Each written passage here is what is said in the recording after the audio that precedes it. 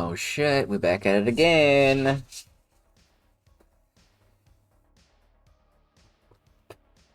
It is time for session 100. Holy crap. We're in for a time. Ah! It's gonna be fun. I'm excited. Yay. Oh! All of the good times, all of the good things. Well, maybe not so many good things, but we're gonna find out anyway. We are not gonna waste any time with, starting intro shit, because we already did that. Look back like 6 hours ago. So, in other words, we're just gonna fucking jump into it. Starting off with jumping in with our lovely peeps.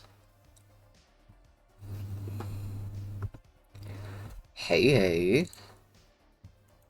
It's been so long, guys. Hello. Wild. Seen you in a while. I know. Forever ago.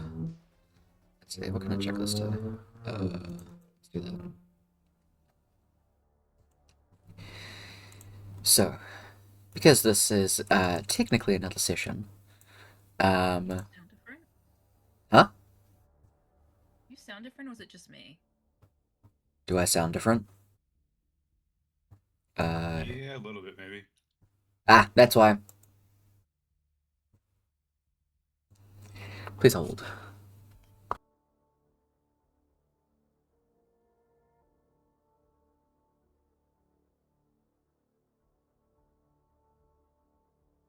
That better? Does it sound about the same? I am not too sure. No.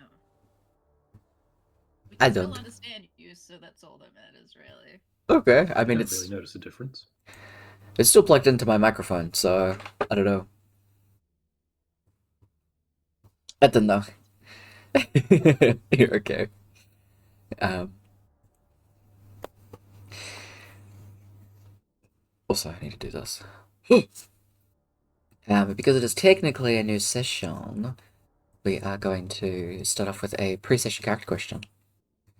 Before we go into our normal shenanigans.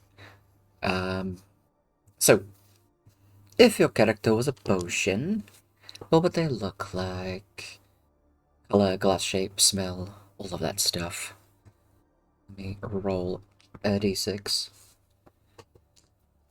And of course it's 1 when Brooke just takes a bite of something. It's okay. We'll go 1 but backwards, so Kev. I rolled the dice and looked up and was like, oops. Sorry. It always happens. It's okay. Torvik. Quarterback would probably be like Oh. in kind of a banged up vial, Mm-hmm. like cork in the top that has been beat up. Mm-hmm. The potion itself opaque, kind of grayish. You could tell that there's stuff in it, but you can't really make out what. Okay. Okay. If it's been on the shelf for a while, I feel like you'd have to shake it up. There'd be like just a thin layer of what looks like some kind of oil at the top. Well, damn. And it would taste like iron filings and probably some powdered silver, a little bit of garlic, Yeah. holy oil. Yeah. And probably throw in just like some kind of a pepper just for fun. Nice. Nice. Interesting mix. Let's go.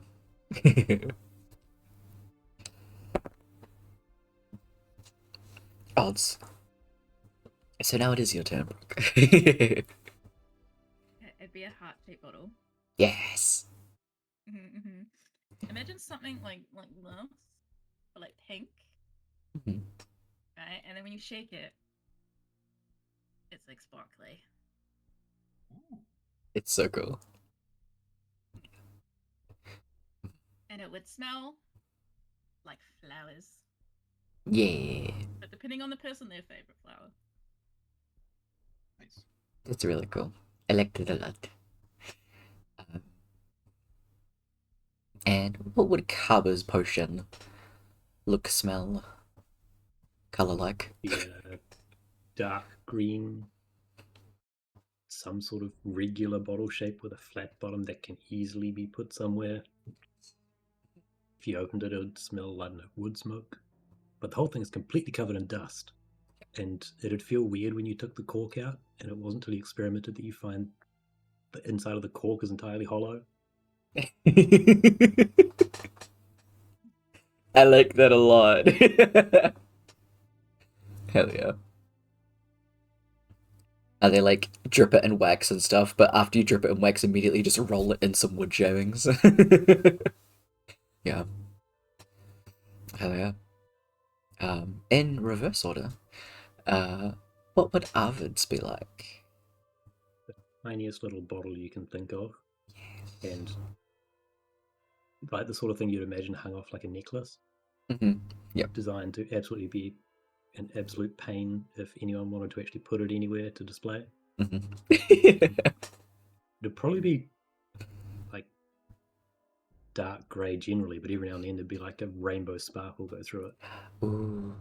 Okay. It's If you nice. smelled it, you couldn't place it.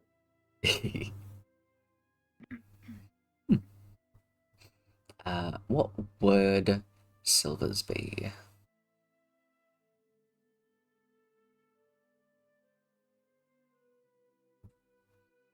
Brooke. She can't hear me. I forgot. Hi, I was talking to you, sorry. I don't think she can hear me yet. We're just gonna go to Kev. What would Rook's be? Rourke's would probably be served in like a blender bottle, and it would just be a protein shake. What the fuck is... Oh, those. Okay. Yeah. Nice. Like chocolate peanut butter. Comes with a complimentary goblin pickle. Nice. I love that so much. Hell yeah, hell yeah. What would Silver's be? Silver's would look like a light bulb, Nice. and it would just be like a very pale yellow until you shook it, and then it would glow and just have like bits of gold all in it. Nice. Sparkles. That's cool. Very lovely. Sparkles. I will let each of you pick an NPC. Starting with Brooke. Which NPC do you pick? You know what? Let's be basic and do Merlin. Okay. Oh. I feel like it would be a bottle shape that is like a coffin shape because it goes up and kind of looks like a wing. And it would, when it's like sitting flat and normal, it looks like it's almost like a milky white color.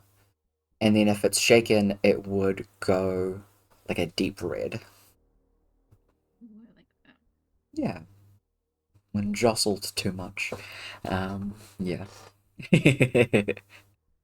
Yeah. I feel like it would, oddly enough, it would smell also like wood smoke. As well as have an underlying hint of like vanilla. Like a sweet smell there as well. Who is your NPC, Kev?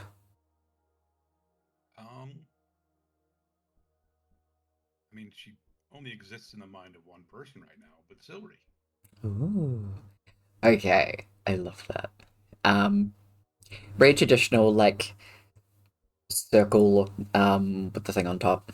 And would be a very warm orange.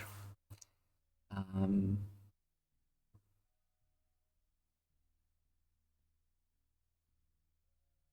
I feel like it would smell very like citrusy, sweet, almost like a cleaning spray. Yeah, like a citrusy cleaning spray, without any of like the chemical smell. Um, I feel like it would. This is part of the question, but I'm just gonna make it part of it because I think it's really sweet. When you drink it, it makes you feel like you're like enveloped in a warm hug. Yeah. Mhm. It's very comforting. Very inviting. Yeah, I like that a lot. What about EC? Who's your NPC? Ecogis. Ooh. I feel like Aegis is a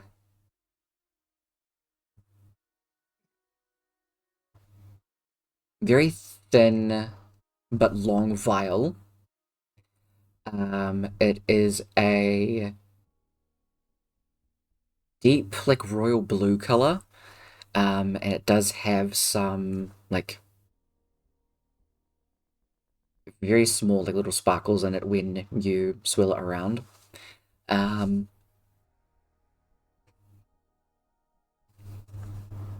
what about the question? I feel like it would smell like a bookstore. Yeah, it's like old paper. Yeah.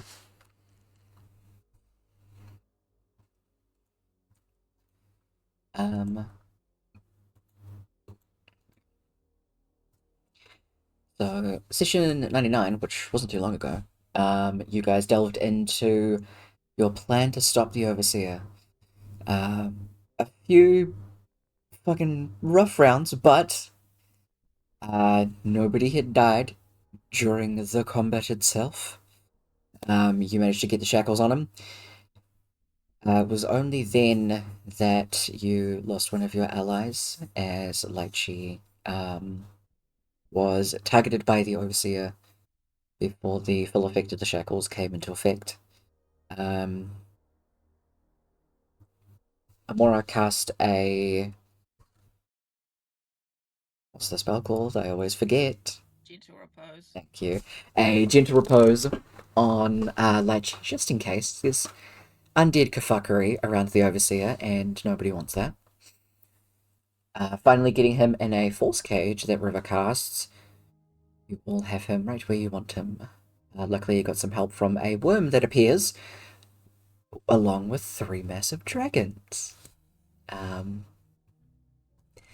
you have a lot of your past and present allies pop up after the fight, just to keep an eye on him as you delve into Elysium and Mount Celestia to pick up the deities and demi-deities.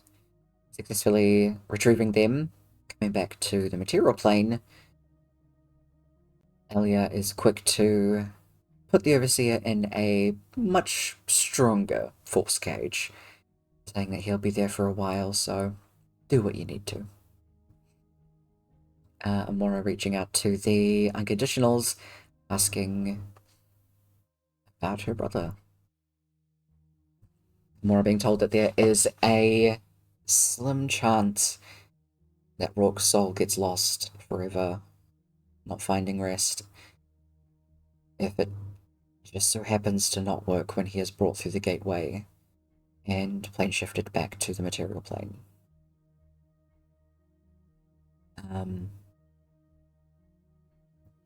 We come back to the trio of Kaba, Amora, and Torvik, still standing in front of the unconditionals as they make the decision of where to go next. Where are you going? I think we decided on Elysium. Not Elysium. Limbo. Limbo. Limbo. I'm gonna go back to Elysium. Oh, damn. Jeepers. I'm not gonna go Gotta back rescue all there, the that's where monsters that were creepy put there. things are. Yeah. They need a home too. I know of a great There's place to no put home. 4 statues. Throne room. Yeah. Oh, one day they disappear. God damn. who are you guys taking with you, knowing that you have quite a number of people to get out of limbo? How many people are we getting out of limbo? 20. What do my spells look like? Jesus.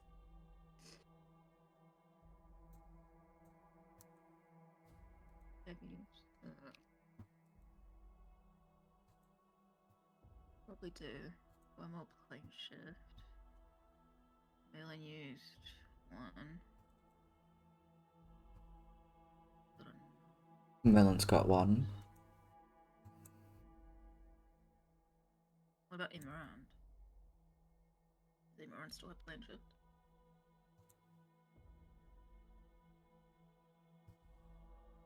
Yep, he's still got one.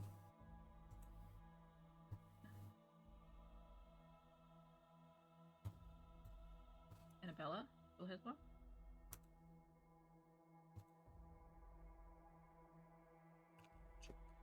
Yep, she still have one too.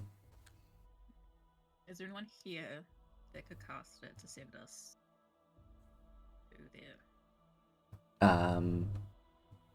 Donna and Free would still be able to. Okay, because then that leaves us 4 people that can get us back. That should hopefully be it. Cool.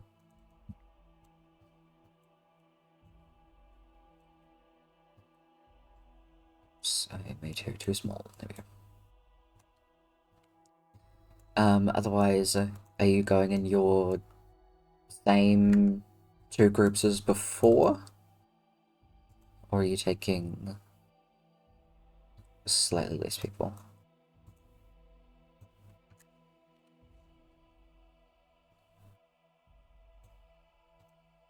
I don't know, it depends how much trouble we get into limbo, I guess.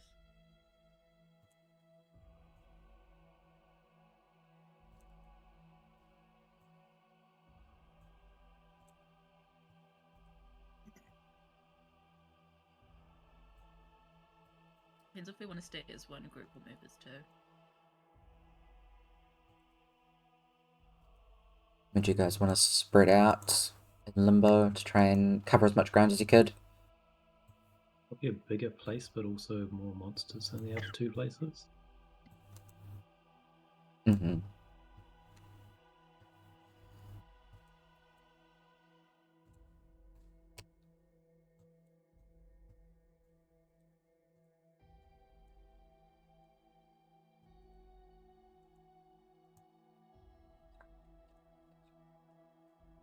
So we stay as one group?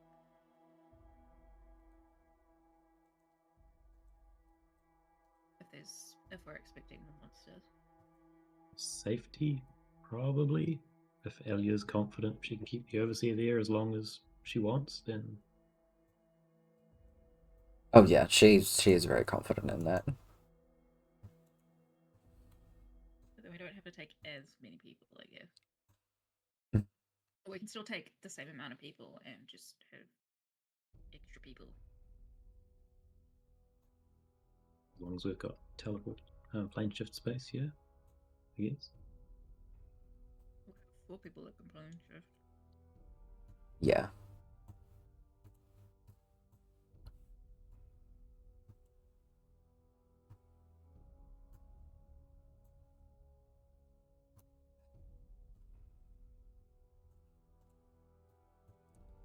Cool. At the moment, I've just got you. Yeah. Torvik, Amora, Kaba, Annabella, and Emerald on the other map.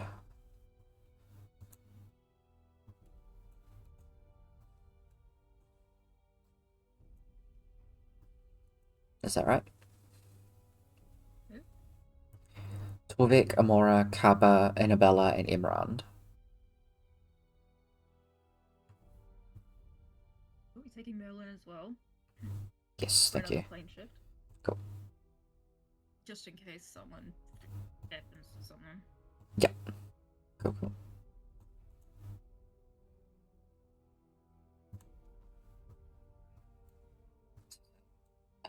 it is easy enough for. We'll go through very keenly offers to teleport you there. She's always wanted to go.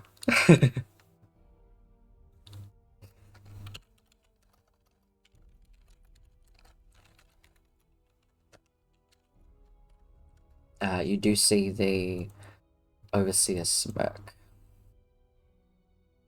Mm-hmm. Right. Okay. As you all head over. This is gonna be so.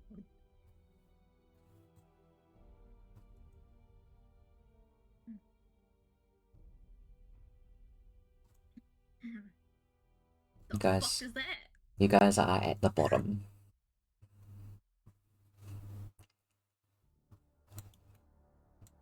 What are those?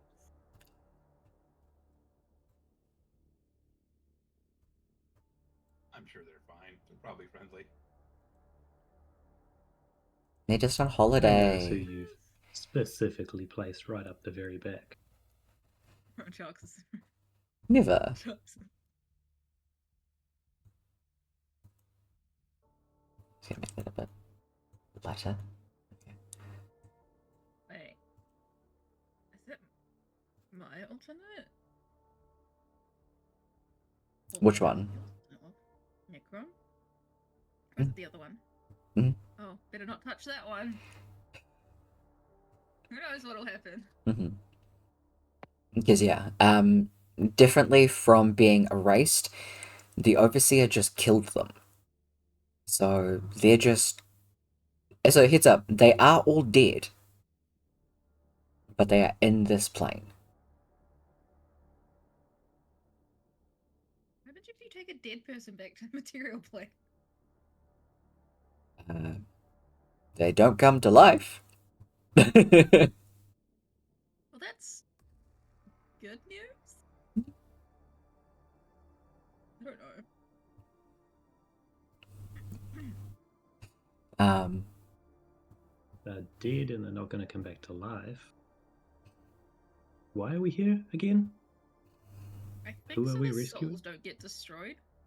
If the overseer dies, and because he is limbo, limbo vanishes, and so do all of the people that are inside it.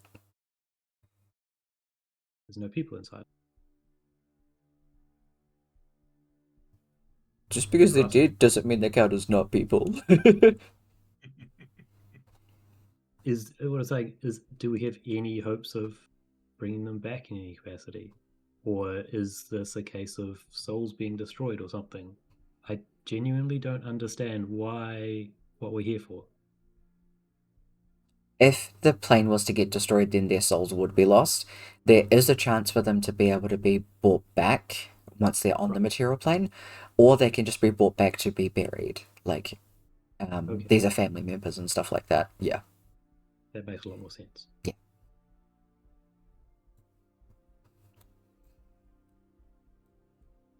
You guys arrive in the bottom corner. You can see there are a couple of people that are just kind of floating around the area. I do have to get all of you to make a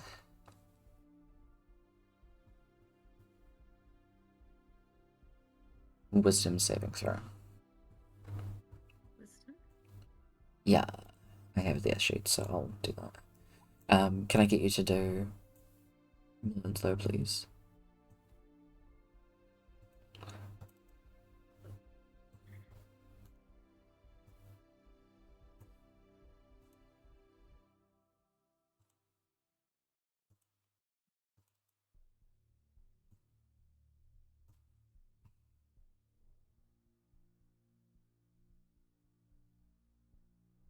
God damn it, Merlin.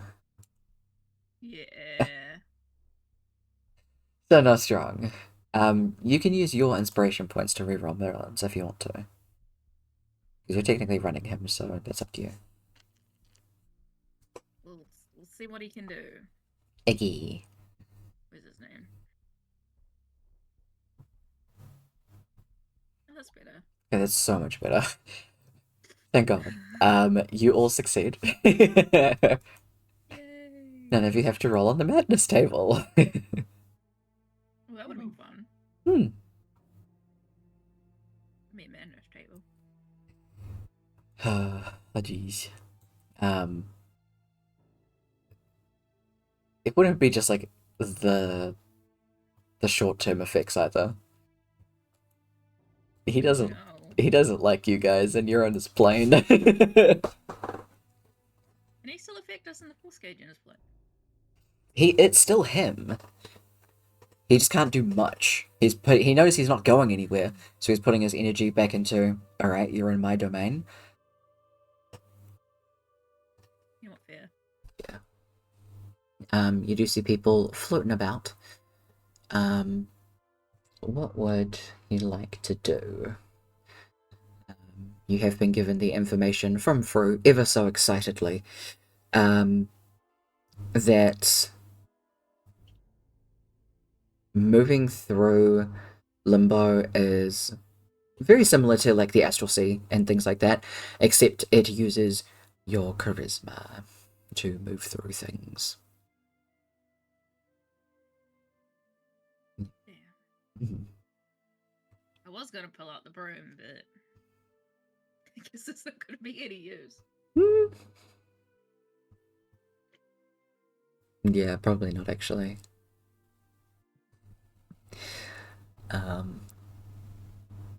So we can move, is what you're saying. You can move, absolutely.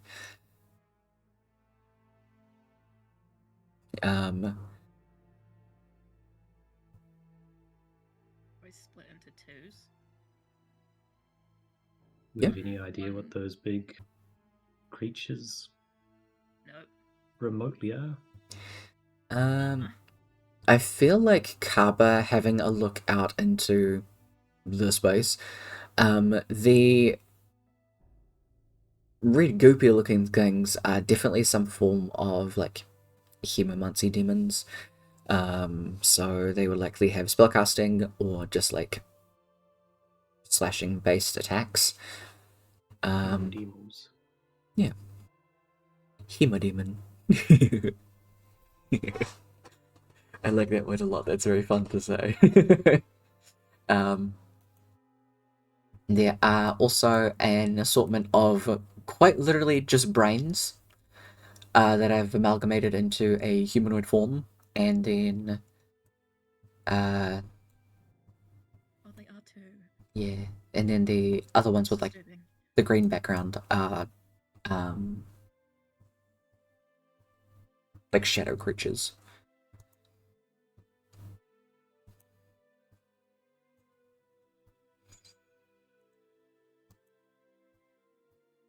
Do we stay as a unit? Until we figure out what those things can do, or how far away they can see us. I would expect so.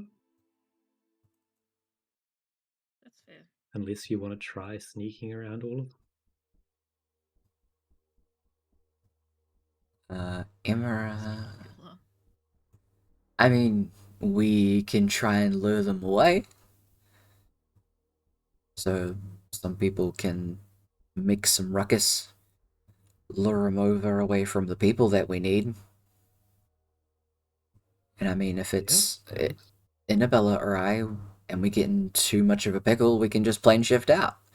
As long as, you guys can get the people out. I have other teleportation magic. Are they like actual people, or are they like balls of light because they're souls? They are people. They do actually have buddies. Bodies, okay. Are they're both unconscious? Mhm. Unconscious. Dead, yeah. Okay. Well, Yeah. I don't know what goes on in limbo. I haven't been here before. They are dead. So they don't technically count as creatures. They could be like ghosties. Not quite. Would we have known that they were probably dead bodies before coming? Yeah, definitely. Torbeck would have asked to borrow a portable hole. I'd say it's doable. Someone's bound to have had one. Dolna probably has one. He had to empty it. There was sand in there. Just failed sandwich attempts. Yeah. Just in one corner of Portable the circle. hole is like a bag of holding, but bigger. Oh, okay. It makes it easier. So Imran and Annabella are keen to move around and try and do some distracting to gain attention.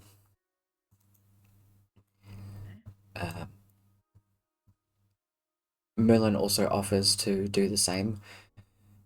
We could split off in a few different directions. Try and gather as many as we can.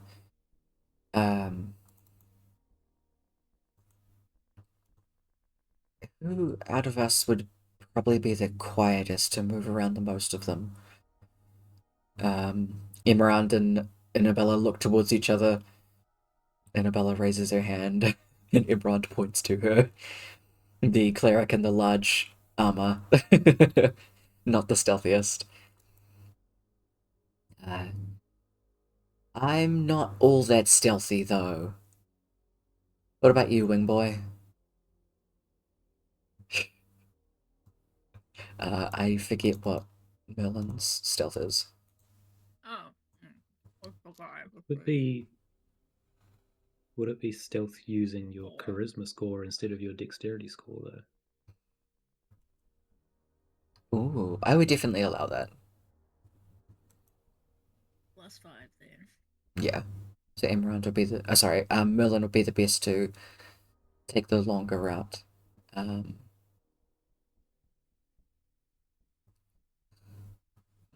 would also give Torbeck a +5.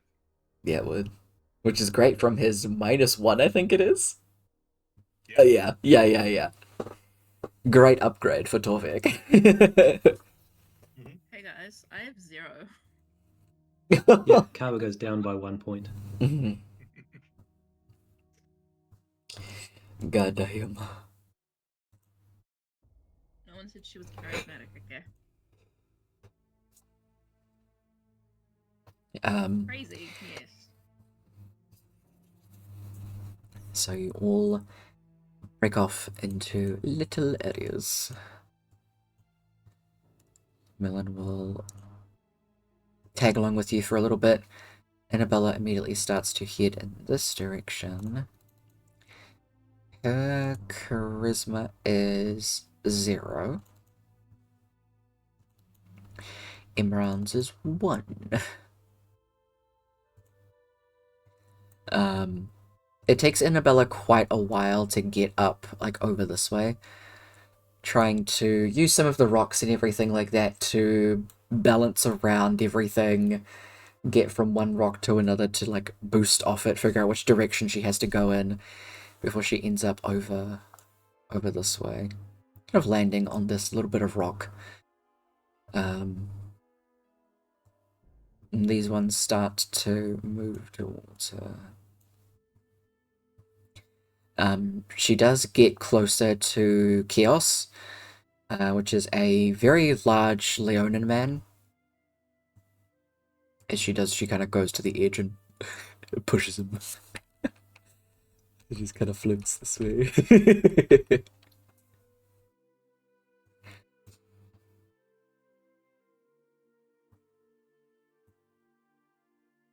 These creatures are a lot more adept at moving towards, like, just in this area.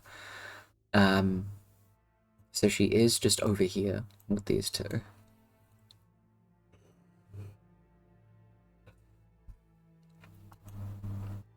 If I turn into something, can someone just put me in their pocket?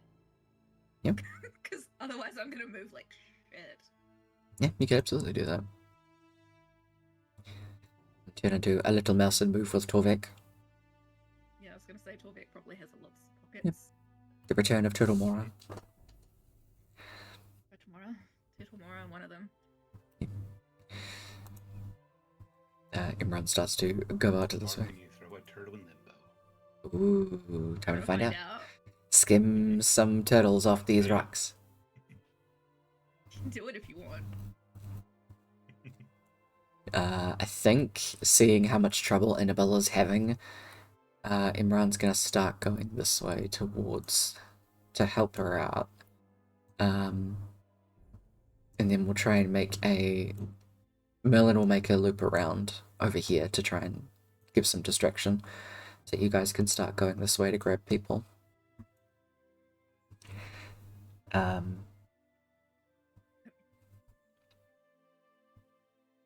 So Torvik, you can easily get to this little rock up over here, picking up Chaos on the way, and putting Chaos and Necron in the portable hole. Cool. I'm just gonna put Do them that then. collectively.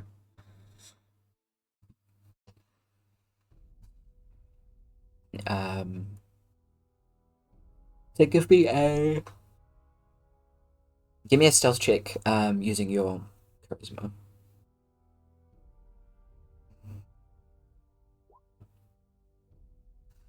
Be a 19. Nice.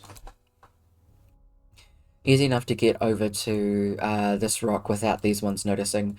They're very much occupied with these two over here, so you're totally fine. I will get everyone in your little group, Torvik, Amora, Merlin, and Kaba, to make a charisma check. Just straight charisma. Do I use my stats or the turtle? Oh, actually, you're with Torvik, so you're fine. Only Merlin has to. Sweet. Oh, that's right, I've got melon sheet. Bruh. You're supposed to be good at this. I say that for a lot of things. Yeah, pretty much.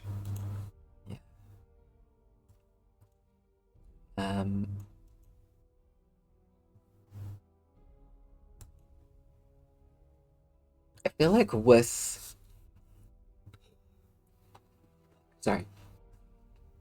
the help of Torvik, Kaba, you're able to follow alongside the group to help them out and maneuver yourself through this space. It's difficult and confusing as hell. You try and use a semblance of logic, but that just doesn't make sense here. Ain't no water. Yeah, it ain't.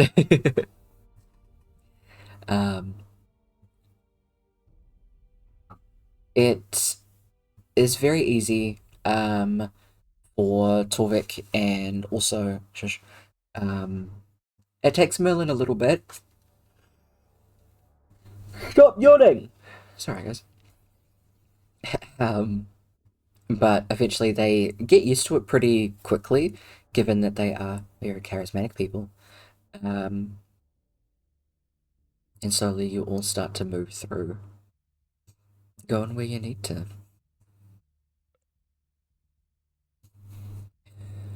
Let it pull it up I a feel like hole. Torbeck would feel at home here. Yeah. It's a time. The rules are what I want them to be. Exactly. You can get over to this next rock, no problem. Easily picking up Petra along the way, and Torvik, with the way you're moving, I'd say you'd also be able to grab Fei Mei as well. Petra is a Phoenix Aarakocra. And Fei Mei is a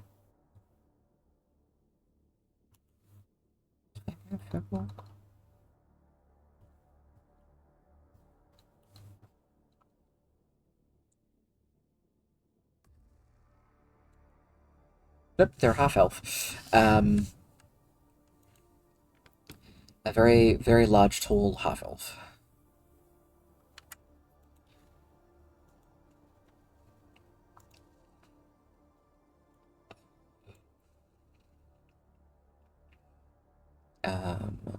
going to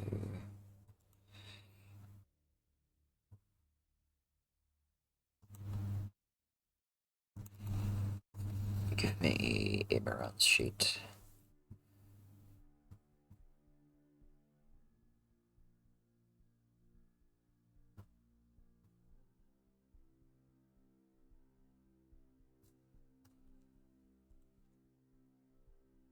Do one of these.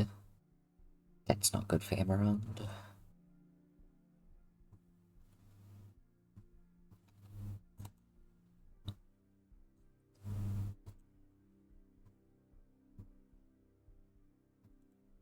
Boop, boop, boop, boop.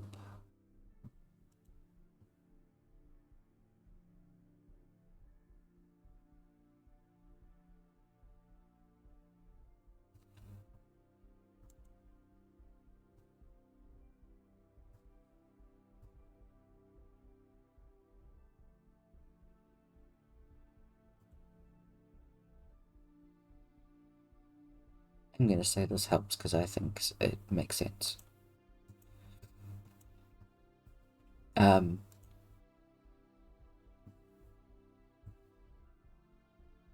Annabella is going to cast freedom of movement twice on herself and Imran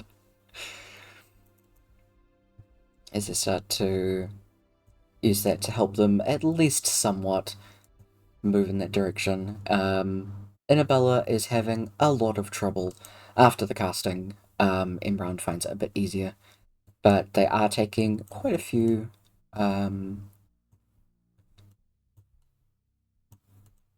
beatings as they keep heading up over this way, just attracting more and more of the creatures as they move through.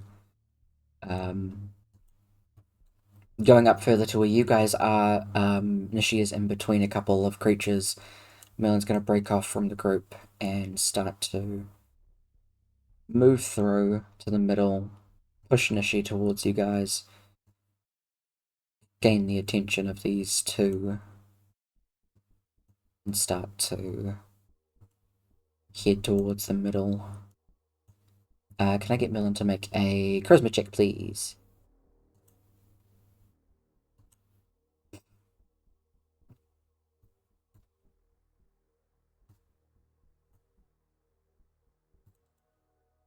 I'm gonna reroll that one. Bruh. Why do you like this? Thank you. Hey, that's so much better. Okay. He manages to push off the rock that he was on previously, kind of move between these two that are up here to push Lanakal and also Daxton towards you guys. He ends up over here with these creatures nearby.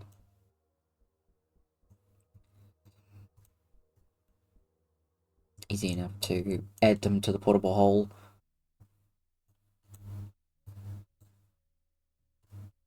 Grab Nishi as well. What would Torvik like to do? Pretty much kind of taking the lead with everybody here. Feel like we should probably go help the others before they get too swarmed by these creatures.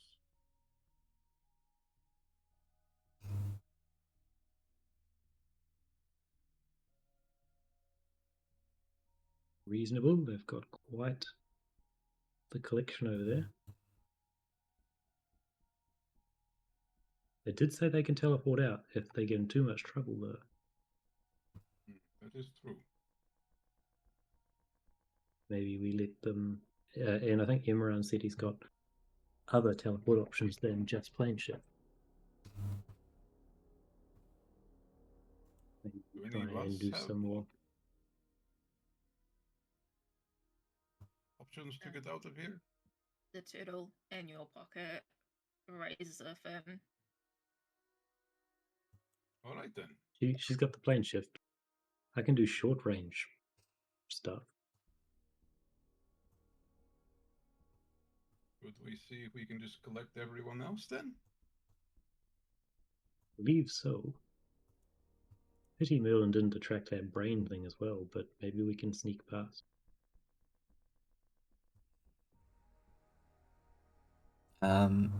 You can see by the way that Merlin is moving, he should actually be able to get up to the brain before the other creatures that were following him make it too much further. He's moving a lot better than before, that's for sure. As well as better than some of these creatures in here, with the 23. So, once he kind of leaves them over here towards where these creatures are annoying Annabella and Emerald, he bounces off the rock here and immediately just starts leaping towards the brain. Just kind of just standing over Naomi, turns away from her, but then starts moving towards him fairly quickly. The brain itself seems to be a lot quicker than anything else that you've seen, and it is keeping up with Merlin as he moves. Merlin makes it to about there before he has to actually start engaging with it properly. All right, well, let's be quick. Torvik and Kava can make a charisma check.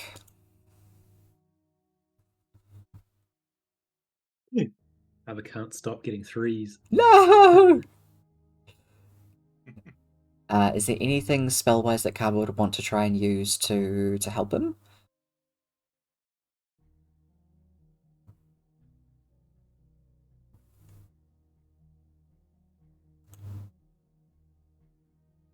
Maybe if he sort of feels he's drifting too far, probably try and use Misty Step to get him back towards the others or back on course somewhere.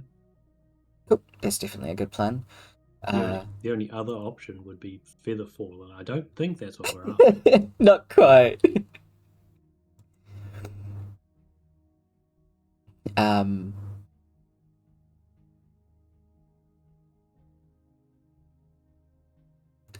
Oh, that could be interesting.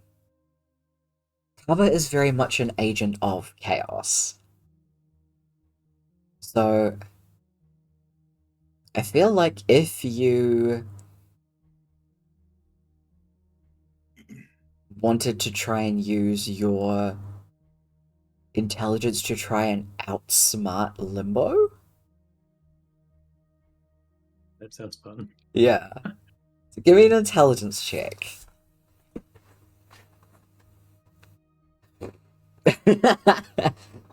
What do you mean it's not 23? I'd say with that, you start using random spells and abilities that would realistically make no fucking sense for movement. Like, they're still movement based, but they don't exactly make sense for what you're trying to do. But because it doesn't make sense, it makes sense in Limbo. So a spell like Featherfall would work, and if they're along the same lines of that, they would probably work too. Catapult's not supposed to work on a whole person, but let's give it a go. Yeah, you can absolutely do that. If there is anything in anybody else's spell sheets that you want to give a go, let me know. We can give that a shot. It doesn't have to make sense, it's fun. Less work. Ooh, how so? Adds a D4 to an attacker saving throw. It's not a save, but I would say in this instance I'd allow it. Ava could use haste and slow like an accelerator and brake. I mean, absolutely. I love that. You can use the catapult on Turtle Mora to get her up further towards all the people at the top. Use it on the whole group. Someone wants to Again, throw nothing me. makes sense. Hey, we gotta find out how far Turtle Mora will go. Yeah. Give me a... Wants to throw Turtle.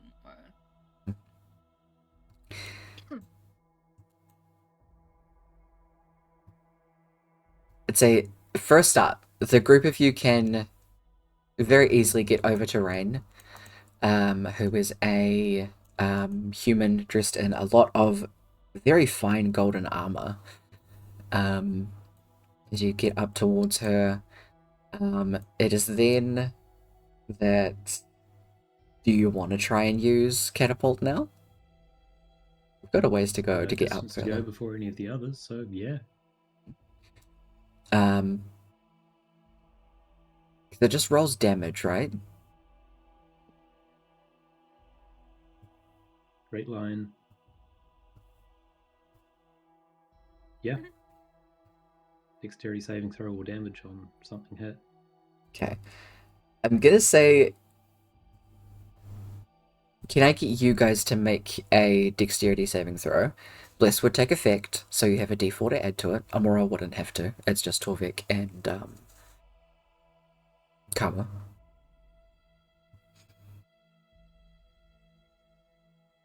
They're gonna decide to throw me.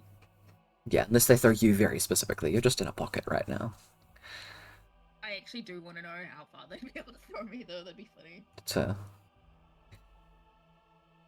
Don't think that's a great idea. You're the one with plane shift. And like Torvik's the one holding the hole. Not apart from throwing you for the sake of throwing you, I'm not sure what that accomplishes. Yeah. I know, it'd just be funny. Would be. We can always do a hypothetical roll.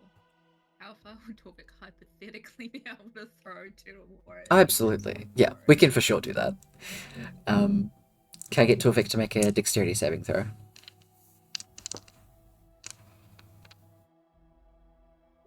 Nice. Fuck yes, he can.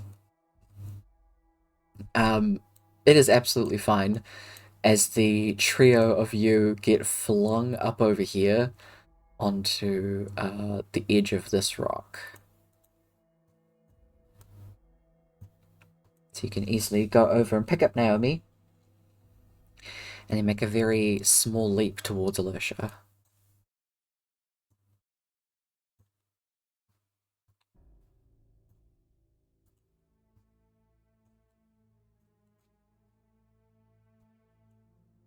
You have your little cluster of people.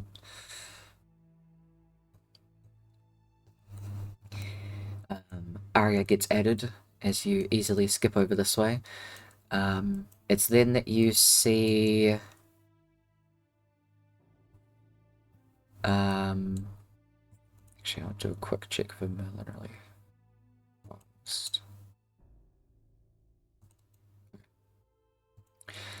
He has luckily found a way to get over here. He's taken a few attacks from the creature itself.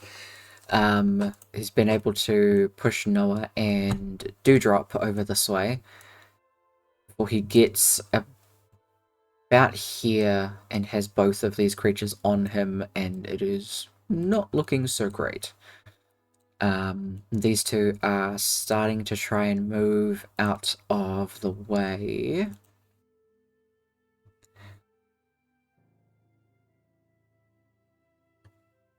Do.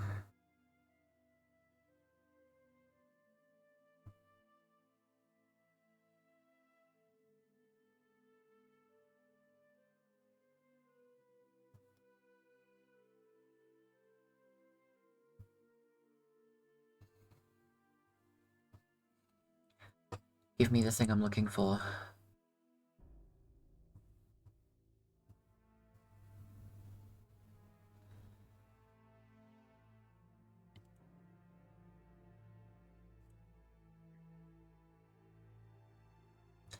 Sorry, there's a very specific spell that I'm looking for right now. The big one. Kill me.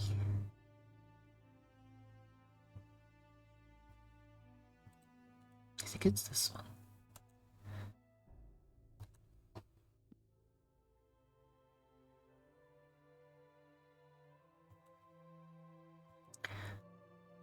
Yeah. These are all technically rocks. Imran has been kind of keeping an eye on where you guys are going, and upon seeing Kaba do some random, like, magic casting, he's like, ah, I get it. He moves to the side and grabs Annabella with him and casts Move Earth to pretty much make a pillar and uses that as like a slingshot for himself and Annabella to move upwards as they both start going this way and end up very barely landing on this tiny little rock, pushing Nim this way. Merlin sees this, is confused as hell, but is going to dimension door up over here towards Randori. With the amount of sound and movement that Emerald and Annabella are making, all of the creatures start moving towards them, including these ones up here. And it's just a big cluster of they're coming. Merlin pushes Randori this way as he starts to quickly get surrounded. As do these guys, unable to get to Marceline, but Nim is slowly kind of floating this way. Amora would probably turn back at this point. Cool. Amora is Amora. Yeah. Too far away. You're able to easily grab Khalifa.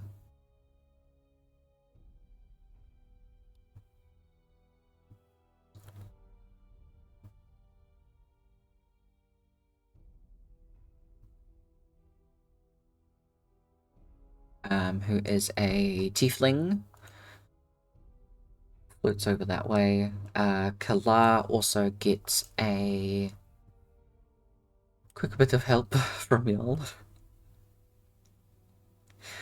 I'll actually put up what they look like and everything in a little bit.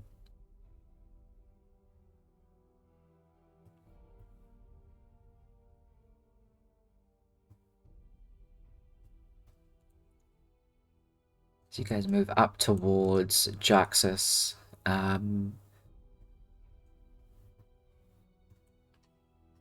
What would Amora like to do?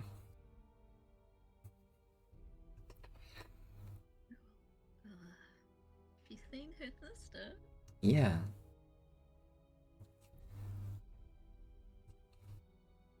you would probably go towards her sister. Yep.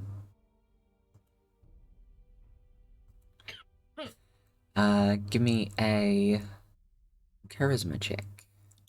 You have a d4 to add to this. Yay. Oh, I should probably not be. Yeah, I'm gonna just reroll that one. Okay. Yeah, fair.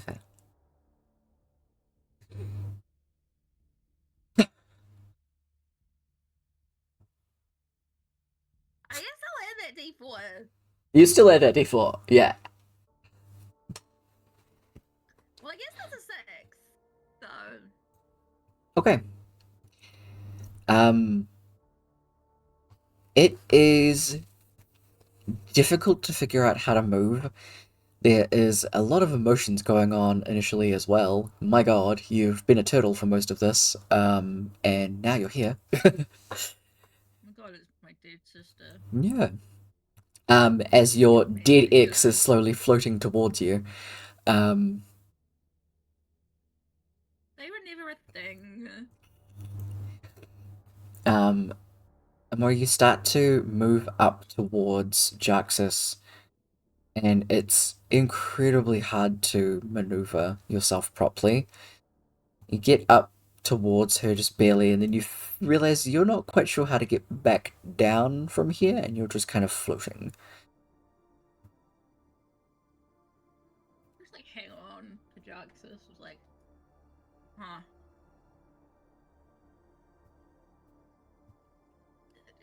I guess I'll go across. Pick up Rendori too. Okay. Give me another charisma check. Oh no. It's a 10. Better. Plus d4. Oh. Is it every time? Yes. It lasts for a minute, so it just That's kind of keeps 12. going. Nice. From there, you manage to, like, maneuver Juxus around in a way that you can put your feet on the bit of rock that is, like, underneath her, and use that to maneuver yourself around to grab Rendori. And same with that, you can kind of push off from there and end up over here. Torvik and Kava, can you make a...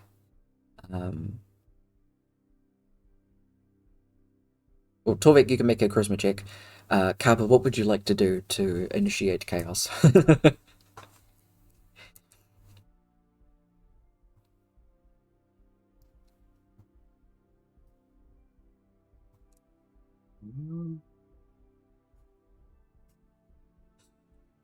Yes.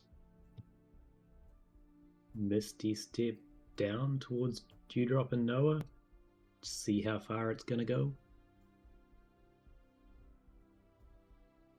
You can get to the edge of this little rock here, and can actually like move across it fine to get to Dewdrop. You reach out to grab hold of her arm that's floating there and just kind of reel her back in towards you.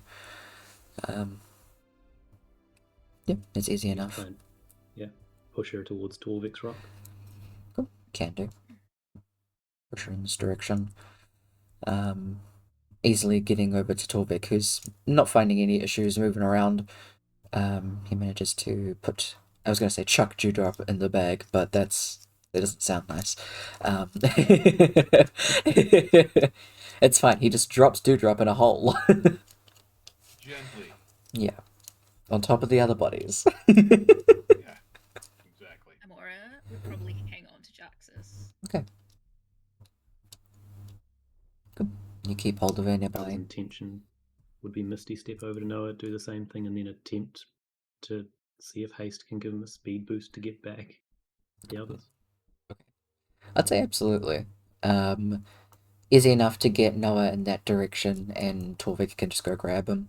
I'd say give me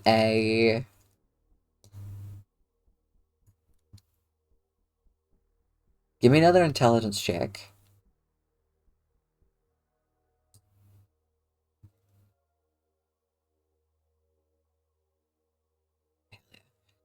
You managed to kind of push Noah in a way that, alongside haste, he moves a lot quicker than you expect when he like leaves your fingertips, that he actually manages to bump into Nim and also push Nim towards Torvik as well. So he also ends up grabbing Nim and Eagle. I think after that you're able to get back up here.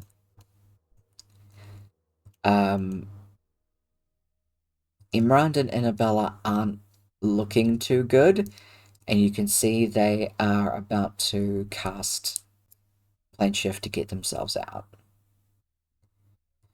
There is still Marceline over next to them.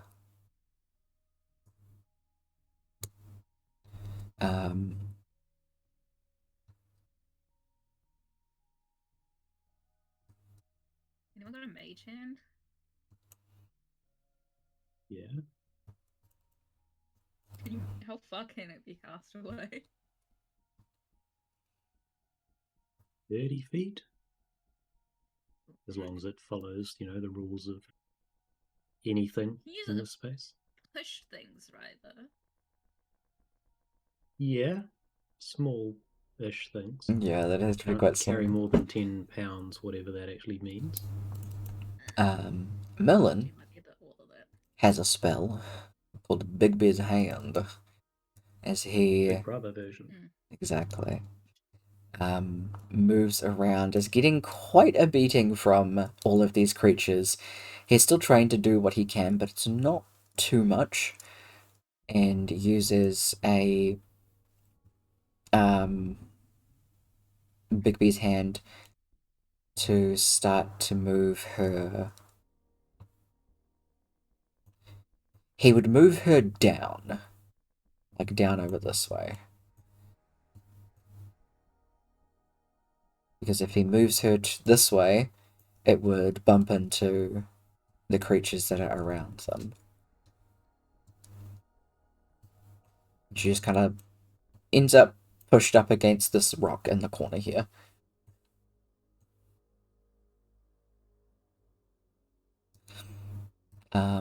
I think, Harper, you're like on your way back this way. When you see this happen.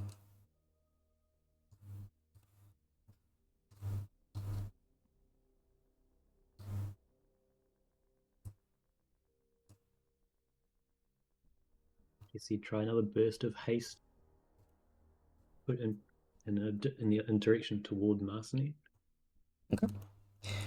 You do that and manage to boost yourself over to about here. Can move the rest of the way to grab her and start moving back this way. You get to the rock's edge. These two have to bamf out. They're looking pretty bloodied and bruised, and Merlin isn't looking too much better.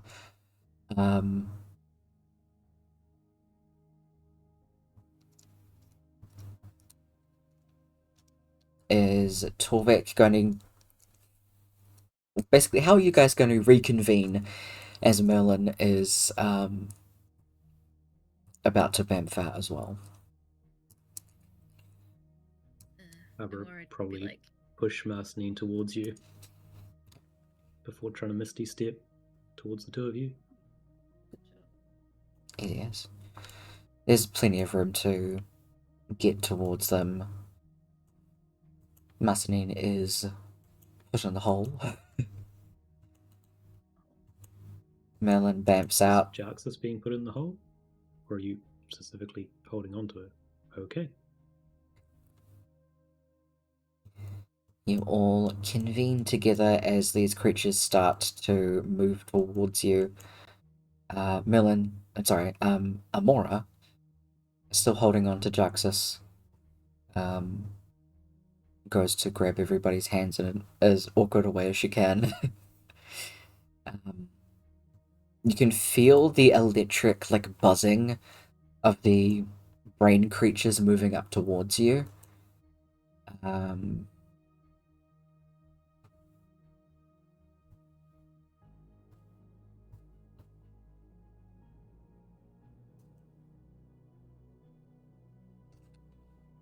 Is being stupid. Give me a D20 roll, Brooke. oh no. What are you gonna do to me? Sudden dragon. Flock of dragons. Ah, yes. I roll that. Yeah? I'd say sure. That was my last inspiration. Icky. Anything's better than that. Exactly. I'll take it. Yeah. Can Torvik take an action? Sure. He's going to cast Summon Celestial.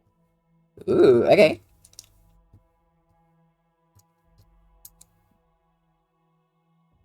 He's going to choose the Defender.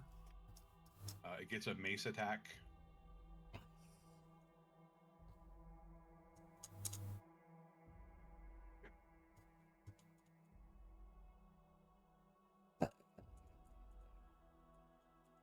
Cool. So you cast this defender right here as this is about to like move up towards the two of you. We're just gonna go.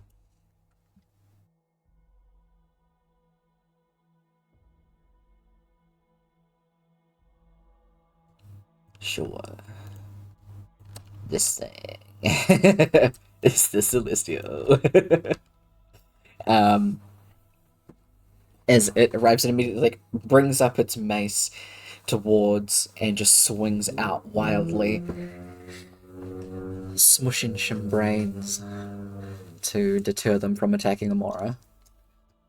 Good call. So you guys make it back.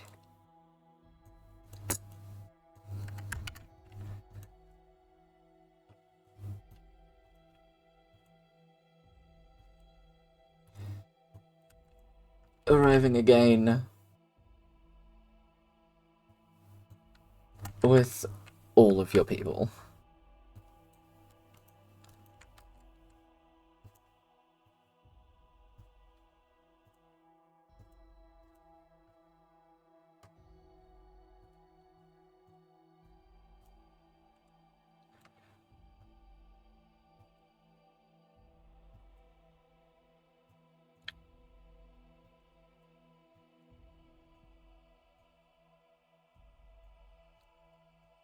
Immediately everyone gets kind of dropped off, and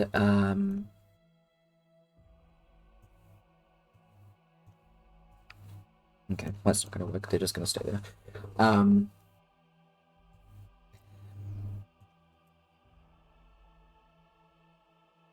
From here, Annabella, Emerald, and Merlin are getting some healing from Leaf. Just getting some attention, just to help them out. As it seems that Dolga is working on some other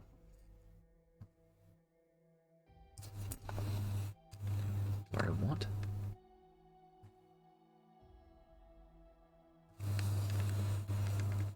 Okay. Is trying to work on some other potions that he gave you guys in the beginning.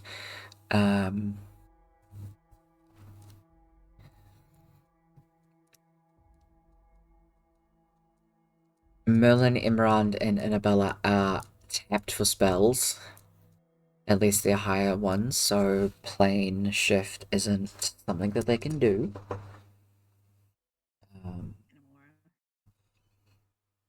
What was that? Neither can Amora. Yeah. I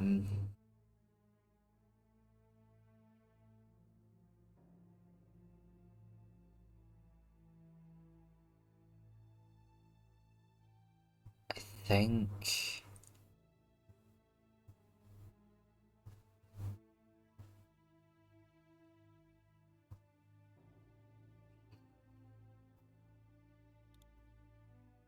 I don't know if there's anybody else that actually can. Leaf doesn't have high enough spell slots.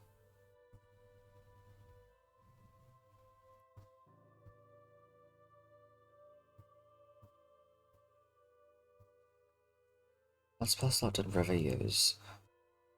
Only used one of her higher ones. She's got an 8th still. She'd just have to pick up a spell scroll. Say that while everybody is out doing their own things, she and Cliff took a quick fly back over to Mirstone to pick up one of the scrolls. Just paid for it out of pocket. Like, fuck it. They have shit to do. Grabbed a receipt for later.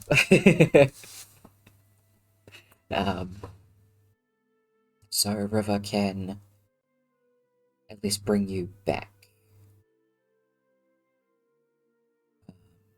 Getting you there, the only person left that would be able to is Elia. She can leave, but you just have to very quickly take you there and then come back.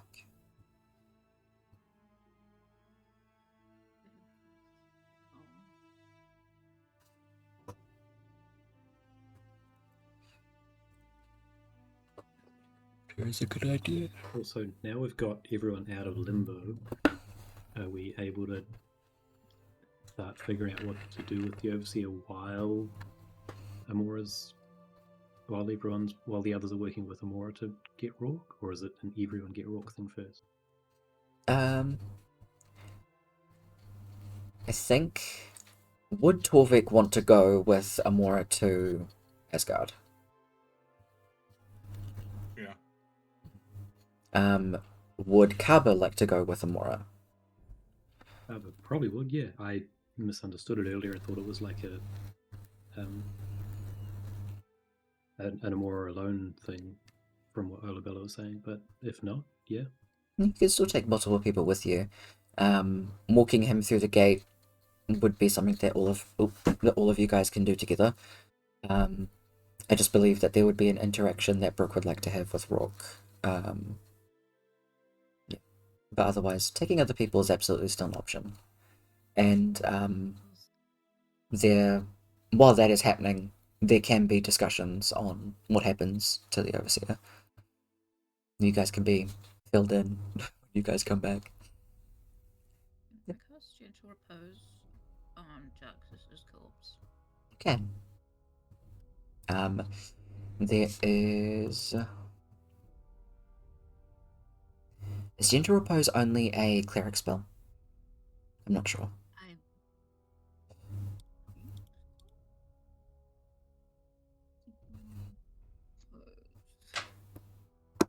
I didn't want 2024.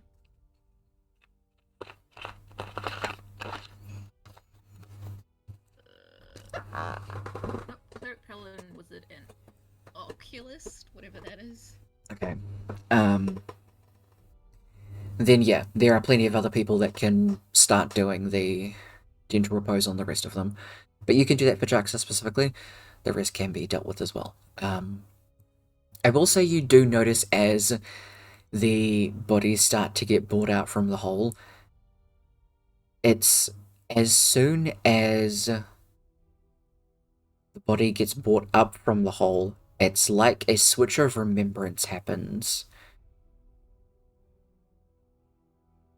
And Elia, Olabella, and Kaz all rush over towards Eagle and Nishi.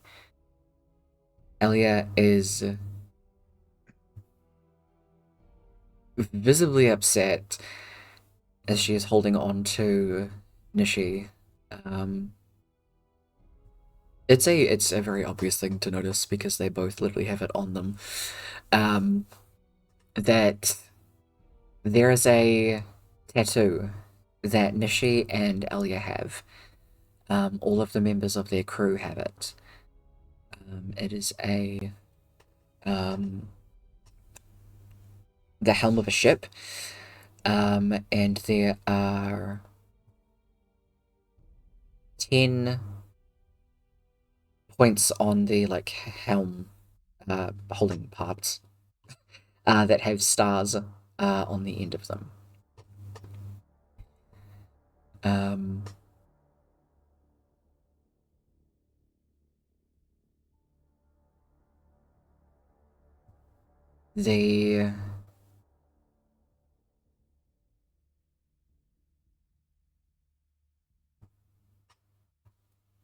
Yeah, that will be what the symbol is.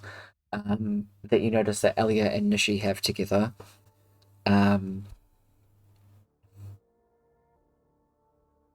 Ullabella and Kaz are kneeling down next to Nishi and Eagle, and I'm pretty sure it was Ullabella's sister that had been in a relationship with Eagle for a bit, and she holds his hand, and there is still a ring on his finger from the promise that they made to each other before he ascended.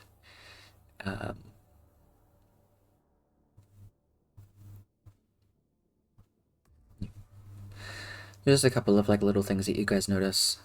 Even a couple of the alternates that you guys picked up go over to their respective alternates that they clearly know, and it is like a switch goes off. I can't believe I forgot you. What? How did this even happen? Yeah. As that goes on.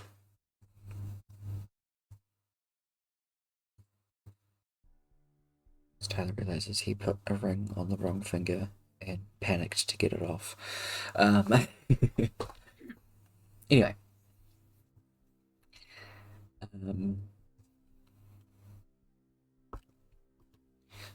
The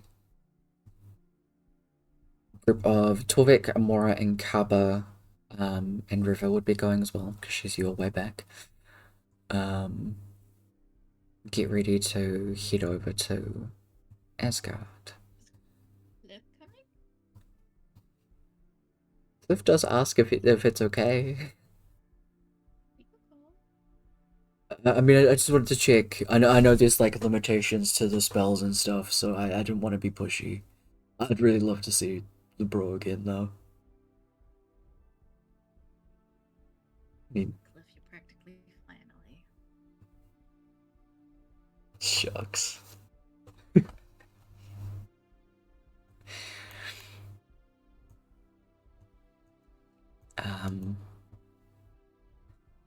So Fru takes you guys this time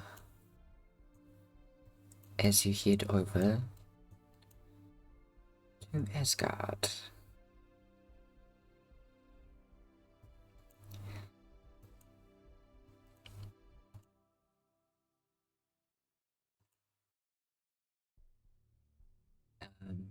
You get the teleport in, and as soon as you do, you arrive outside of these massive gates. It's like an archway. As you stand out here, there is no like gate or anything like that. It is just an archway. As you stand through here, getting ready to go through, you do see out ahead of you, there is a massive field where you can see different people roaming about, holding out weapons, some of them sparring, and in amongst that, through like a parting of people, stands Rook. His back currently to you.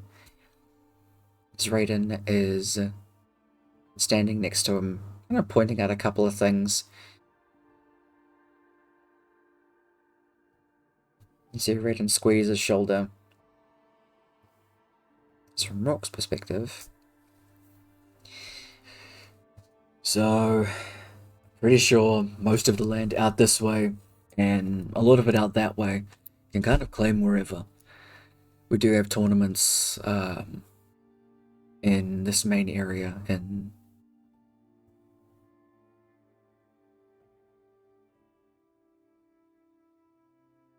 then you feel a squeeze on your shoulder.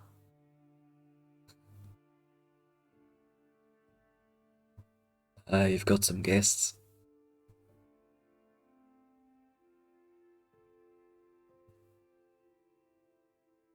What? And he'll like turn you around, point you towards the gate. You see the golden archways, little round green form of Kaba, the short, bulky but little pointed horns of Torvik, bulky bluebird boy, and Cliff, lithe, brown fluffy form of River, and the familiar small frame of your sister Amora. As they make their way through the gates, and you two lock eyes with each other. What does Rock do? If he's holding anything, like in his hands, drops it. Like just stunned, staring. like spear or something like clatters to the ground, whatever weapon he happened to be holding. He's like, what? But they didn't.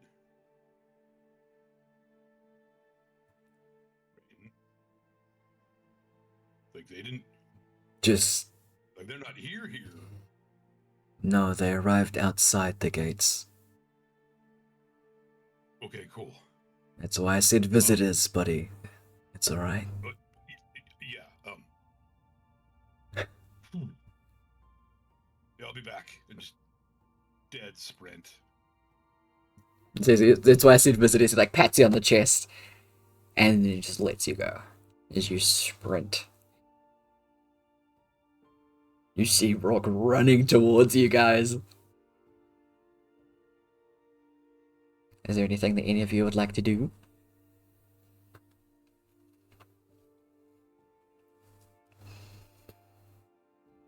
Probably crying right now, and like also starts running towards Rourke,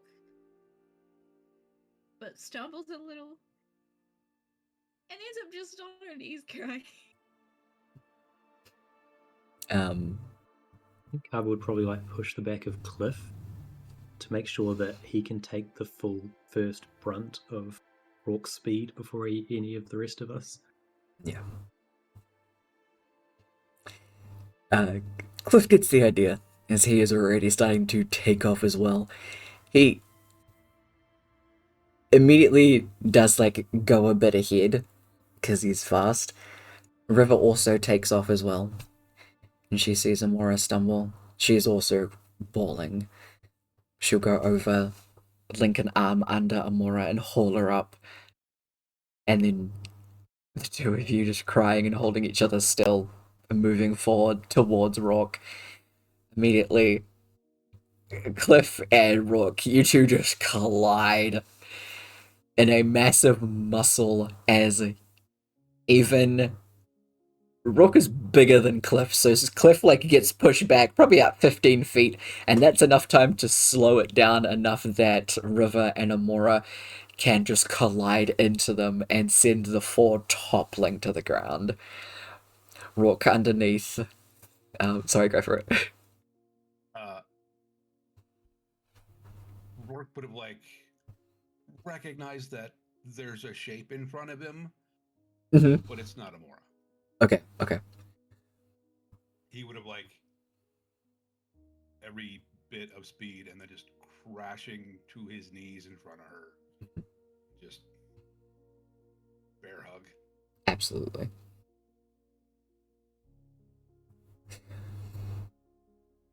She's just bawling, and she's just like, I'm so sorry. Over and over again. He's crying too, and he's like, why?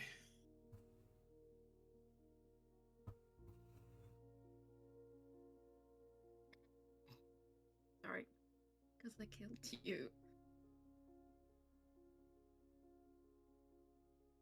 I don't remember that.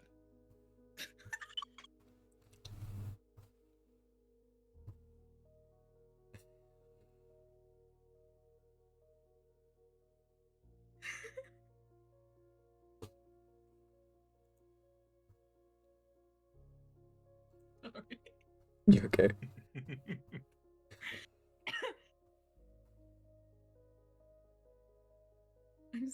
I lost it and I killed you.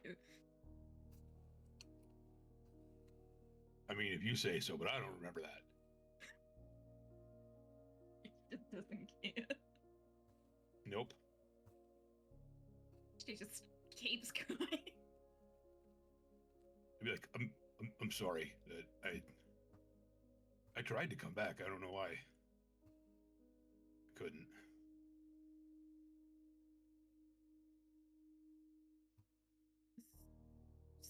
Spell didn't work. Well, it's stupid. Yeah.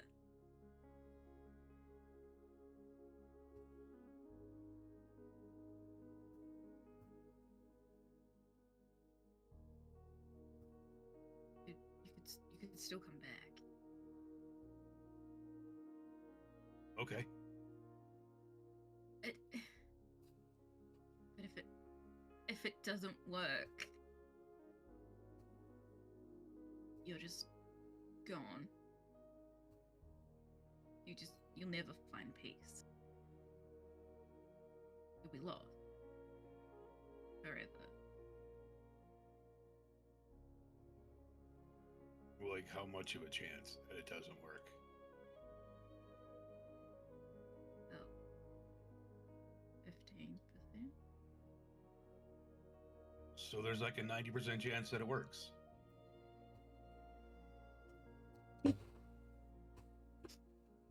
Close enough.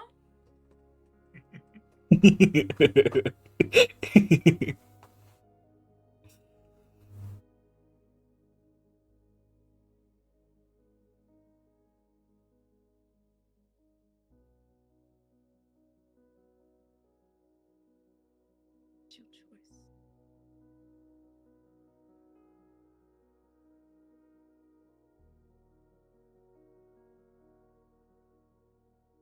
Brooke will like take a deep breath and kind of like let go for a little bit and like kind of smooth her hair out of her face and like wipe some of her tears away.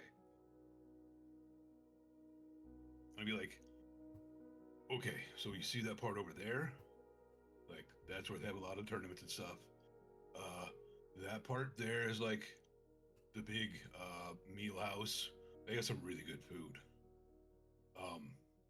The crying cave is over that way. There's a really nice stream over there too. It's pretty cool. There's Raiden, a bunch of other folks that some of you might know, most of them you probably don't. You probably don't know them yet. They got a lot of really cool weapons that I like never seen before. I've gotten to use some of them. Oh, I tried like making chairs. I am not a good carpenter. She'll laugh at that.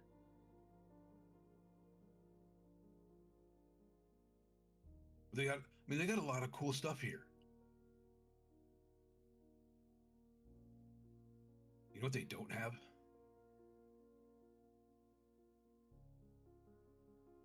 A hot tub? Oh no, they got a bunch of them and ice tubs. Oh. No, they don't have my family.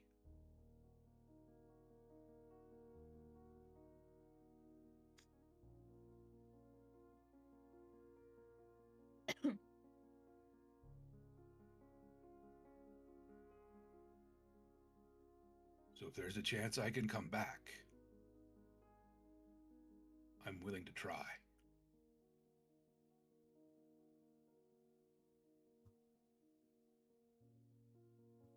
Okay. Yeah. Also, we found Jaxus's body.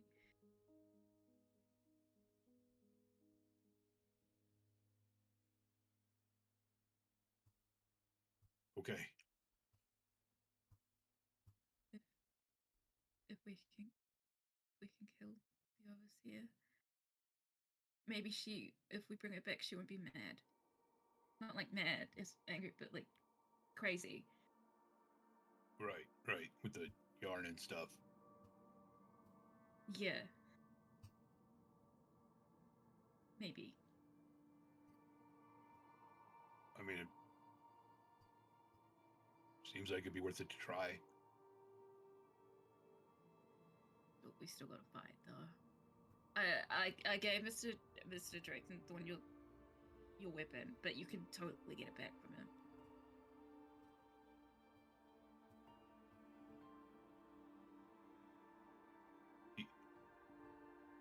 He's using it?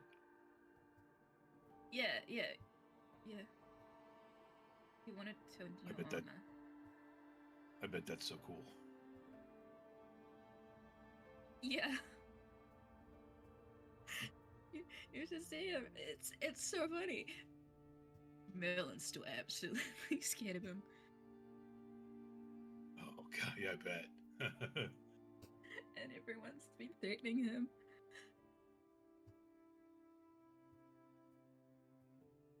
Merlin, that is, not Mr. Dragon. Oh, yes. I didn't figure.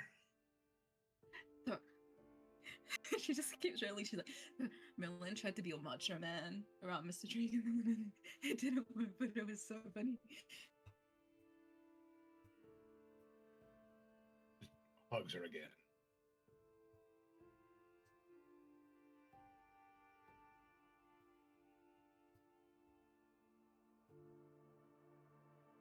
So like you guys want to get something to eat, or we like go now?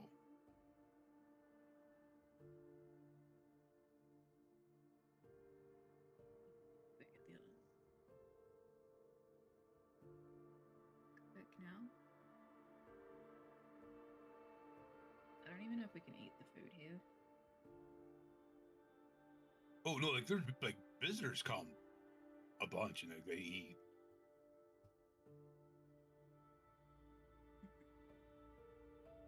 I saw Claire. So, Claire? Yeah. When? A little bit after I got here. I haven't seen Claire. Oh. She didn't come to see me. I guess they're busy. Well, I mean, she wasn't like here to see me or anything. It was just like happened to be here when I showed up.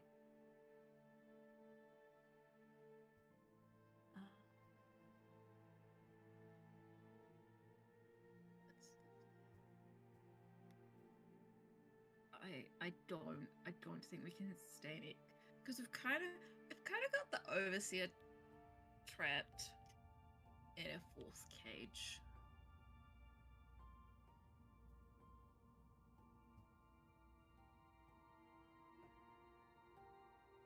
What's that? It's like an actual cage, Right. just made out of magic. Oh. Magic jail. And our other spell only has like a day on it, and we've been really busy today, and I'm not sure how much longer we've got.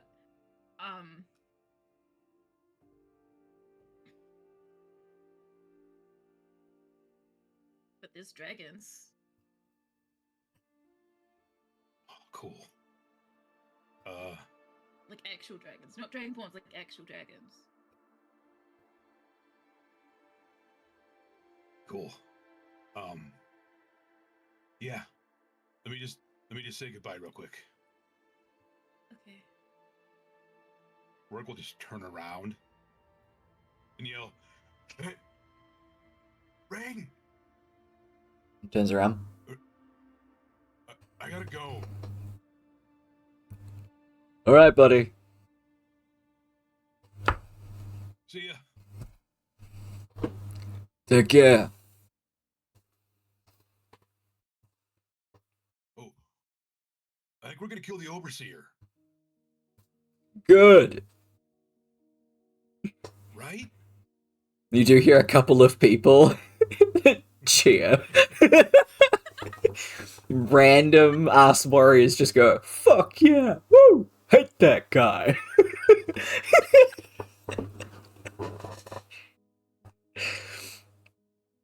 We just gotta walk out the door.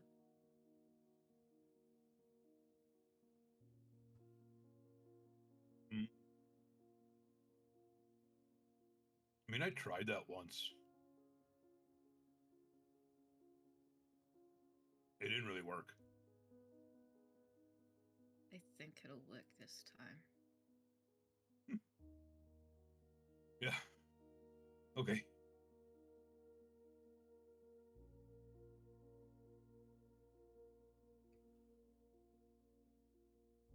Grab Brooke's hands and start to head back towards the gate.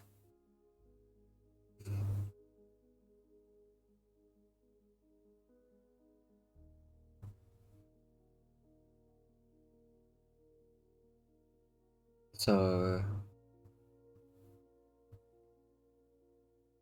you need to roll a d20 and you need to not roll a 1 or a 2. There is no way to And it's undo obviously- this. We can't re-roll this. This right, is either. one roll. Nothing can affect this. Not even me. It is pure, absolute luck.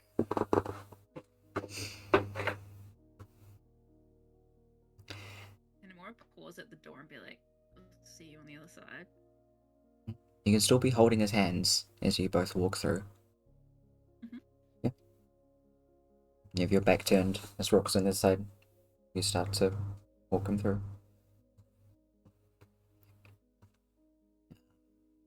Roll a d20, Kev.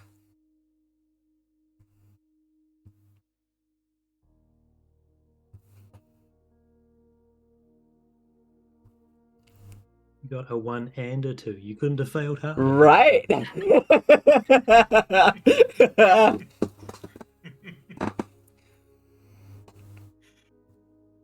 I was waiting for the noise, and it didn't make the noise. I know, right? um, you pass all the way through. Rook is on the other side with you, and you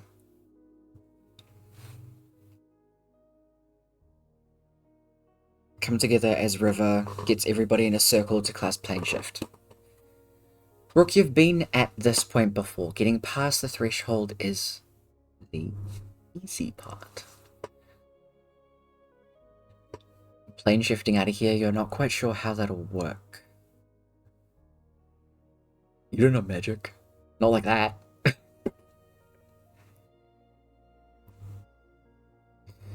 River's holding one of your hands, Mora's holding the other. River casts her spell, and you all plane shift to material plane. River does very specifically teleport you back to the unconditional shrine where Rook's body is. So you teleport and land back in that room where Rook is laying down, the gap between Amora and River's hands. Still like you're holding on to something. As Rook is laying on the table itself.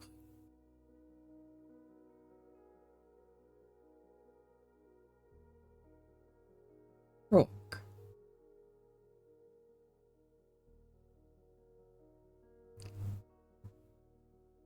It is a whirlwind of emotions and everything that comes back to you all at once.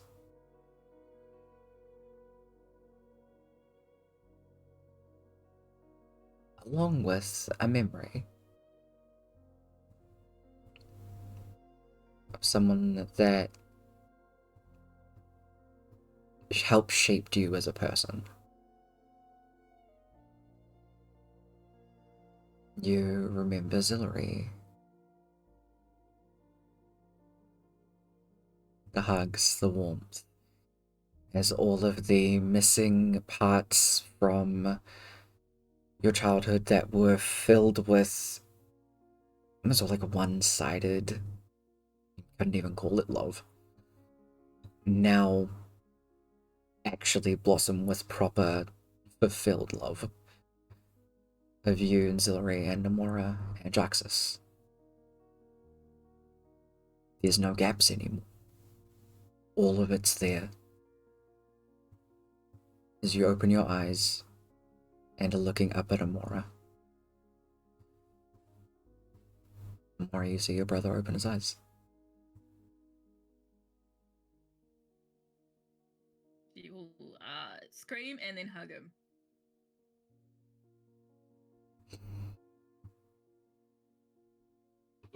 Giving this some thought. Mhm. Like the way I see this happening Mhm. is like Rook's spirit just kind of like free falling. Yeah. from Asgard. And like right before it re-enters his body, like there's just these little static bursts of electricity. Oh yeah. Just kind of like all over.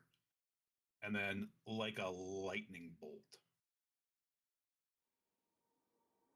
Possibly accompanied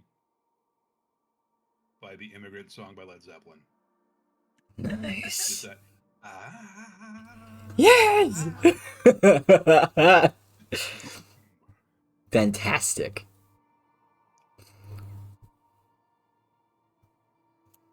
And he looks up and sees his little sister. Mm-hmm. And he just reaches up. Love you, Mora.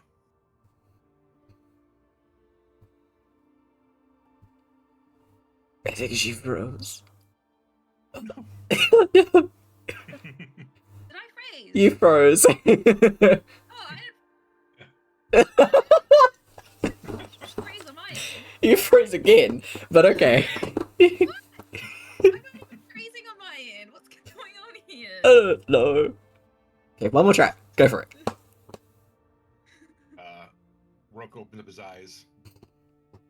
He's looking at his sister and just reaches up, like a giant hand on the side of her face. Just says, "Love you, Mora." Just hugs him and is like, I love you too. Slightly sobbing. Mhm.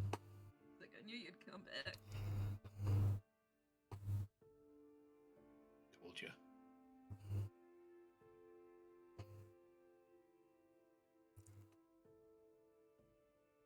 And then just,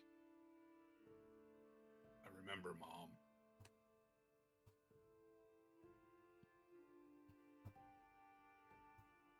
Ow.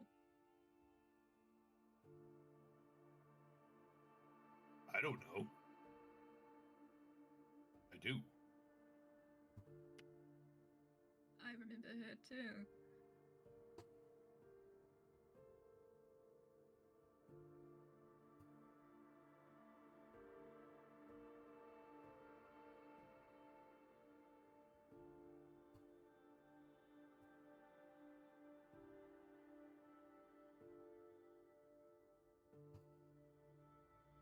Now people won't think I'm crazy.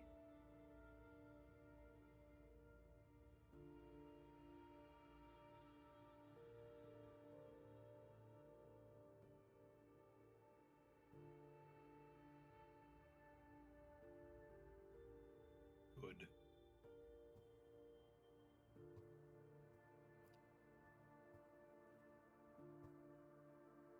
Ah, Rook's back. Uh, Yay. at your side. Sorry. Go for it. No, you're good. Yeah. At your side, there is a massive glaive that sits next to you. It is mostly black, and is silvered.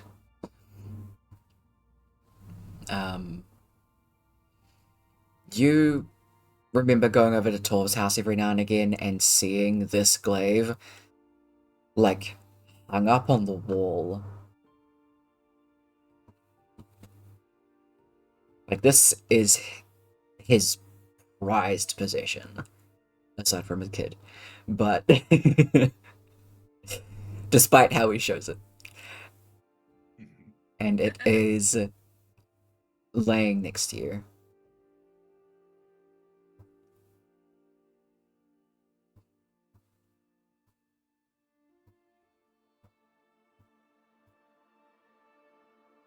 I think Mr. Drakethorn forgot his glaive. No, he left it there. He took yours and left his here. Oh. I just realized Rock will still have a painting on his chest. He will, yes. It's very sweet.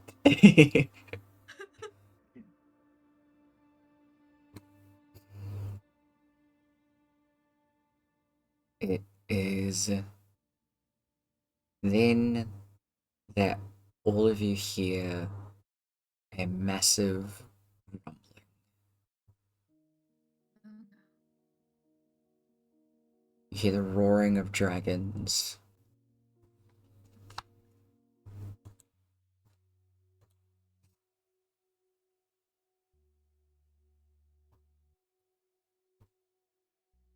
The ground begins to shake beneath you.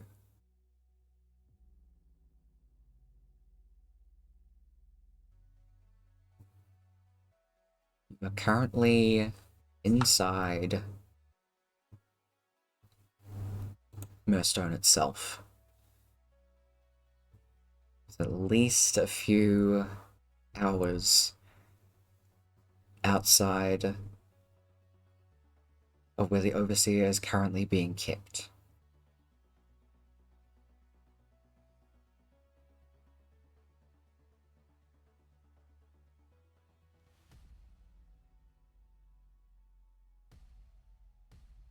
Nearby, you start to hear the crumbling of stone. The ground begins to rumble further and further.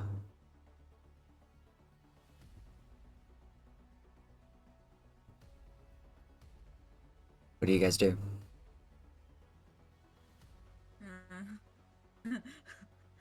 Look at her. Like, can you walk?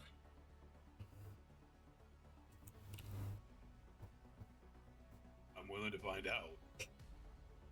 We gotta get out of here. Yeah, that sounds like a good idea. You swing your legs over the side, and Rook, you've been dead before. You know what comes up with this, and you're not feeling too good about it. You stand up. You're fine. It almost feels like there is pure electricity running through your system, like you have had way too many fucking cups of coffee. You can feel a thrum in your veins. End this. I've got you.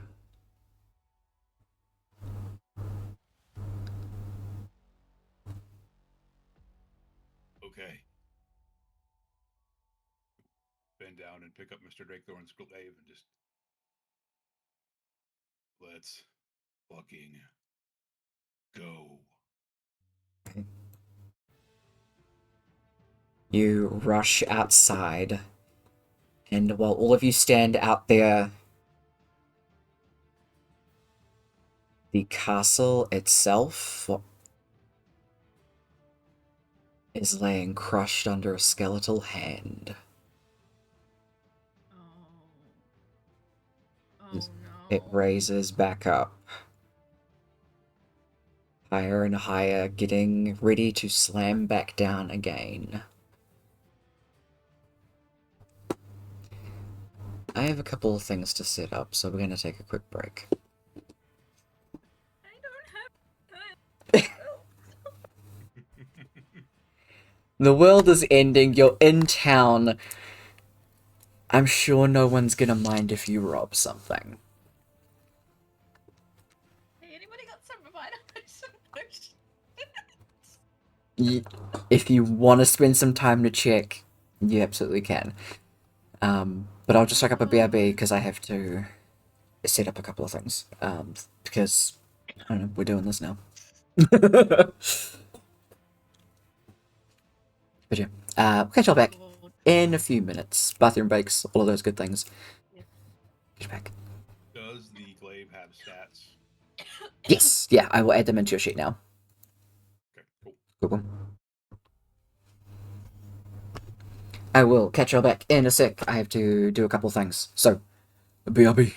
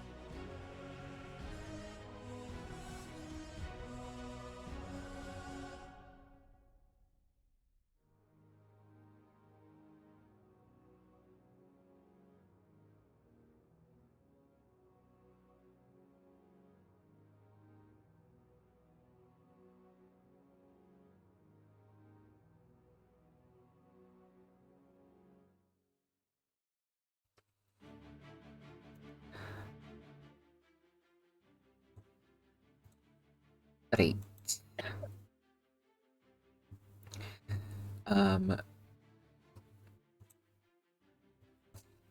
You're gonna grab some stuff from a nearby shop on your way out. Really? Yep. Honestly, if you, ask the question, do you really want to go into this fight with so little? Not really, no. Not Yeah. particularly. Yeah, so Normally I would not do it, but we need stuff. I think morals kind of go out the door when this kind of stuff is concerned. Rourke needs stuff because Oh, your Rook has nothing. Yeah, he doesn't have potions or anything like he's that. got a glaive. Yeah. What a gonna hope. His, I don't know if we actually took him out of his armor, did we? No, he doesn't wear I'm armor just anymore. carrying potions he doesn't need, so he can immediately offload those to Rourke. Cool. Oh my god, who has the Oh, yeah. other Corbeck balls? took his bracers or his gauntlets. And Oh, no, he didn't put me in eat- my room. Oh yeah. Well, Or no, technically you the have belt. my Never ring. mind. Yeah, Amora swapped the rings, and Torvik had the belt instead, so he does have his gauntlets. You can absolutely pick up some braces of defense for yourself when you grab some potions and also some revitalization potions, I mean. Excuse me. Alright, chugged half an energy drink because I realized I was getting tired and was like, fucking hell no, that's not happening right now.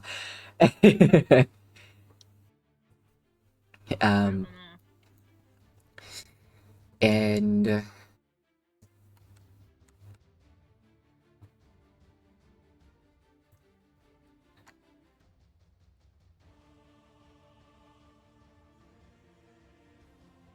yeah, so instead of a +2, you have a +1 ring. You can't wear multiple rings, so if you want to swap it for a +3 ring, I'd allow you to do that.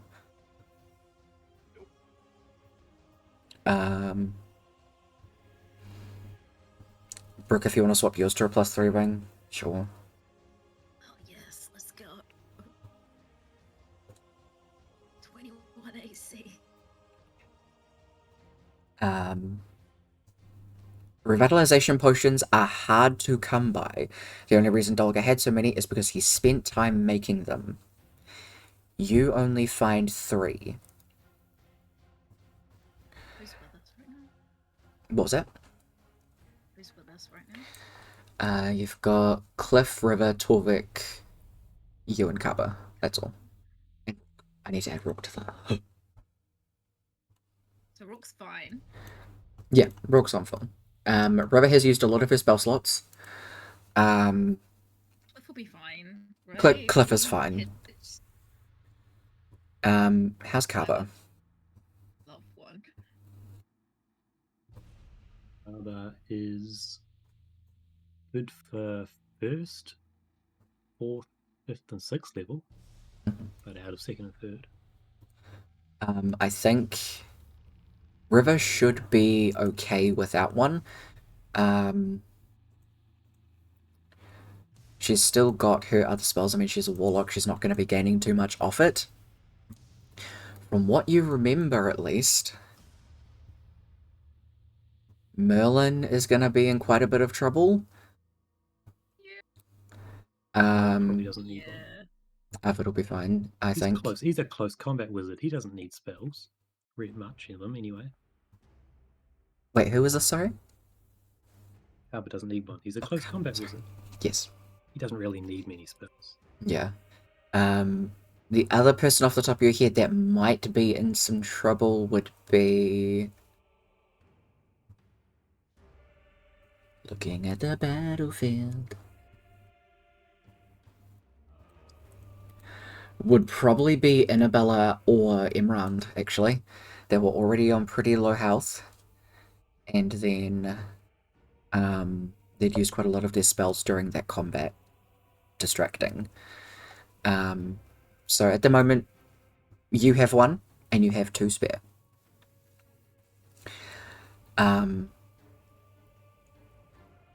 You see approaching the city of Murstone is... I need to take this BRB off. There we go. You see massive skeletons.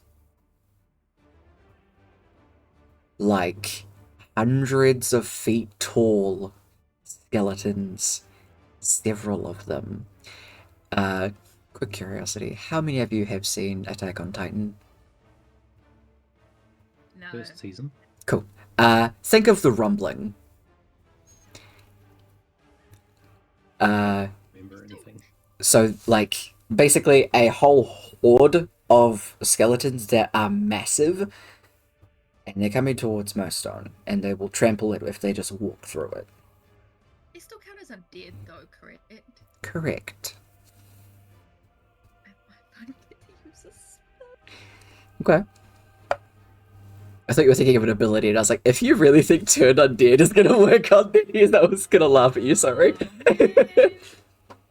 Why are you laughing at me? I just wanted to try something. You can still try stuff. I just may I'm have... not gonna, because you're laughing, so it's not gonna work. It's okay.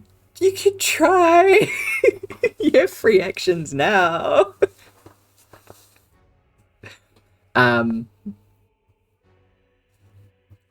You are outside as you see these coming towards you. When suddenly next to you, Kava, you hear, oh, that's quite a predicament. Well, I have good news. Puts a hand on your head, Kaba, that is currently with the party, and Wakes rips it off. As the stones crumble to the ground, he then snaps his fingers.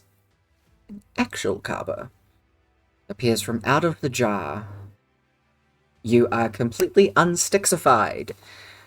It's been a long, arduous process that we can actually go through in your little session when we do that.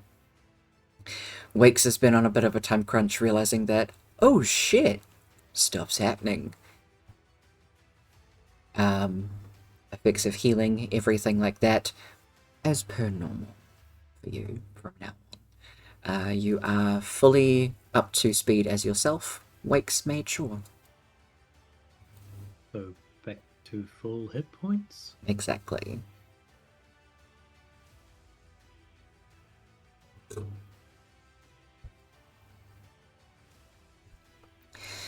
Now, I do believe that we owe you all a rather significant favor. Well, not me. There's not very many people that I owe anything. However, I do believe there was a deal made with the Akshir of the Feywild. So, I believe they're making preparations in order for the Feywild to be kept up, no matter what happens here.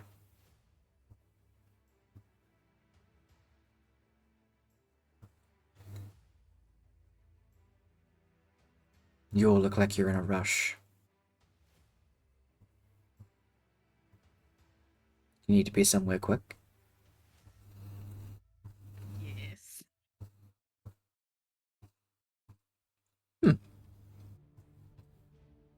Well, Please. I can't get you right up to the action thanks to your forbidden spell. Good call, by the way. Rather, well, I suppose it's not that useful at the moment, but I can get you to the border of it. Good luck. Please don't kill him. Or, well, looks to you, Cover. Please don't die. You're my greatest experiment. A successful one at that. That doesn't happen very often. Well done. And I'll make the attempt. Good, lad. I know you're on your way out already. He, like, pats you on the head. Well, ring around the rosy and puddles you all in, and you teleport to the outskirts of forbiddance. There is still probably like a 10-minute, I would say, brisk walk. You can run, you can get there in 7. um, If I as turn into a panther. oh yeah, absolutely. Yeah. Good luck. We'll see what we can do for the town itself. A doorway opens up next to Wiggs as he walks back through it, giving you all a very cheerful wave as he exits.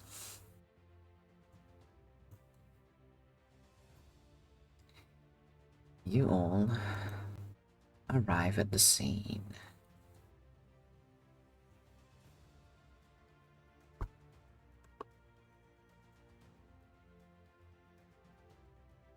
How the hell?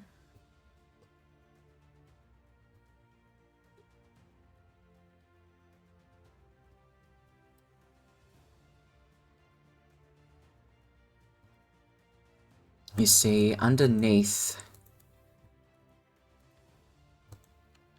some of the hands that are the overseers sits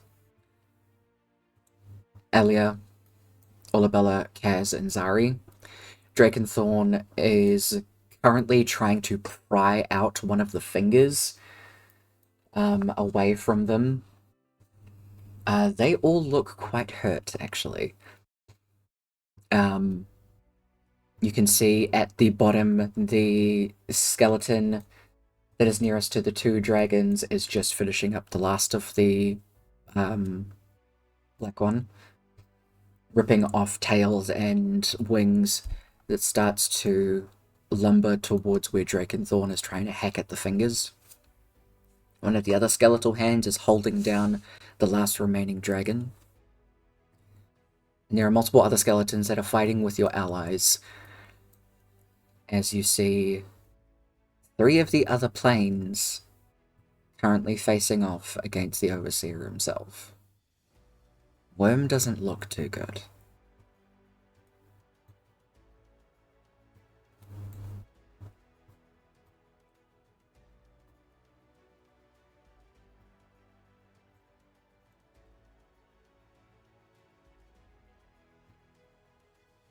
How this is going to work is we're going to have little clusters of allies facing off against different creatures.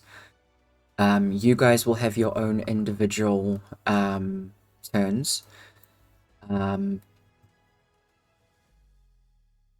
Torvik and Rock, obviously being played by Kev. Ece, you can decide if you want Arvid to pull away from the other fights to join in with your main party. And I can swap them out with either Cliff or River.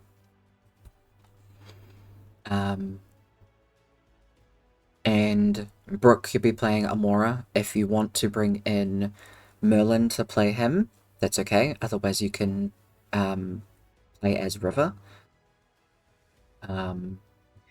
Yeah. I will run Cliff until either somebody says, like, we call over somebody else, and I can swap out that NPC. They will go apart as a different cluster. That's fine.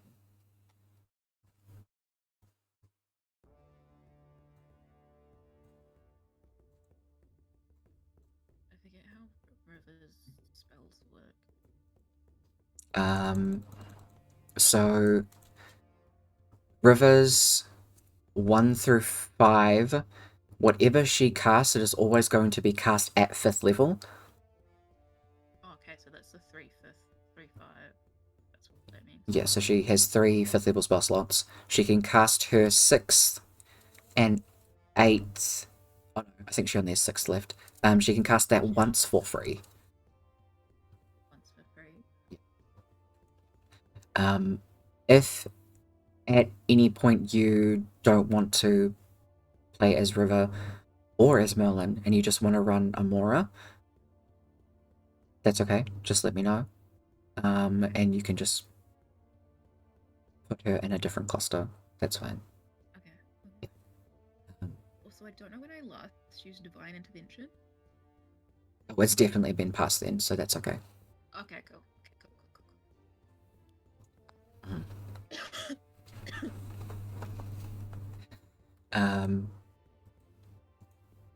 So I will get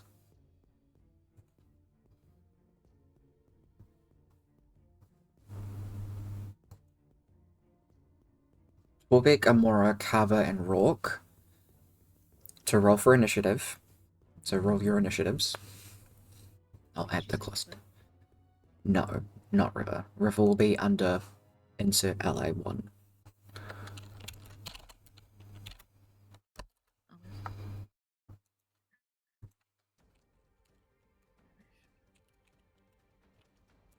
Oh, lovely. This is gonna be a fun fight.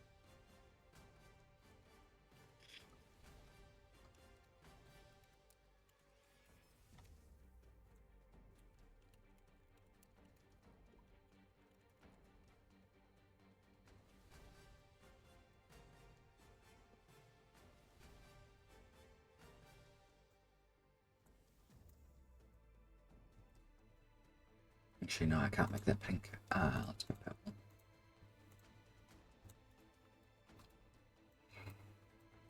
I'm gonna go.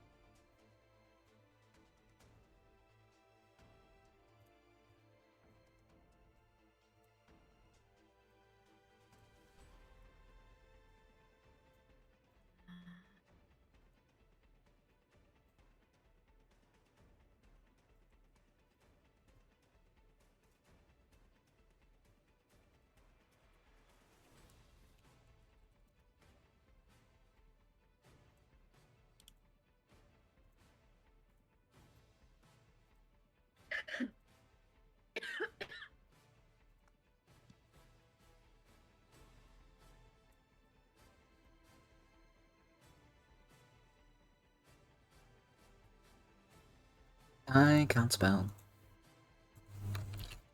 Oop.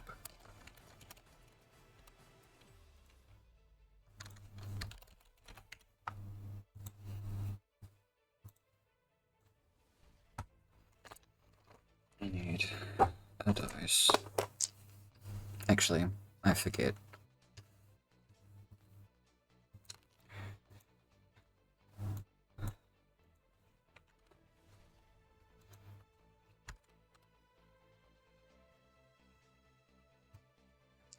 Need 1, 2, 3, 4, 5.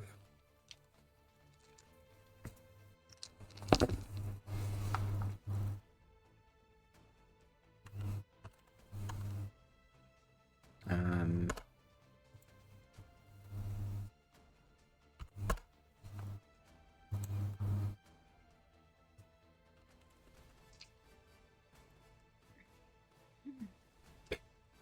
Oh, crap.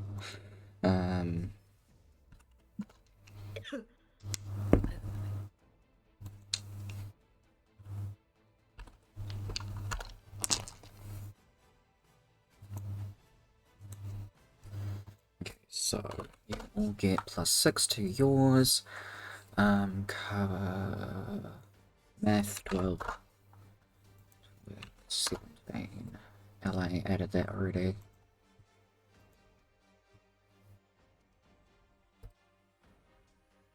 Okay.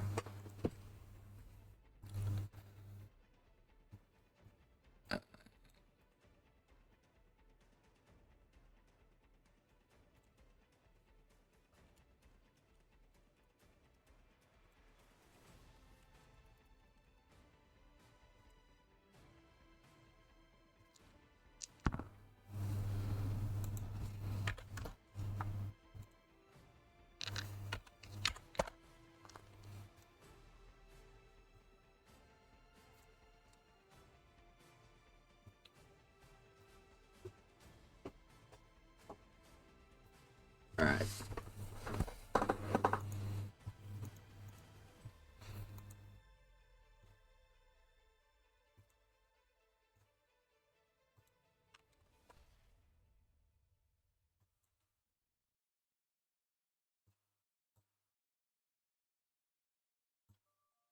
Okay, would Amora have done any casting before arriving or like entering the battlefield, I guess?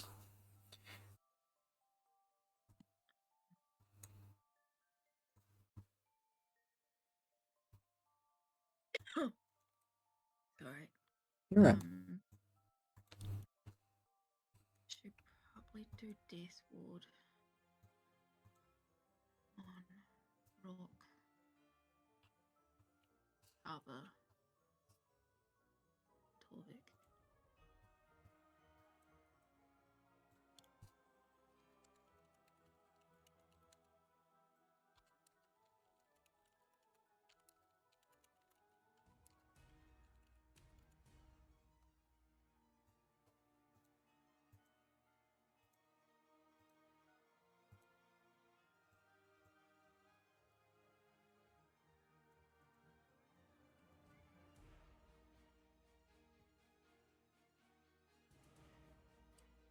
Okay, so you guys arrive at the top as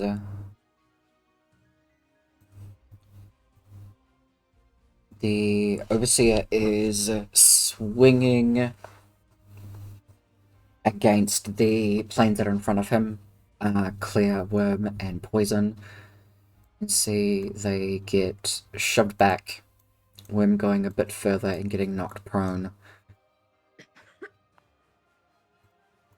I need to turn those off, sorry. Sure.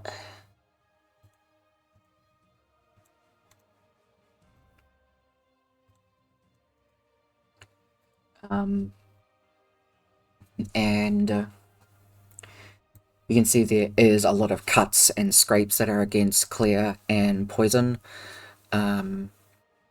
When they see that you guys have arrived, you can see that worm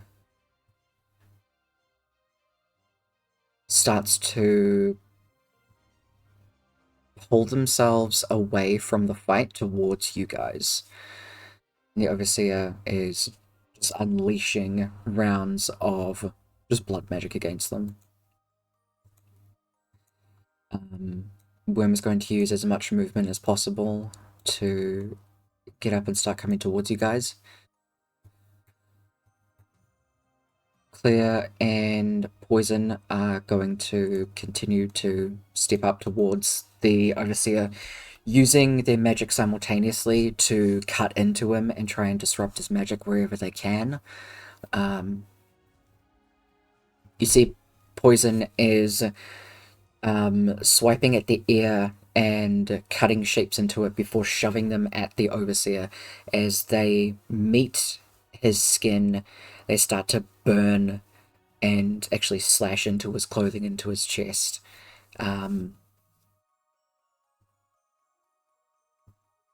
You can see while the shackles are still attached to his ankles, they are like broken in the middle, but the one on his right ankle looks to be like broken and almost falling off.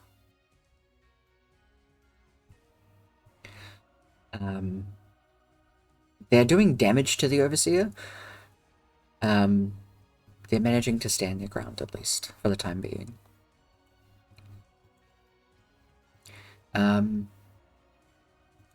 The group over here that have the blue dots, which also does include Arvid, are letting off spells and different attacks against the skeletons that are surrounding them. Basically trying to hold their own as these creatures are coming towards them. Ece, what would you like to do with Arvid?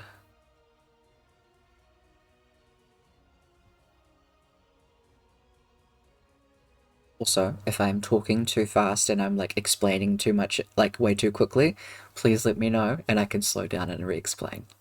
Yeah. I just chugged an energy drink. It's working. Do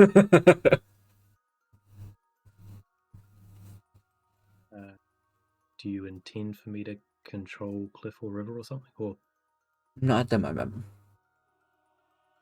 Harvard's probably right where she is, but if it looks like our group begins to struggle, there's always a chance she can just stealth out and zoop over to her. But until she sees a reason, there's not much point in joining over. Okay.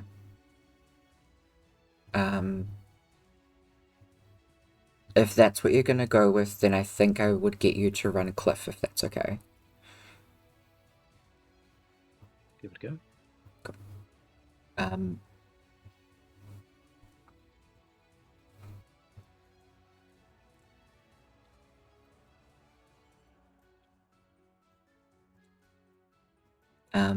at any point, you can also choose to just swap them around.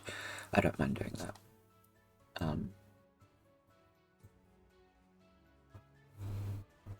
Harvard still technically can't do actually much in the way of damage or anything, or her weapons are all necrotic. Mm-hmm.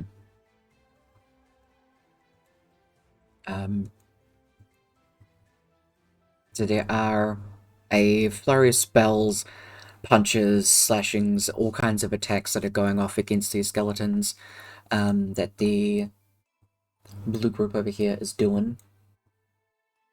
It manages to push back the smaller skeleton. The smaller one is looking significantly more damaged than the other one. The other bigger ones don't seem to be too bothered at the moment. As this quite literally did just break out. Skeletons themselves are throwing just like bash attacks, swiping across the group of people on the battlefield.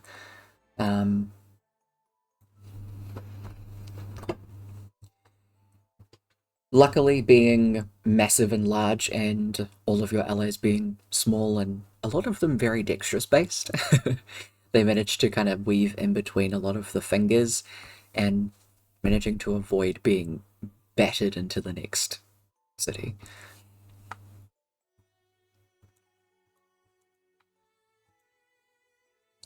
So whoever you have as your allies on your team, so the purple dots at the top, this is where they would act. So who do you want out of River and Cliff to go first?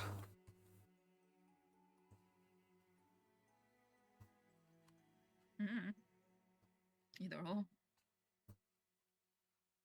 Always leave it up to the dice roll.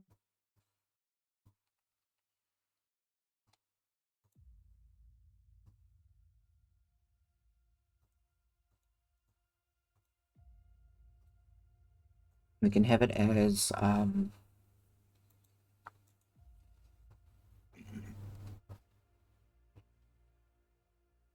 we'll go Cliff first because he's the more dexterous one. He would probably roll higher.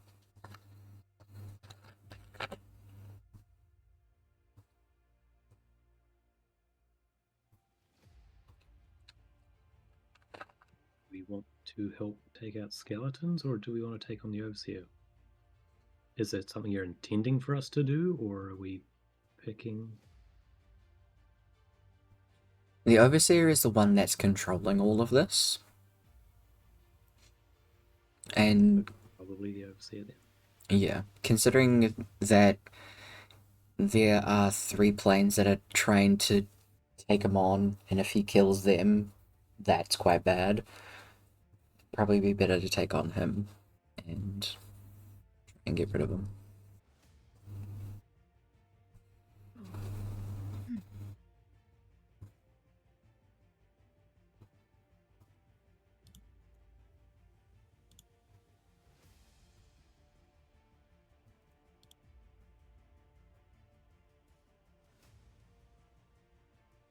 Have anything extra? So we dash the next one.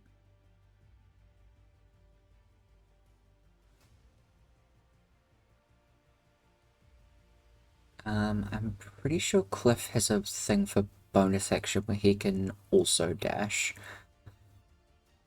He'd have to spend a key point to do that, though. A step of the wind.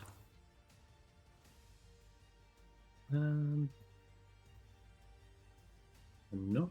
I don't think he should, because he can move into combat on the next turn, and he wouldn't be. He would just be within range to be hit before then.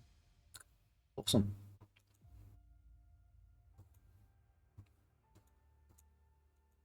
I think that's all he can do. Cool. What is River up to? Is it a bonus action or an action to dash? It's an action. Action. Yeah. Who's gonna do that as well? I think River has something about being a shifter where she gets an extra bout of movement if she shifts as a bonus action. Okay, to bring it point equal to 2 times the proficient bonus.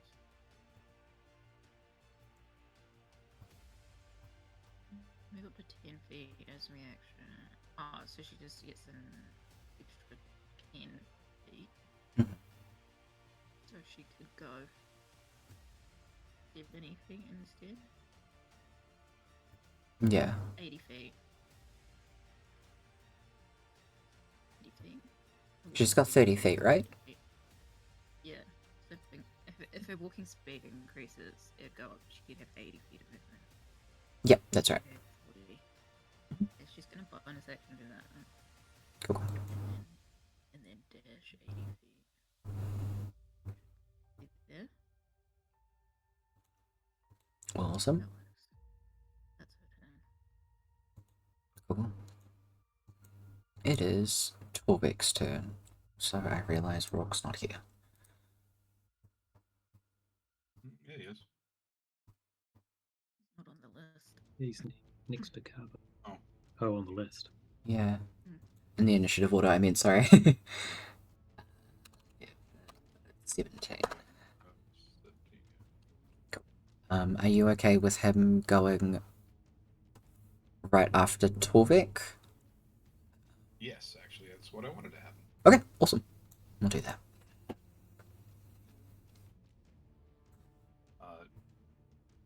Torvik will just kind of like lean toward Rourke phase or hold out your weapon.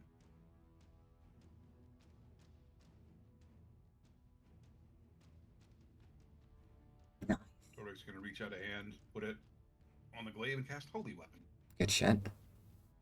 He gets an extra 2d8 radiant damage on a hit. Nice. And it glows. And it glows. I am going to change your execute evil to holy weapon, so you can just click that on your character sheet. Cool. There you go.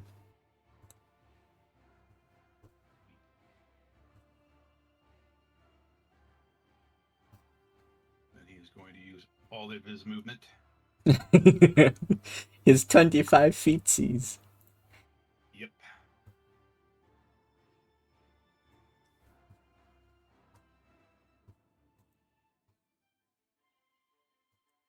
And that's his turn. Then it is Rock's go.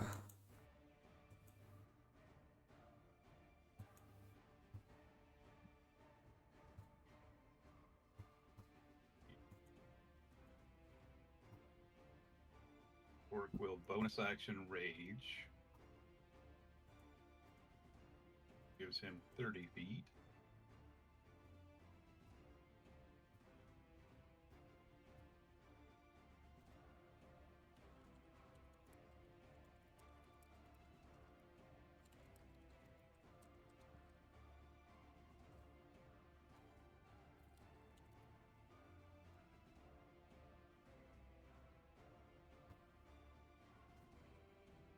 Then he'll run up the rest of his 60 movement.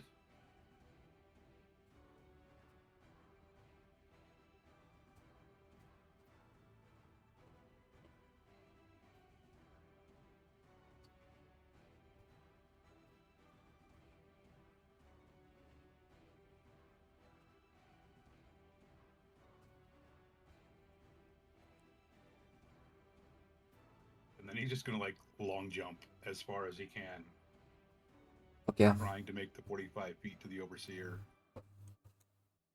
and attack if possible. Right. What is your strength score? 19, right? Yep. You are...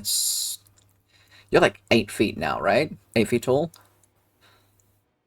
No, like I was like 8 feet tall, Yeah. and then I got bigger. Mm-hmm. How tall do you think he would be then? I think we said he's like 10 or 12 feet tall. Let's go a happy medium with 11. um...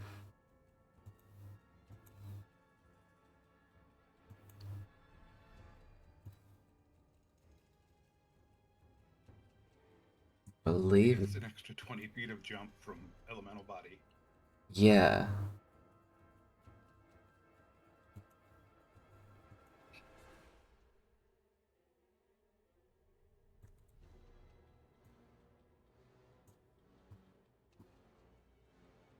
Give me a sec.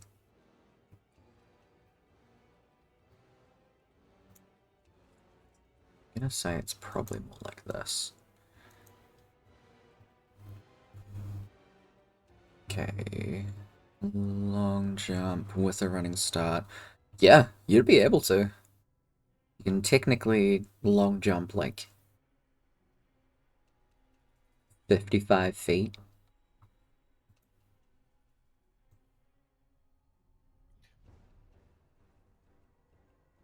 Then yeah, he will absolutely do that.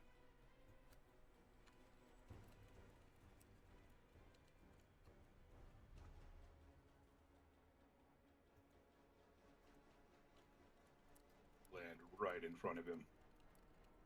Yeah.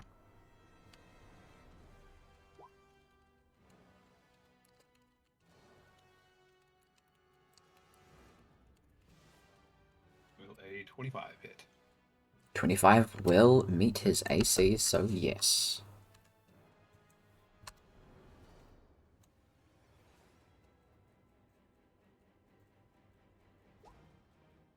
And second attack.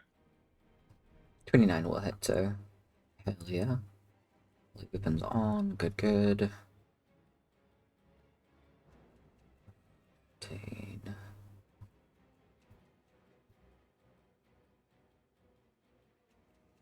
$32. And then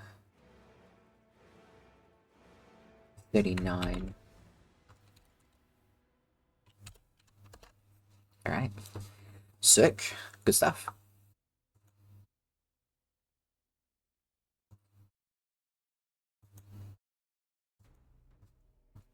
Is there anything else that Rock would like to do?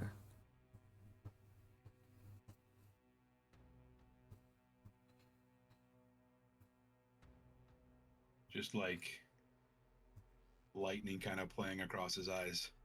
Nice. Hey, did you miss me? Nice. You do see, like, the briefest glimpse of... Wait. Fuck. He actually recognizes that it's you. I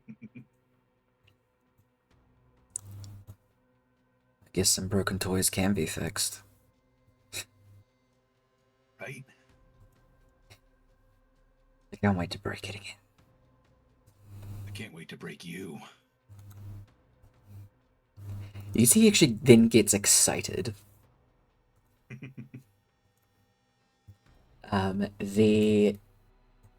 Sorry, is that the end of your turn? I should ask first. Yep. Cool. The yellow dotted group, which is the group down here with Drake and Thorn underneath the hand. Drake and Thorn does manage to break off one of like the pinky fingers at one of the bones, and as he does, he starts to try and pry it away to free at least like Elia or Olabella. Can see that Kaz is looking close to passed out. He is taking most of the brunt of the fingers that are over himself as well as Elia and Olabella. Like, he is pretty much like holding it up with one of his shoulders and it looks like it's dislocated. He's holding that up as Elia is trying to like stop a wound from bleeding out, and Olabella looks completely dazed, like she got hit into the ground hard.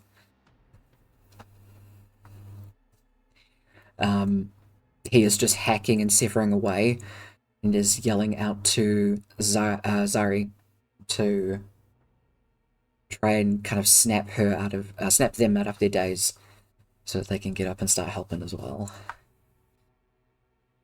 There's a lot of disorientation going on.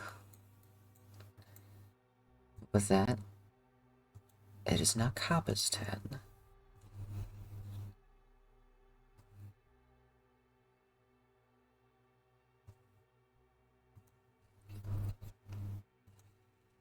Baba will lead song and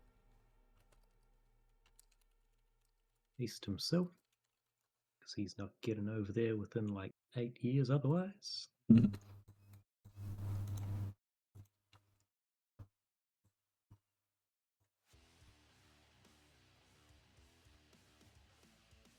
Um,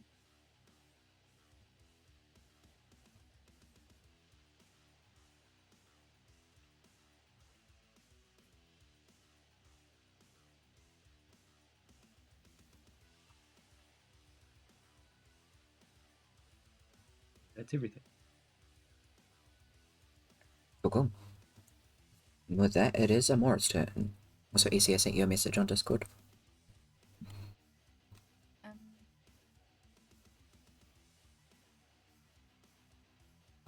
I know Pete's brand has arranged. Are we still going by that? Yeah. Okay. No. You have to be pretty close for that one. Mm-hmm. Okay, if I've done this correctly. God. My screen. I can get him. She's gonna move there. And then we are doing 8 little guiding bolt. Fucking go. Please. I'm re-rolling that. Okay. Wait, actually, do I have things for this? You have so many things. I know, right? Like, I have things for this. Yeah. You basically have the lucky feat, so you can reroll things. Yeah. Okay, cool. I'm gonna use one of those. Instead of... do I only have one? I think you have 2. Cool. I'm gonna use one of those then.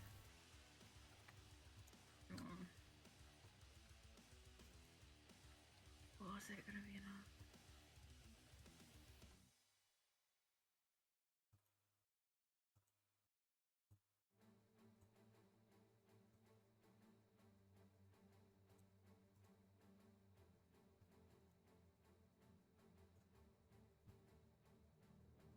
I know a 25 hits, but I don't know if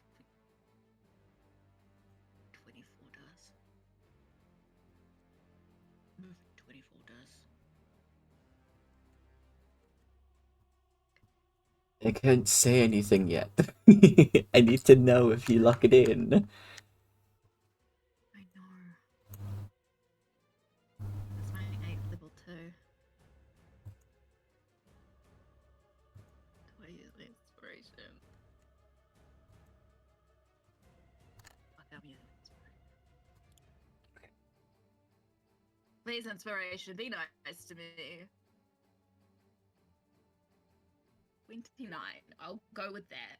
I'm so glad that you rerolled it. I was trying not to be like an asshole about it, but 25 is the AC. I did say that before. Yeah. So Rourke like just hit with a 25. But 29 does hit, so roll your I damage. heard you say 25 hit. Okay. It's okay. What are you doing instead of 8 double D? That's Audio is rude. being a dick. Okay. 41. 41 points of damage, and the next attack has advantage. Put a little pink dot on him. Should also be like, not like super looking around, but like, yeah. Because I know it's busy. She probably can't see him from where she is actually.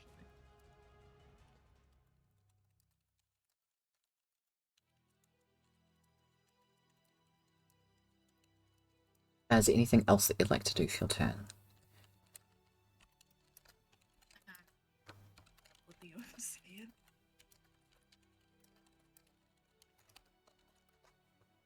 I don't know if you can hear it, but she's gonna yell out, "Take that, stupid ass!" Let's go. Okay. Red group. This is a group of people down here fighting this skeleton. You can see that a lot of people that are over here are very stealth-based. And with so much of, like, the trees and hiding places gone, like, it has all been blown away because of the rumbling in the ground. There are craters in the ground and everything like that. I was going to go into detail, but that would take so long. So, imagine they're there. And they are all fighting off against the skeleton. They're making pretty decent leeway, working together. It does look like the one that the red team is fighting is like the second smallest one. They're pretty close to knocking it down. So they'll be able to help out with the bigger one. Or the biggest one, I should say. They're doing good. No one over there is looking too roughed up as well, which is good. The green team, which is the ones over on the right side, they're mostly trying to keep the skeleton away from the cluster of people that you've already saved. And while Merlin and Annabella don't look too good, Double F and Woundstriker, who are both melee fighters, are taking up quite a lot of the brunt by trying to keep them back and push the skeleton back as far as they can. From a very well-placed hit from the two Goliath men, the skeleton does actually, like, stumble back. Not quite falling prone, but still manages to get away from the people. So everybody bunches up together to try and look after them a bit better.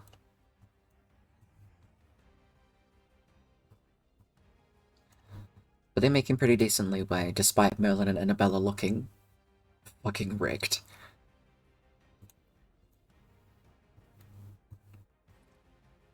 The hands themselves, the one that is at the bottom holding down the dragon, does curl its fingers around tighter and start to dig in as the dragon roars out and turns around to bite into one of the fingers, ripping off like the top part of the middle finger.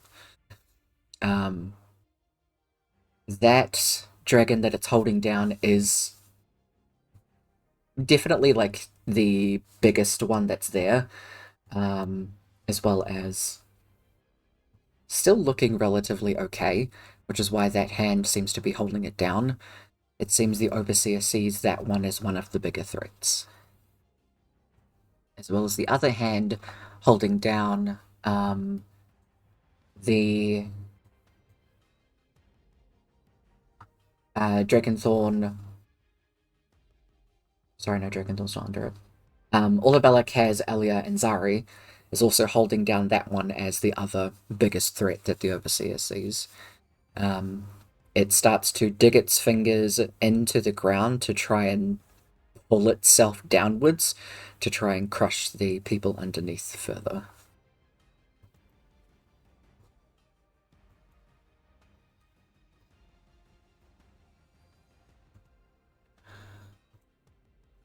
These. I don't need all of that shit open. My eyes hurt.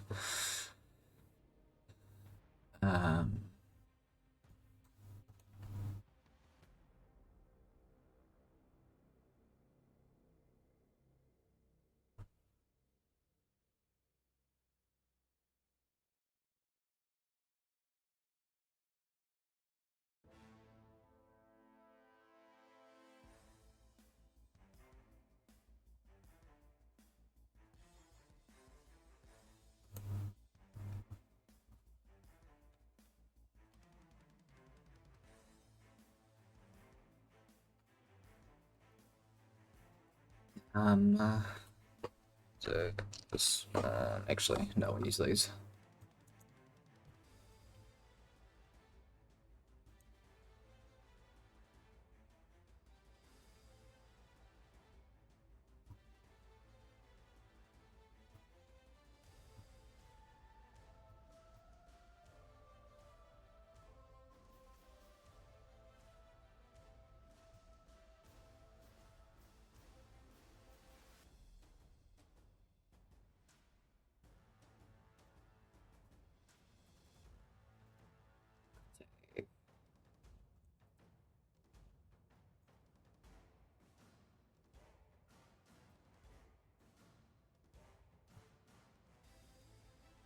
Poison manages to succeed.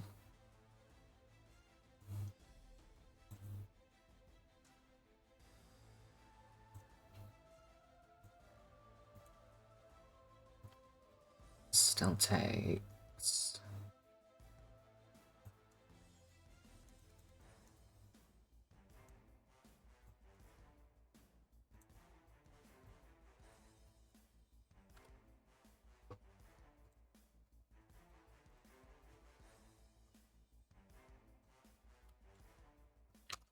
37 points of damage as you see the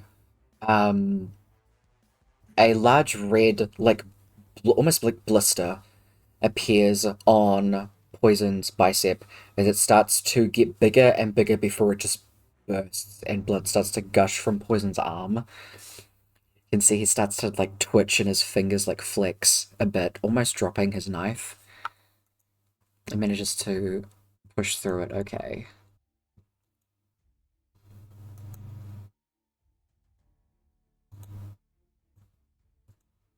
The planes are then going to gang up on the Overseer.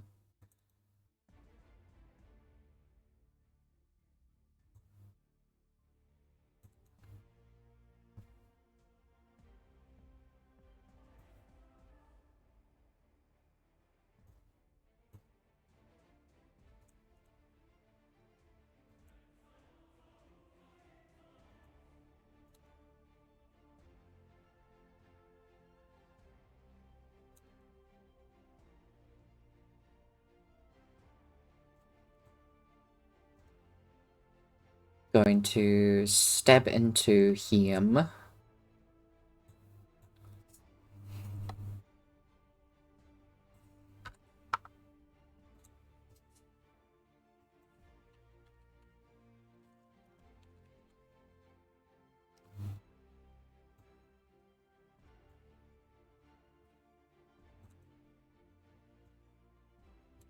Only the first one hits though.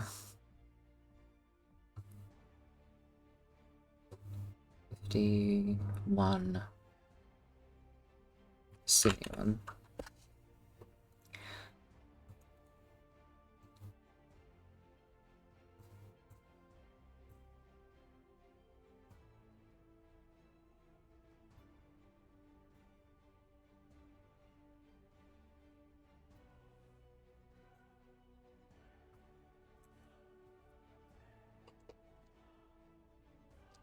We'll succeed that, but we'll take half anyway.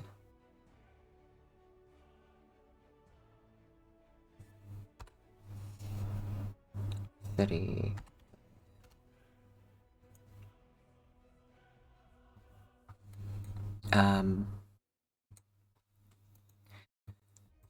You see Worm get up and run past you, Amora and Torvik.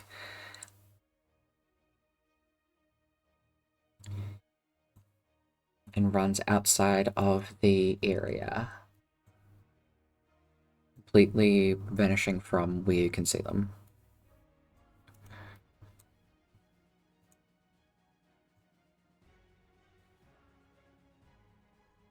The blue group over on the side is going to continue to berate and batter the skeletons, managing to kill the smallest one before moving towards the biggest one alongside the red group. Skeletons start to bat at people as the skeleton does finally get over to this group underneath the hand, as that one goes to kick at Drakenthorn.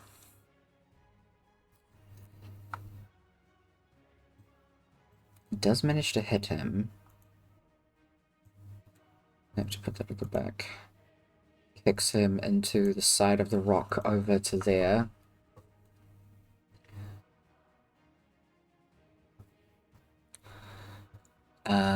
These two skeletons that are over on the left swinging with fucking massive whips, not hitting shit. The skeleton that's fighting the green group over here does get a very well placed stomp in against Double F and is currently crushing him under his foot. Takes a swipe down at Merlin and Annabella. Merlin manages to only just duck out of the way in time, but Annabella goes flying back and is really not looking too good. A few of the people in the cluster get pushed back as well. It's kind of becoming a very large pile of names.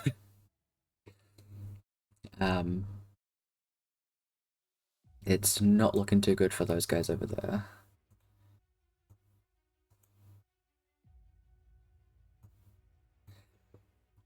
Going back to the allies, it is Cliff's turn first.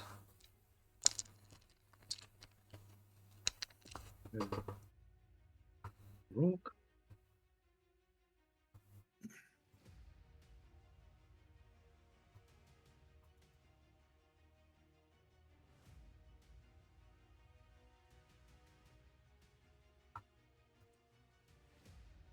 Four attacks for 1 key point, I think. That's right.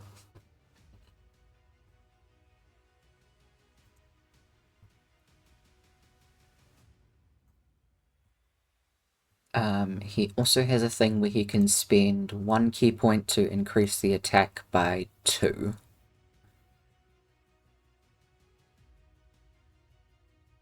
If you want to do that for any of them. Given you said 25, I don't think that will work for any of them. You can spend up to 3 key points. So you can up something by 6. Per key point. Yes, sorry, I should have explained that better. I thought you just meant 2 on a single thing, so spending 2 key points would get a 3rd hit through? Yes, that's right. Awesome, so 25. 3 out of 4.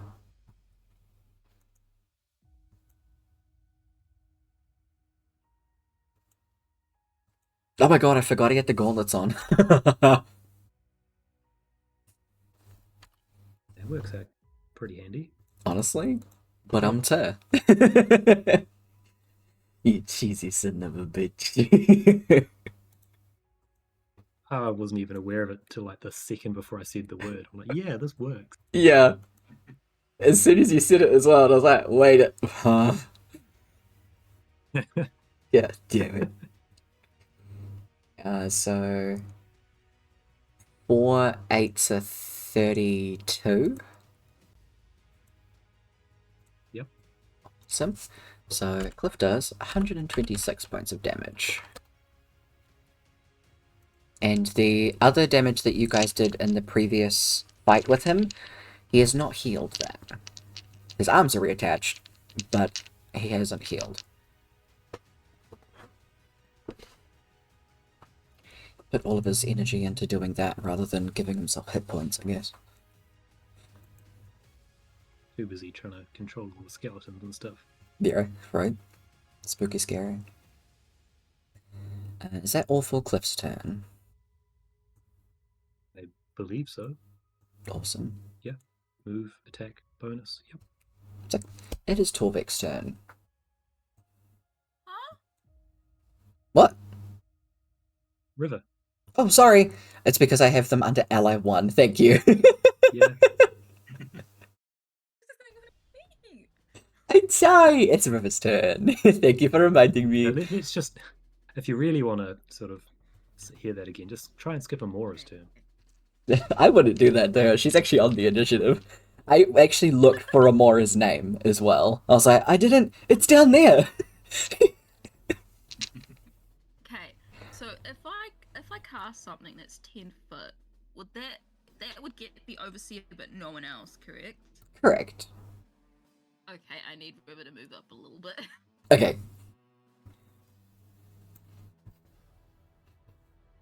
There should be enough. I think she should just be within like 60. Ugh, it's not a line. Yeah, that's enough. And then I want to cast it over. Where was it? There. Right there. Awesome. And it's gonna be the flame strike Nice. at 5th level, but I don't want it to get anyone else. I don't think it will, from the way that everybody is standing. It's very well placed. I don't know. So I'll just. Do I need to linger there? Does it stay there? No, it goes away, doesn't it? No, it does go away. Hold on, let me give you a thing. Yeah. Give me a fire sphere. They need to make a dex saving throw anyway.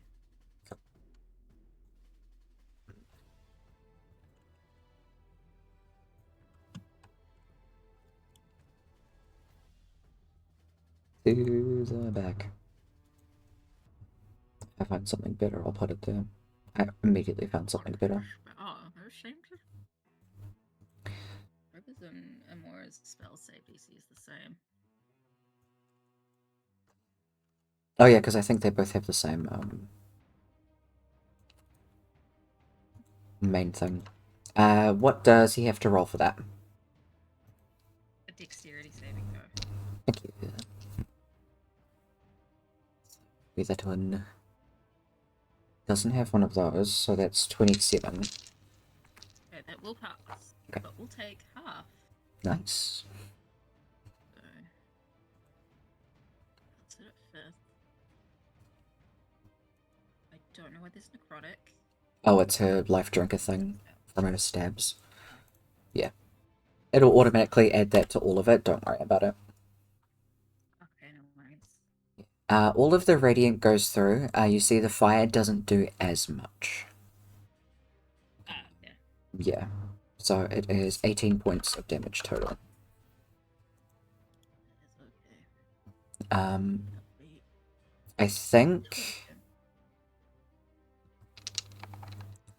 I think River has an ability that's an action. It depends if it says that it teleports you or not, because that might be fucky with forbiddance. It's called Hurl Through Hell.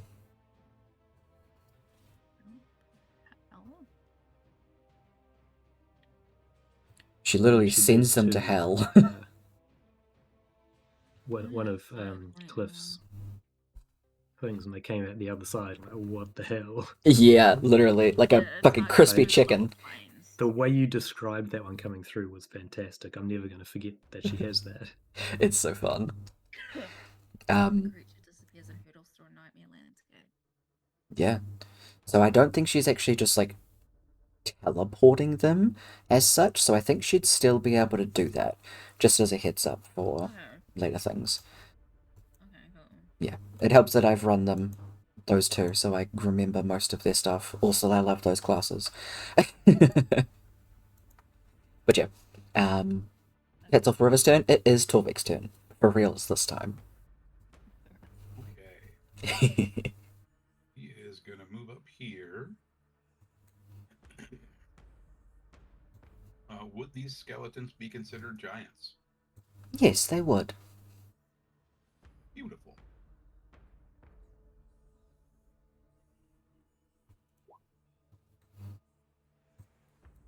He is going to throw his dwarven thrower. Nice. 33 definitely hits. Where are you aiming?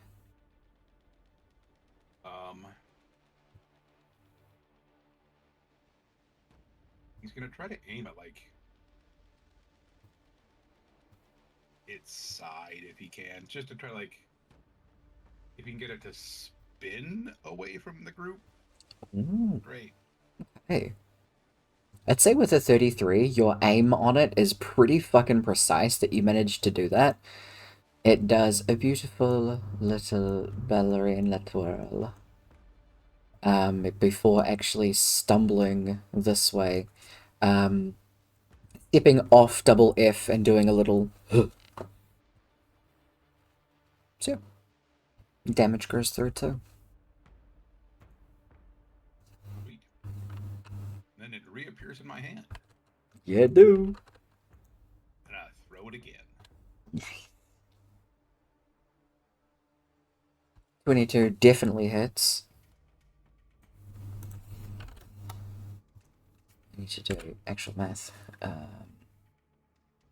It's 10, 20, 32, 42, 44, 50, 61. Nice. Hell yeah. Is that all for Torvik's turn?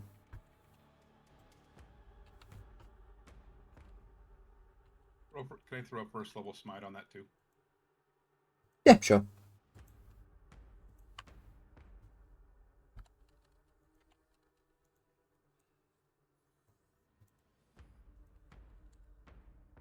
Nine damage. Hell yeah. Good shit. You disorient and throw it off kilter.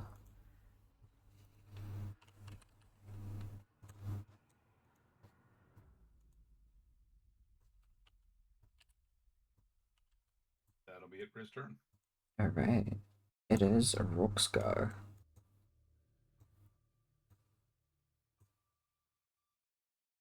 Well, he's got somebody he does not like directly in front of him. Oh. And is poison directly behind him? Yes.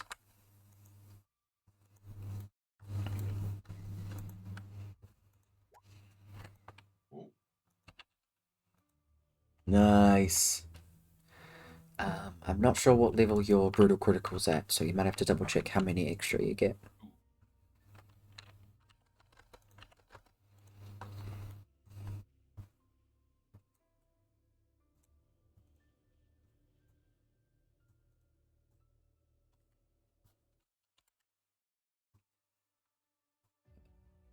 Just one so far. Okay, 6. That's just an extra d10, I believe. Yeah. Oh, actually, Is yeah. it D10 or 2d10? Yeah, how is it worded? There's the weapon's damage, right? Roll one additional weapon damage die. So weird it says one additional. I'm gonna say it's the weapon dice, so it would be 2. Okay. Yeah.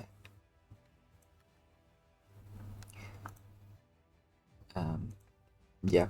Wording weird. 22, 3, 15.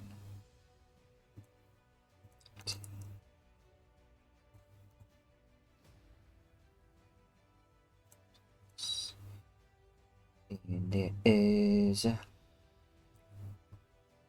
20, 40, 52, 56. I'm just gonna go 56 and then 16. It is 168 points of damage.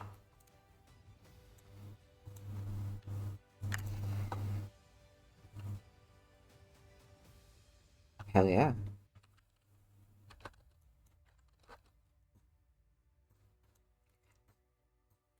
Is that all for Rourke's turn?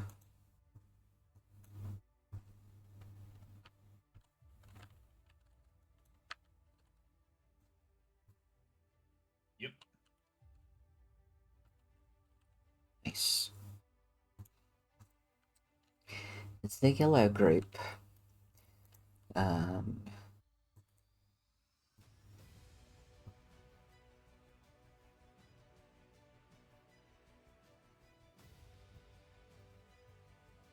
Ooh, alright. Kaz manages to push up against the finger enough for Zari to roll out. Get up over this way.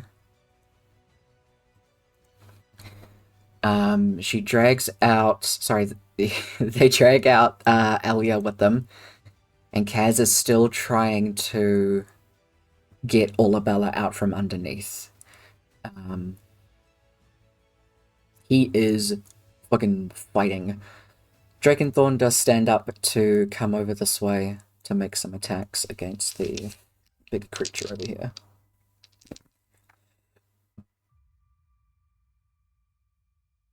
Yep. 3 out of 4 of them hit.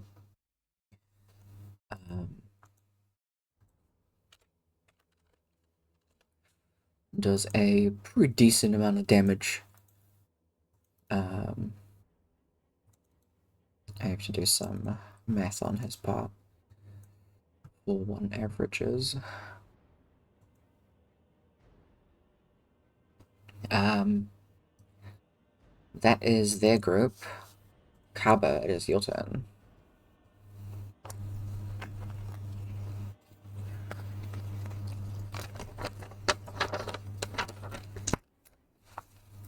Zoop. There.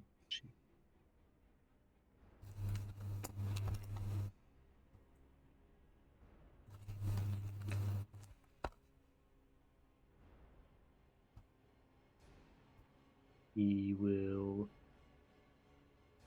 yell at Rourke to hit him again.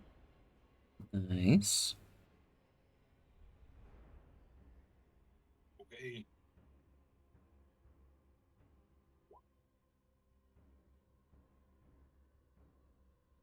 So close. 24 does not Quite what I hit, meant, sorry. but okay. He'll try twice himself. Like 1. Are you keeping both rolls? Yep. Okay, first one hits. This one hits. Sorry, second one. I'm assuming you mean the second. Right. Yeah, I'm multitasking. Yeah. Awesome.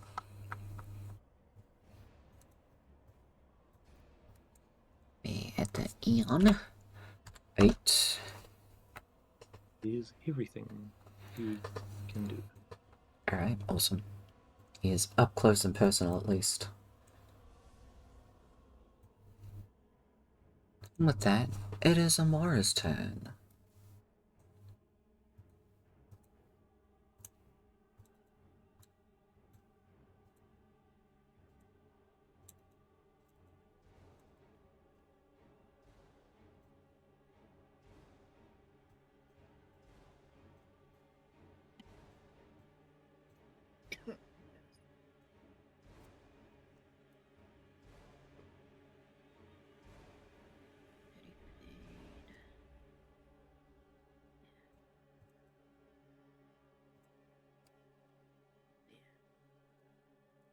gonna do a. Let's go. Wait, who's in front? Too many people. A fifth level guiding bolt.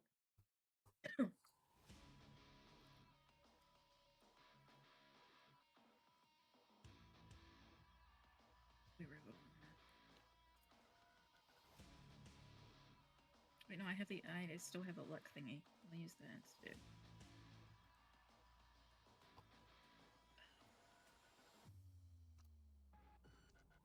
I'll take a 32. Oh, fuck yeah, that definitely hits.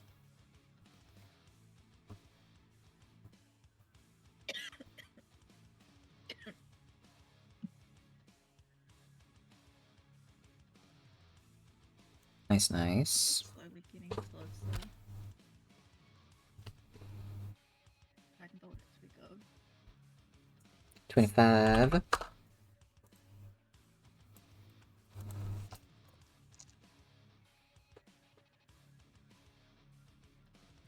Hell yeah. That's all for Amora's turn, yeah? Cool, cool.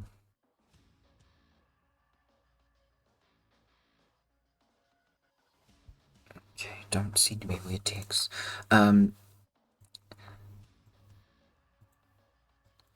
The red group's turn down over here. Through spellcasting and other forms of sneaky fuckery, they definitely managed to do enough damage to kill this one, as it turns into a massive pile of bones. Just gonna delete it.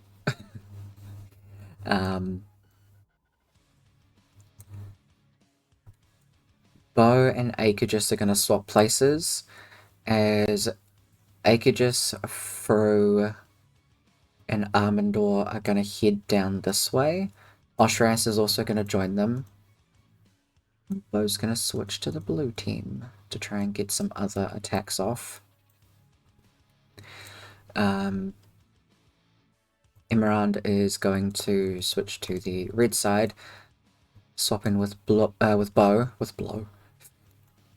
to go and help out Dragon Friend, hopefully get free of the skeleton hands. Having a little bit more expertise with dragons, being a 1T, so hoping that that'll help.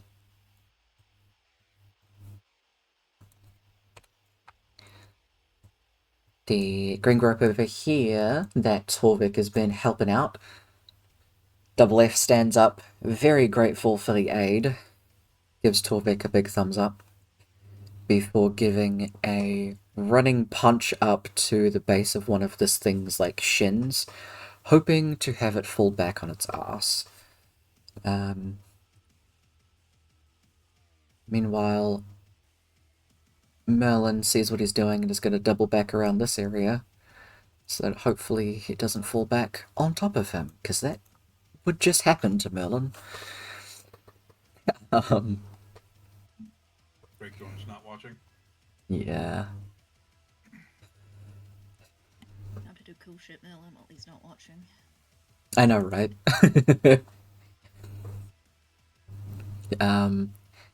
They do a pretty good amount of damage to this second biggest one here. It all seems to be going okay, and they are protecting the people quite well. So they've got a decent handle on things now that someone's not being crushed. The hands themselves against the dragon. Now that there is backup for the dragon, the hand's not faring too well.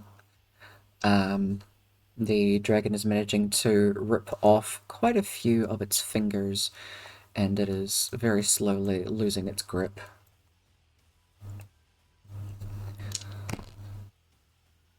And the hand over here is faring even worse. Now that someone has some other people free, it is trying to figure out where to place its pressure to push down, as Kaz is very actively fighting back, and he is a strong lad. the overseer is having just a group meeting, and it is so much fun.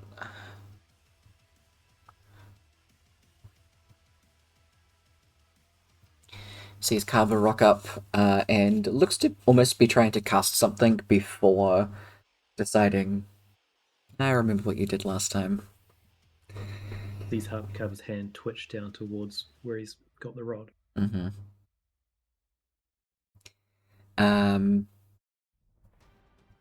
So is going to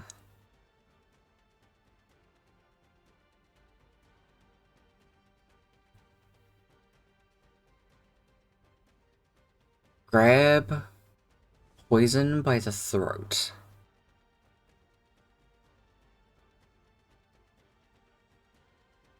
You die. Wonder what happens to your big worm friend. Where does he go? No. Wonder if it becomes mine. He's going to slide down the bank, so Cliff, Rock, and Carver get an attack of opportunity. As he's... Did he have to make an attack roll to grab poison? It does count as an attack roll, yes. Then it's a disadvantage. It is, thank you. I will re-roll that. Okay. So luckily it's not a natural 20. The other roll is a 12. And then modifiers makes it a 36. I'm sorry, what? My eye! Why not? I'm sorry, what? The fuck? You still get to attack him.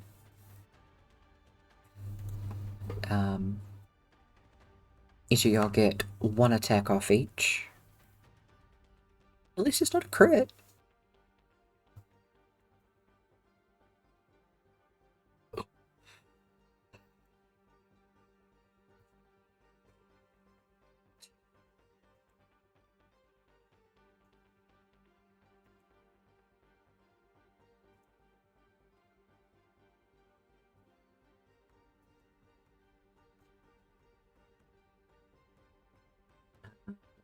Is Rook keeping the 21?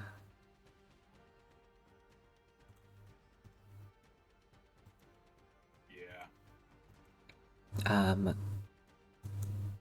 Is Carver keeping the 17? Yep. Cliff is the only one that hits. Roll that damage.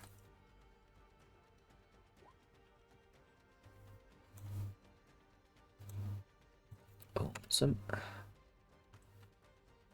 29.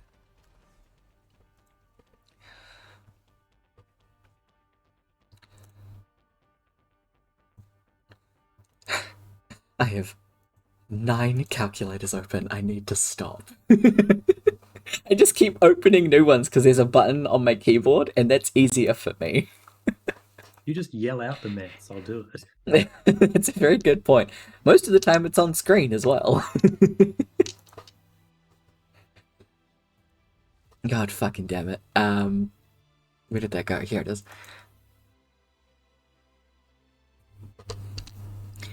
Give me D8s.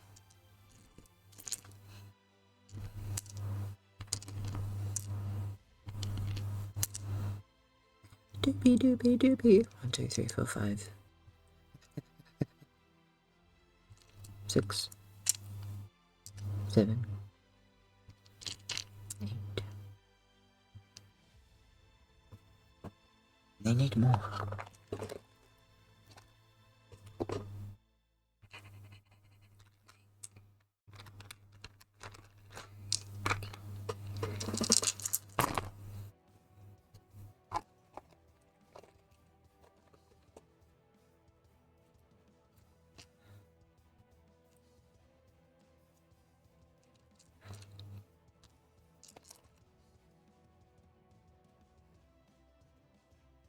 So 40, oops, 42.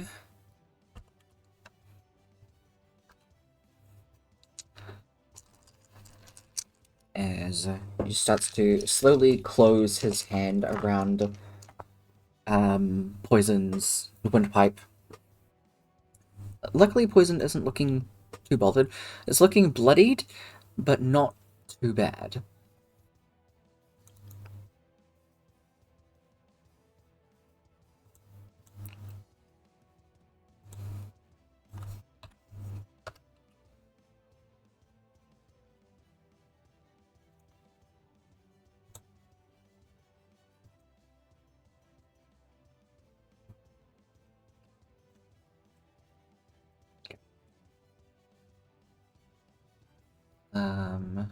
That is his turn.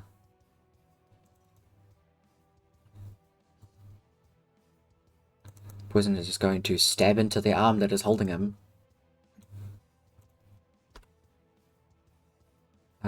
73.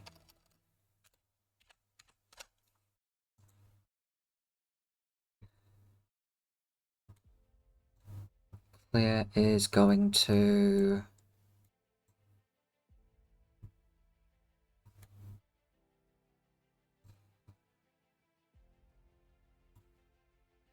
skip up around to go over here.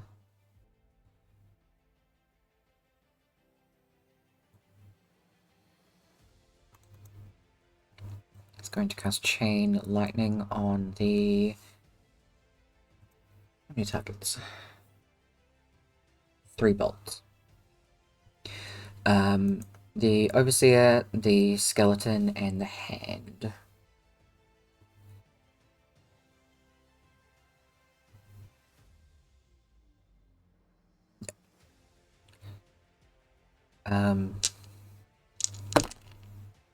The Hands fail.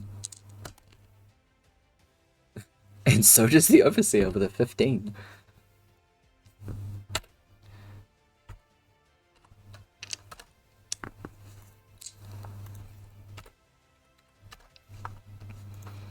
Each of them take 53. You see the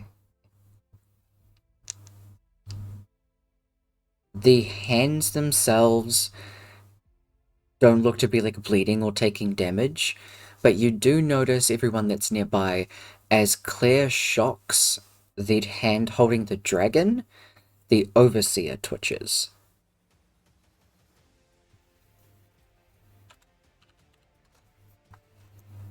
It seems that that affected him. You're not sure where Worm went.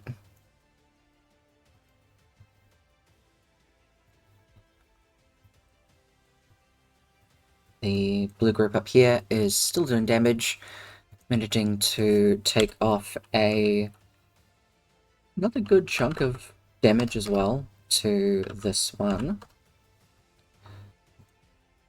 leaving it not very well off.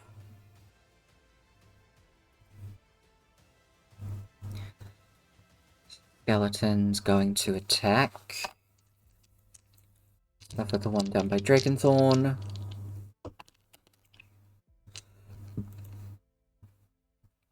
One of them completely misses, but the other one sends Dragonthorn again, flying back this way. So he hits the side of this this lip of the drop, completely decimating it and continuing to skid back further. The skeleton fighting the green dotted group does quite well, actually. Manages to swing around and bat at Wound Striker and Double F, sending both of them in the direction of Dragonthorn.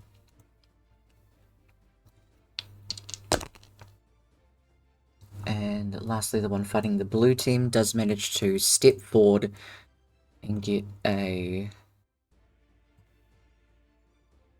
Torv under its foot.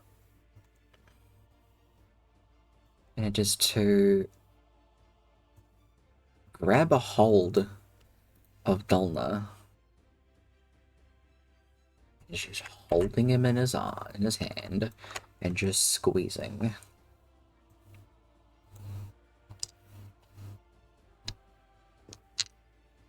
Skeleton just needs a hug, really. Yeah. With that, it is your ally's turn with Cliff.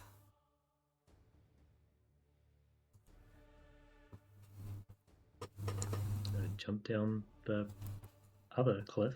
Mm-hmm. Actually,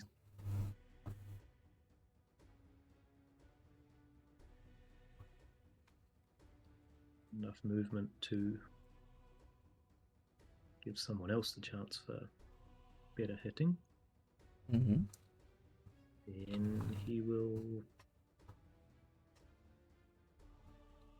slap.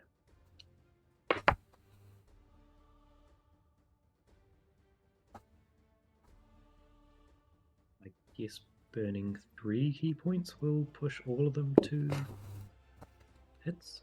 Yeah, absolutely.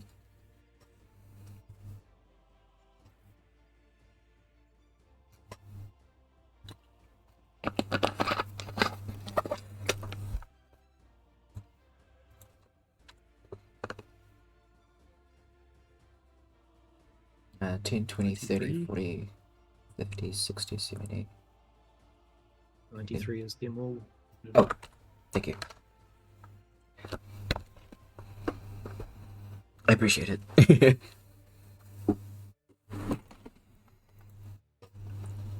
Absolutely pummeled for 93 points of damage.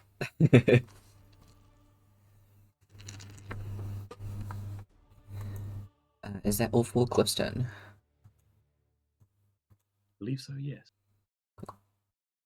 It is River's turn.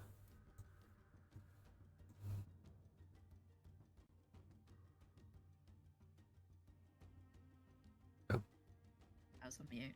Okay, I was like, what? We're just gonna go over here, and she's gonna try hurdle this thing through Howl. Ooh, the skeleton? Yeah. Let's fucking go. It doesn't make any sort of saves, right? No, I just gotta hit it. Oh.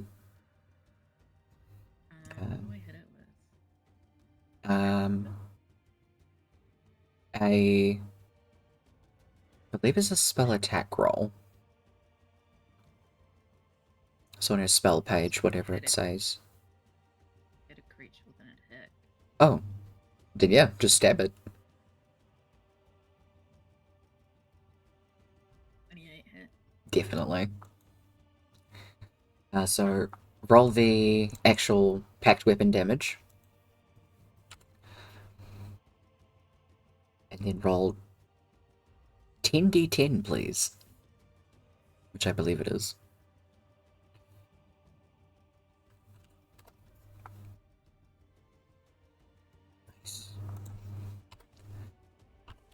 Nice. You see... First of all, Dolna drops out of his hand and falls to the ground because while Dolna isn't technically like a part of the creature, so it doesn't go to hell with him. Sorry, I have to move him to get Torv. When it comes back, Torv manages to like roll out of the way so he's not underneath its foot. So it's just ever so slightly out of the way now. This skeleton is like charred. There are bits of it missing that are just kind of a little bit on fire. And as Not back yet. oh, it's gone for a whole turn, right? At the end of your next turn. Ooh, hell yeah. Okay. We'll hold that description. Sorry. I will turn that off. It is Torvek's turn.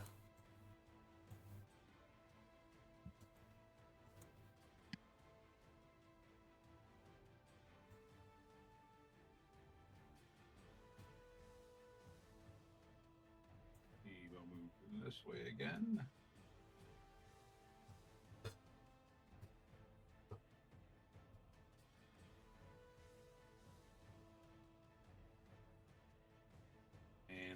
throw his hammer again. Nice.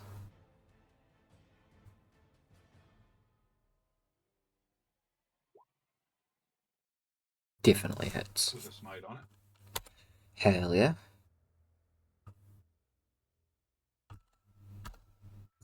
Catches 37. it back in his hand, like bangs against his shield, throws it again. Nice. Is the smite on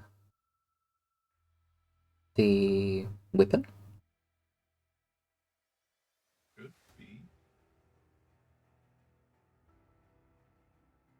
Oh, yes it is. Cool, cool. Just to make sure. 20 will still hit. For another 34. Nice, nice. Appears back in your hand afterwards as well.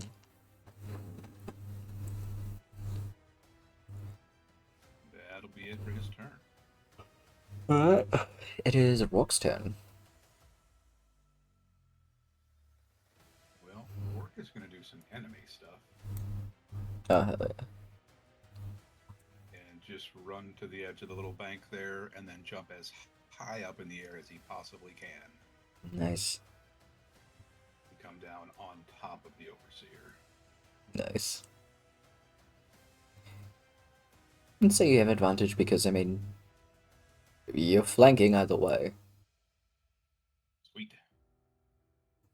And that be, yeah, he's been raging for 3 rounds. Nice. Runes light up in midair. Hell yeah.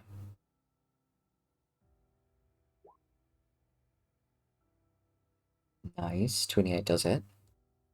And so does a crit.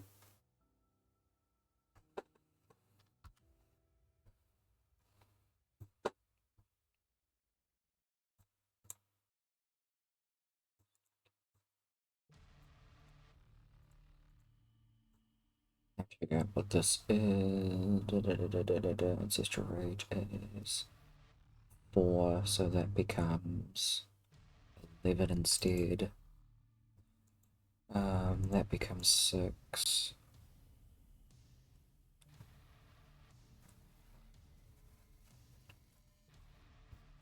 Well, 16, 20, and another 12. So it is 112 points of damage. And then I didn't add the other attack, which is 40, 55. Nice. Good shit.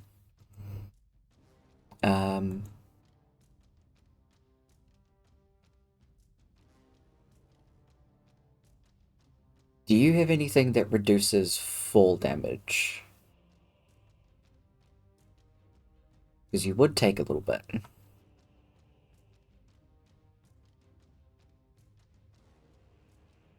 Don't think so.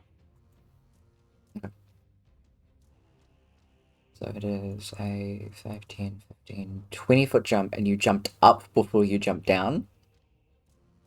Mhm. I'm not going to increase it by much. I'm just going to say it's 20. I'd probably say it's 30 feet. The first 10 doesn't do anything anyway, so it's just 2d6. And it's halved anyway because you are raging, so you take 3 points of ouch, my foot ground shock damage.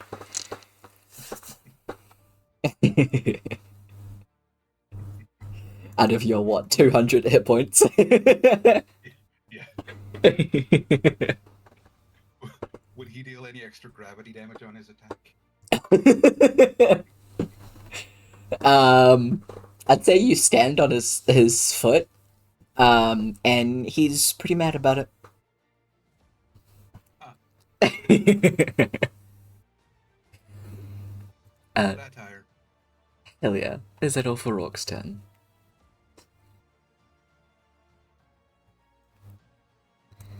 How badly hurt is he looking? He's actually looking pretty bad. He normally looks bloody. Sorry. God, how do I describe when numbers are like that? He's hurt and getting close to bloodier than normal. Cool. Yeah.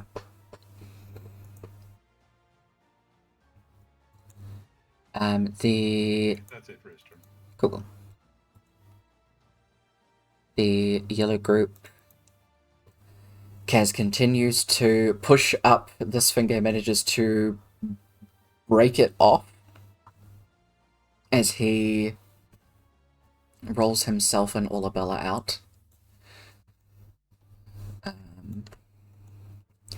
Olabella's still looking pretty dazed at the moment, but he does like tap her on the face a little bit and try and kind of like wake her up a bit. She seems to be coming to pretty quickly now that she's out from under all that pressure. She kind of rouses awake. Zari continues to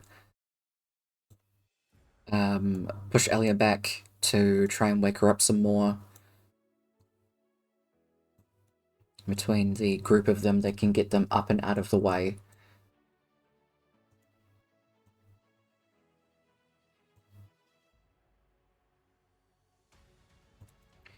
As Zari is going to do a couple of like quick cure wounds on a couple of people just to get them back up and moving properly again, and hoping that works. With that, it is Akaba's turn. We'll finish this round and then we'll take a quick break. You will skid down the cliff rather than do a Rourke Superman thing. Fair.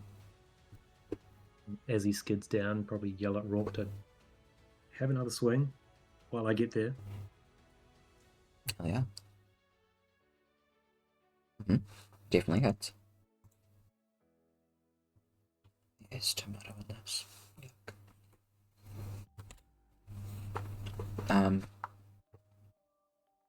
That's force damage, so 10, 25. I have to do a different kind of math. How much do I take out of that? 5. So be reduced to 3, so that's 20, so that's 35. Cool. And have who goes at it himself. Alright. Neither of which connects. Probably because he's tripped at the last minute. Another 27 hits. You have advantage because you're flanking with Cliff. Oh, I forget that's a thing. Yeah. And I set that up specifically. You're all good. You still, the toe that Rourke just stepped on, you hit it with a hammer. With a axe, sorry.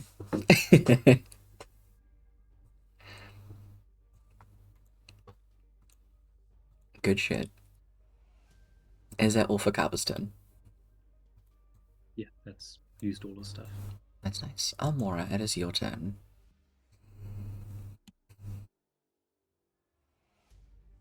Amora is going to turn to the skeleton by the green group and cast banishment.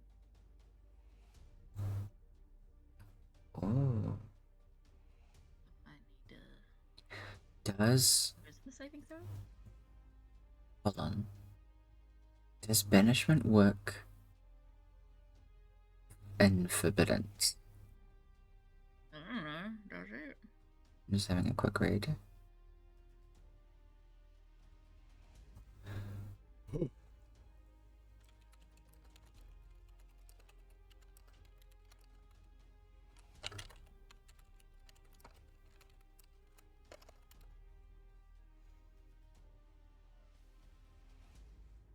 Yeah, prevents all planar travel, so banishment is a form of planar travel.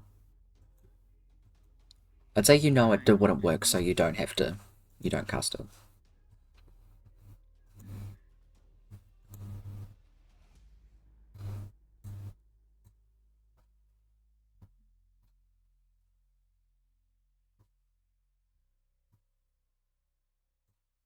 blinded.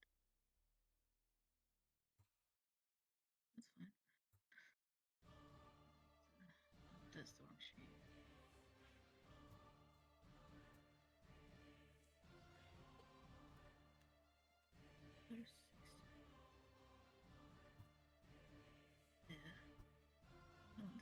Cool.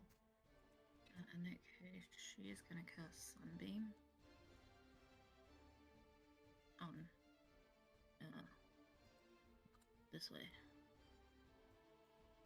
Nice. Absolutely. It's that skeleton. And I need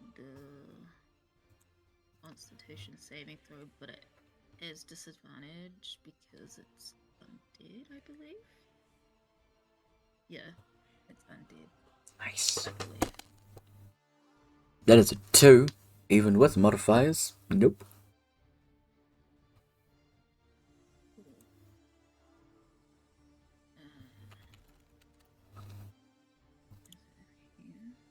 Will I just cast Sunbeam? Yes, Sunbeam. It's 31 radiant. Nice. But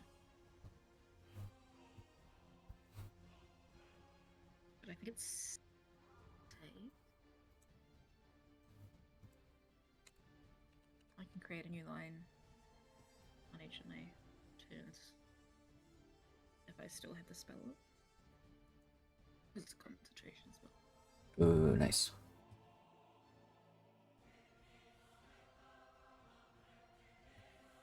So nobody crossed the beam.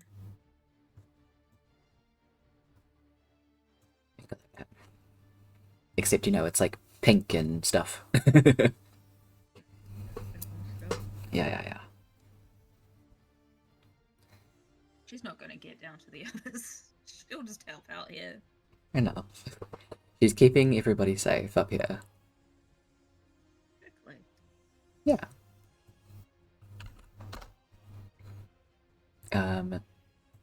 Is that all for Mora's turn?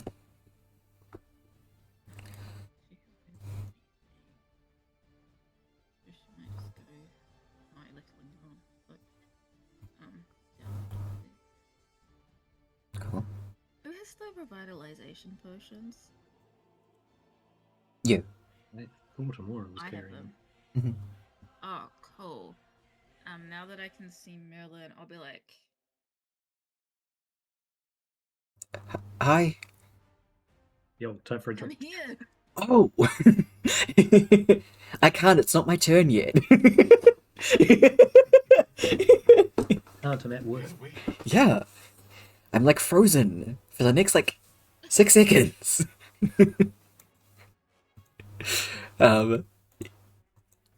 Ending Amora's turn. The red team down by the dragon do manage to help set the dragon free. The dragon then starts to bound up towards the big Skella boy over here. It doesn't pass through the line, understanding that magic bullshit. And The dragon is made of magic bullshit. It knows it when it sees it. exactly. Ah, yes, brother. So it ends up around the skeleton. And Mora, say hello in Draconic, just because I really want to use Draconic. Yes, you yell out hello in Draconic as it like flies up and lands next to you. You see it goes to bite down on the hand of the skeleton as it like looks up at you and goes, and then continues to like shake its head like a dog with a chew toy. You do hear in your head, hello.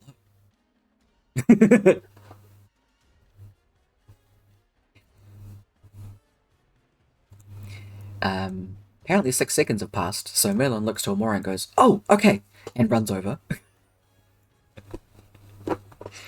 hand him one of the potion. Oh, thank you so much. Immediately pops it open and just clugs it back. He was looking pretty beat up. Immediately is looking significantly better as the wounds close on his chest and everything. Immediately, Annabella. what was that? Annabella? Yeah. Annabella. Where's Annabella? Is she doing okay?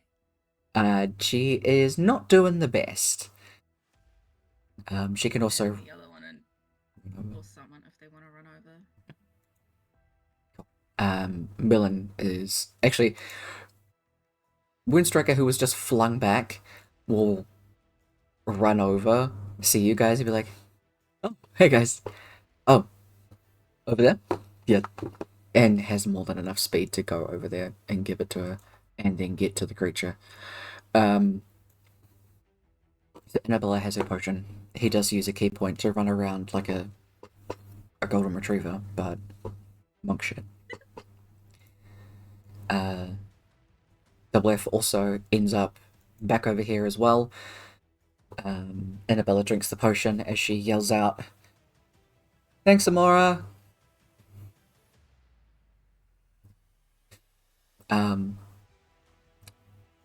Melon.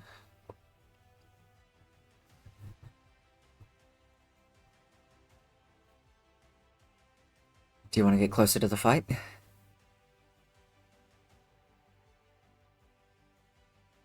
Sure. With the Overseer, I mean. Oh, yes. Can't move very fast. Grabs you around the waist and pulls you to his chest. As he goes, "Alright, let's go." He's gonna dimension door you guys. As they're going on, she's like, why can't you be like this when Drakenthorn's around? He.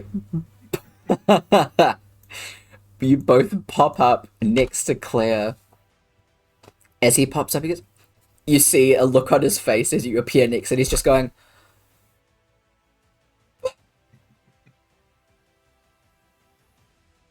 unwraps his arm from around your waist.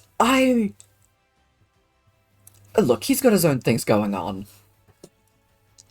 She'll just give him like a quick pick on the cheek and be like, it's okay. I'm kidding. He goes to like start going back towards the others. Before he stops for a second, reaches back around and pulls you into him and gives you a kiss on like the temple. Nice. He starts to head back this way. He can get that far. As Merlin leaves, And where it disappear, Torbeck will just go, "Oh yeah, don't mind me. I'll walk. That's fine." he's Little coming ones. back. I love that. Merlin starts like jogging back. Merlin's delivery service is on the way. Torbeck's like, I'm an old man. She is young. Even better if like Merlin gets there. Mhm. Even better if Merlin gets there, realizes he's out of the spell slots needed, but Torvik insists, and so gets Merlin to carry him. I love it. And that's what Drakenthorn turns around and sees. Yes, absolutely. Yeah. As Merlin goes to leave, Amora is looking at him. As he leaves, then there's just Claire standing a few feet away. She's like has a hand on her hip and goes, "And when were you gonna tell me about your new boyfriend? I know we haven't caught up for a while, but come on, we share everything." When were you gonna tell me you saw Rourke in Asgard? Okay, you know what? That's very fair. We'll call this one even. Also, she points to it, she's like, but look, Honestly, good job, Toots. I love them. this is so funny. I love It's so them. good. The hands start to move over towards the red team over here as they immediately come up to slam down against the people over here. How many are there? 1, 2, 3, 4, 5. 1, 2, 3, 4, 5. They didn't do great. No.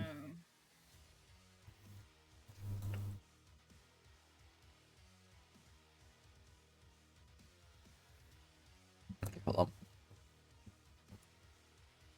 I think based on that.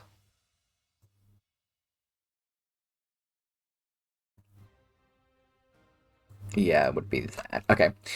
Brew only barely manages to like dodge out of the way. The rest of them do get trapped underneath fingers and or palm, and are now being very slowly crushed. Over here, this hand moves up towards where... Well, where does it go to? It would still go up over there. To start to crush these guys.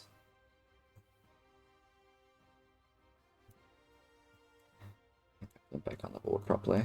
There we go.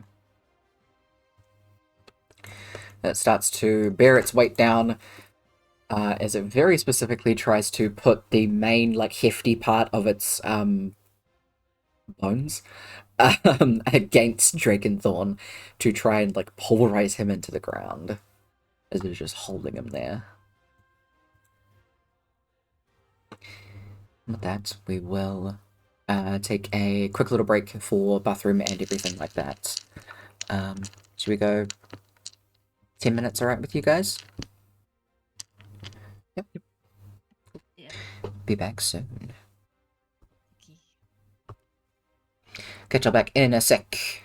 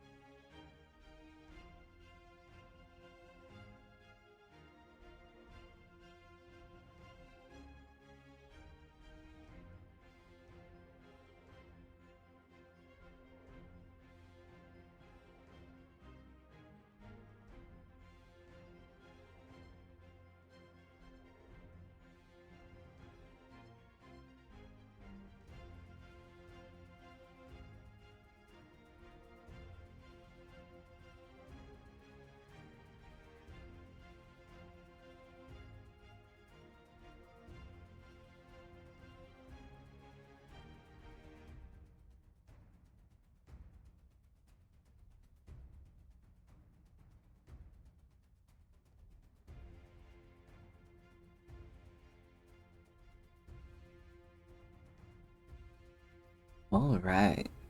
Welcome back. We are at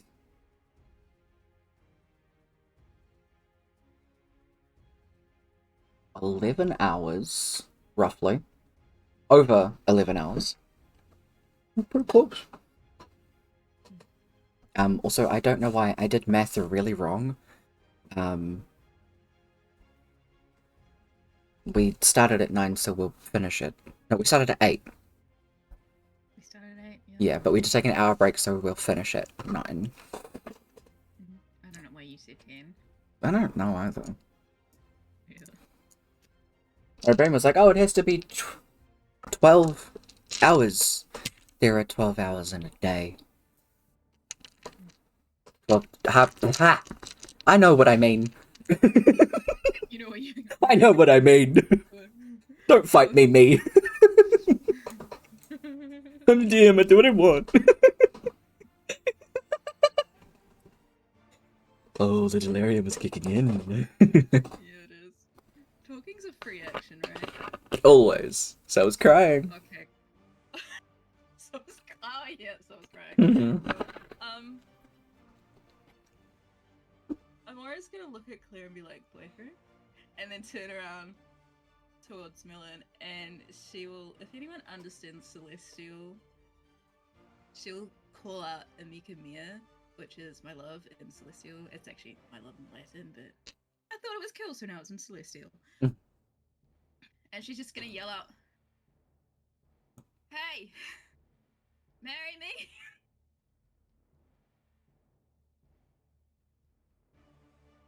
Millen. I was gonna say this is a thing because it's cute. Millen like smiles, you see his face go like red.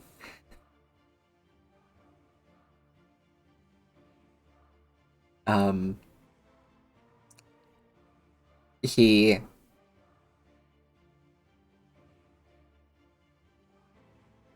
plucks one of his wings and like flings it towards you. And as it does, he seems to be controlling it somehow as it wraps itself around your finger. That's so cute, oh my god. And he just says, yeah, you bet. Dude, I love them! She'll turn back to Claire and be like, fiancé. My You hear apologies. Torbeck answer. You hear Torbeck yell back in Celestial. You two have rings. He holds up their hand with a feather on it. Kinda! He will pluck one of his own. Okay. Whenever you're ready, we can start. Yes! Okay, I'll be over there in a sec. Miller's standing in between them like, I'll take you to her. From there, it's fine. No. You just complained that you weren't over there. I'm coming. Now Claire is watching all of this like, oh, get to watch my little Momo get married. Like, sorry, you don't get to design the dress. Oh, don't worry, there can be a take two. Trust me, I'm dressing you up. I ain't missing out on that. I have a scrapbook, and I know you do too. No. Liar. Why do you think I gave you all those magazines? Fine. I know. Yeah, I know you.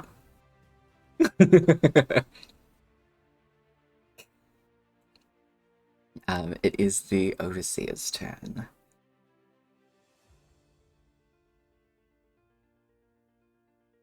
I forgot to do that earlier. That's it. The Overseer looks up, as there's just this happening at the top of a cliff, not too far from you guys. Cliff and Poison simultaneously go, yay! Yay! Congratulations! The overseer just starts like slow clapping. Isn't that lovely? Oh no. Reaches around and grabs a hold of Cliff's fist, brings him around and pulls him into a headlock.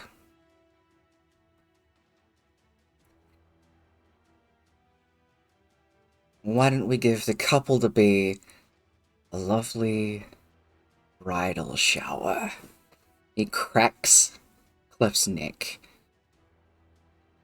ripping it off as blood sprays upwards towards Amora, drenching Kaba and Rourke.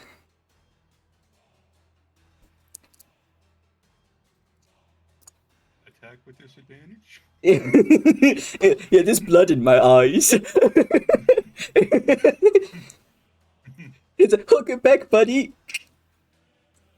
You see him do a very similar thing with his hands that he did when he was motioning towards Lychee.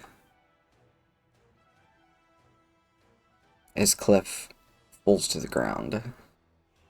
There is blood spewing upwards and raining down on all of you as he opens up his arms wide and goes, "My congratulations to you."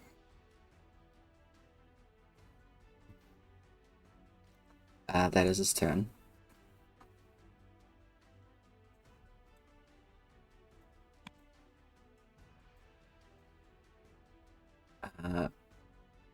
Poison will drive a dagger into his back because he's a bastard. I don't know why they went from whispered to not, but there we go. Yeah. Because that was a crit from Poison. Gosh. Look at that.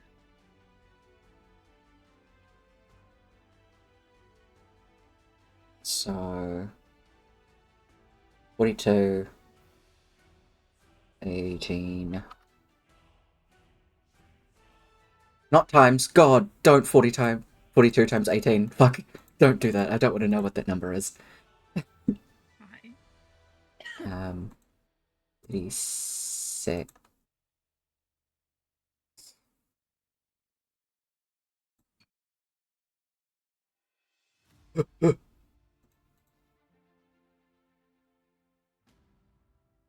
What's 6 times 6 again?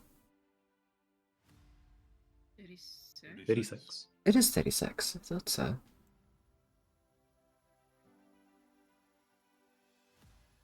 I had a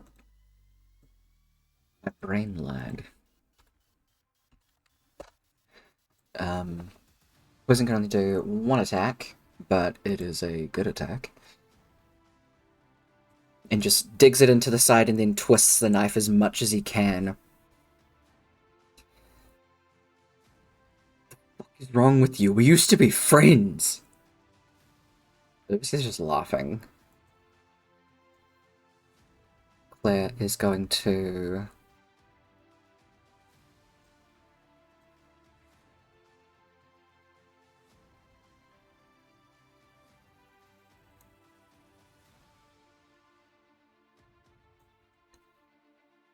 look towards Amora. And then yell out to Kaba and Rourke.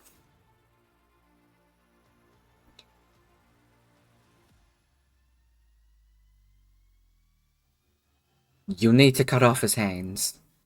He will keep doing that if he has them.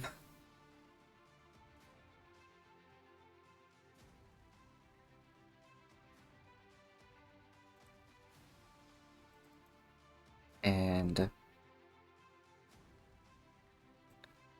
it is going to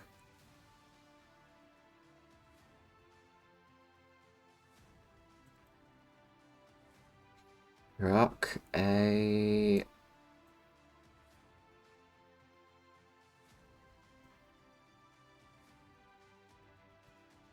8th level lightning bolt at the skeleton that's over here to get rid of some of the fodder and stop them from fucking interfering. That's a natural one, so he's not succeeding on that. Them bones are not fucking dexterous. 42, my god.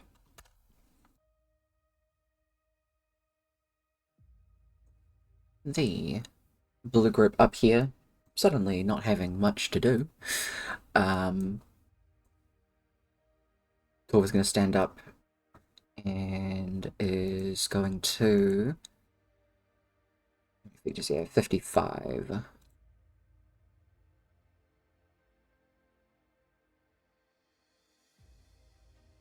Yep, he can get exactly there with his movement. He's going to run over to his dad to try and help him. Oops.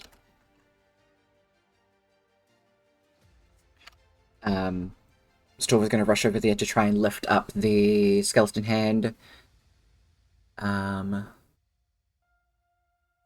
Rothrin, who has 40 feet.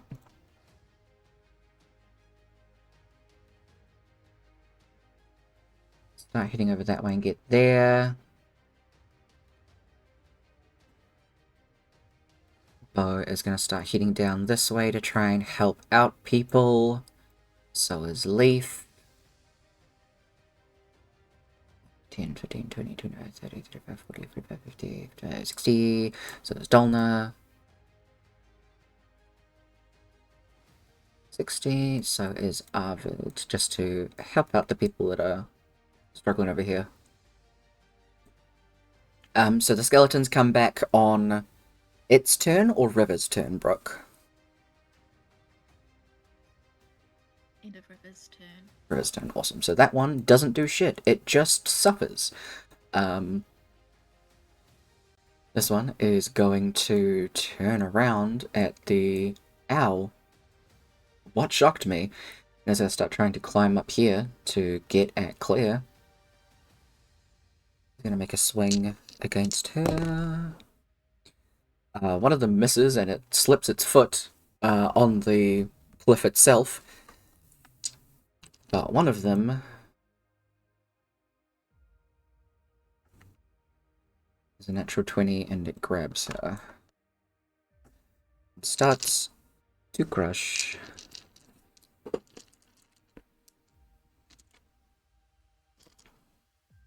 So this is double, unfortunately.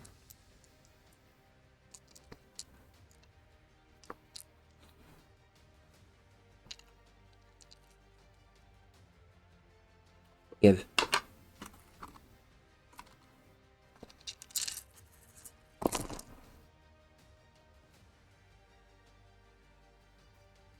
So it is...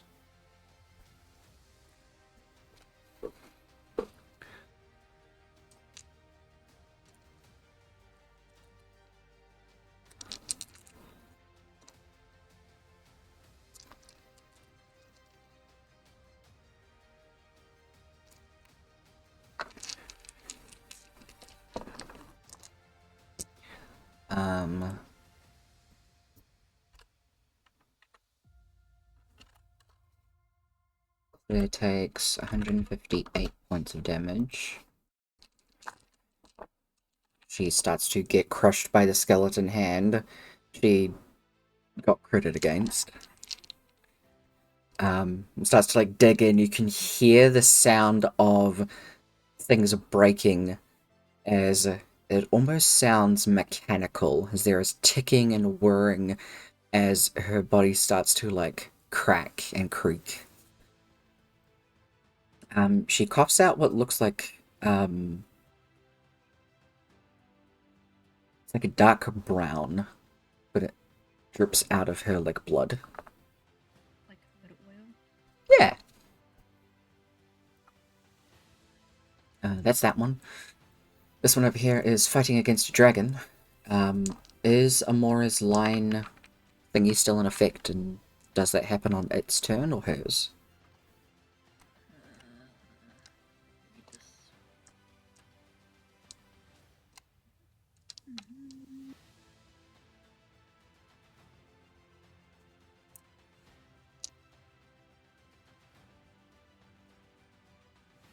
I think what, like you, it only does something if I move it. Okay, cool. Is how I understand that spell. That's alright. Like you can cast a spell, but I think the line goes away, sort of. Okay, that's alright. Yeah. Fucking shit. Okay.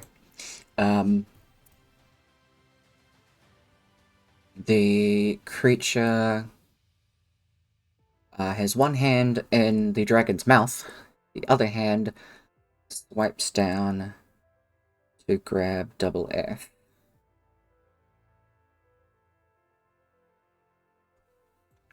Here we go. Let me grab him.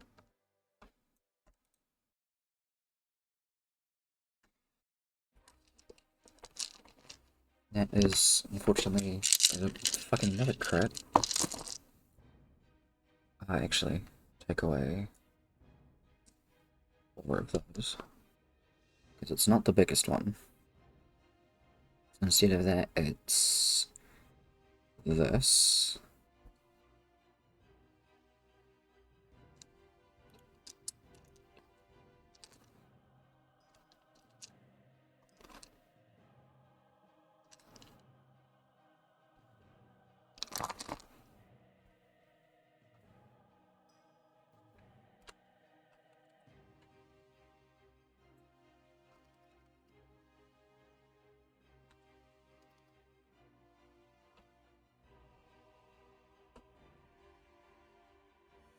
Double F takes 121 points of damage, which knocks him unconscious.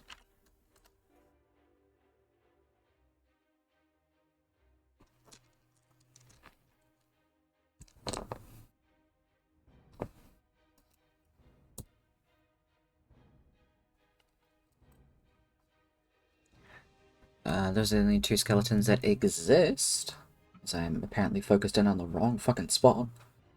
Good job, Tyler.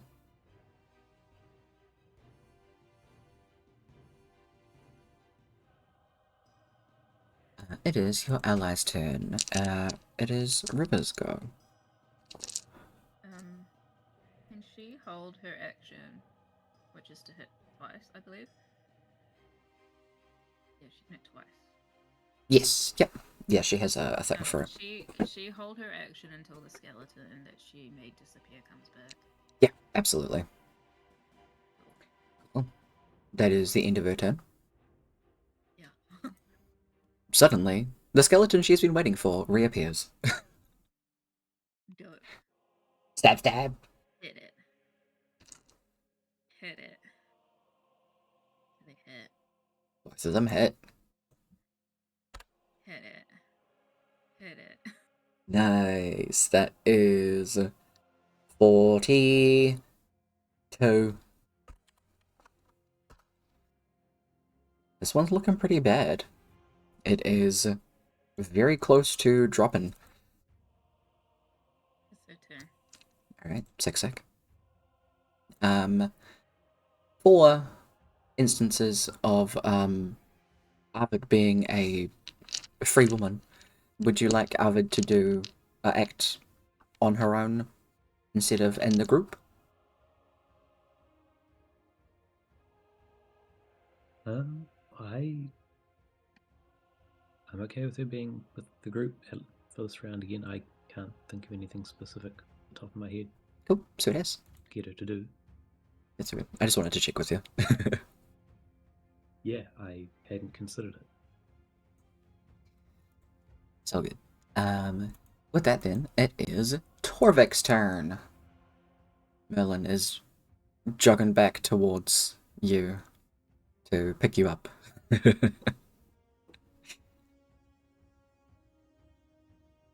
he is going to throw the hammer at the skeleton. Nice. That definitely hits. And he's going to add a blinding smite. Nice. Is this the one that he's closest to? Yep. Awesome. 29 definitely hits, and I mean, it doesn't have eyes, but yes, it can still see, so yes, it can still be blinded. Okay, cool. had to check for a sec. Yeah, it definitely fails. Wait. Nice. 31.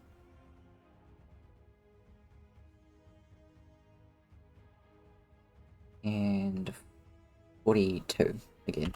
42 is the number tonight. I don't think the Radiant and Dwarven Throw damage gets added again, right?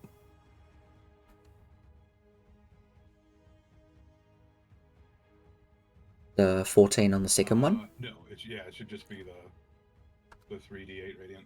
Okay, sick. Cool. That all goes through. And it is blind. Now see. You sure there's a thing for that?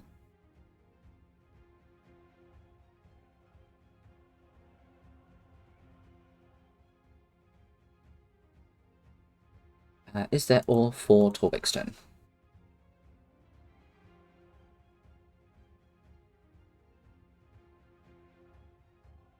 No, he still has another attack. Yes.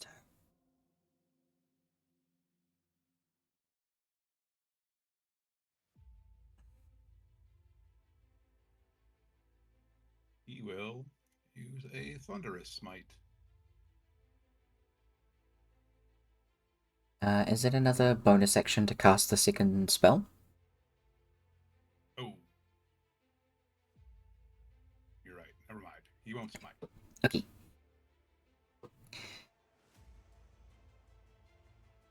He can normal smite if he wishes, I believe. I don't think that's an extra action or anything like that, is it? Just adding smite. Like baseline smite. Let me see. I always forget. I haven't played a paladin.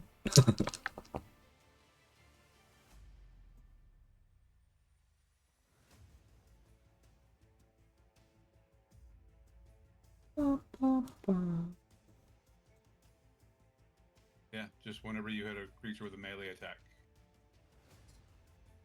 You can spend one spell slot to deal radiant damage. Are you keeping an 18? Yes. 18 does miss.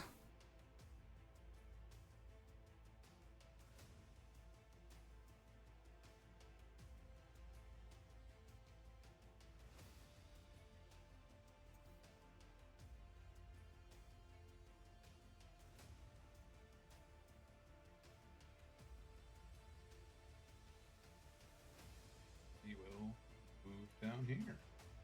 Nice. That's it. Well, it is Rourke's turn. Hello, Odie Tail.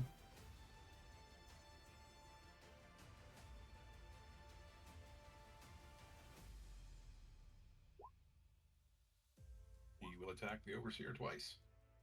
Yes, you do have advantage. 27 and 29 do hit.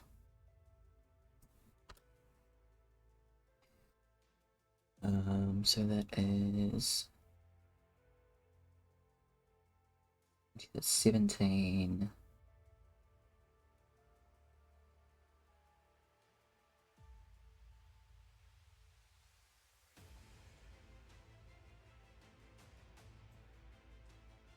This one. That's 7, so that is... 4. That's 21 instead. There's 82 points of damage. That's nice. Is there anything else for Rourke's turn? Nope.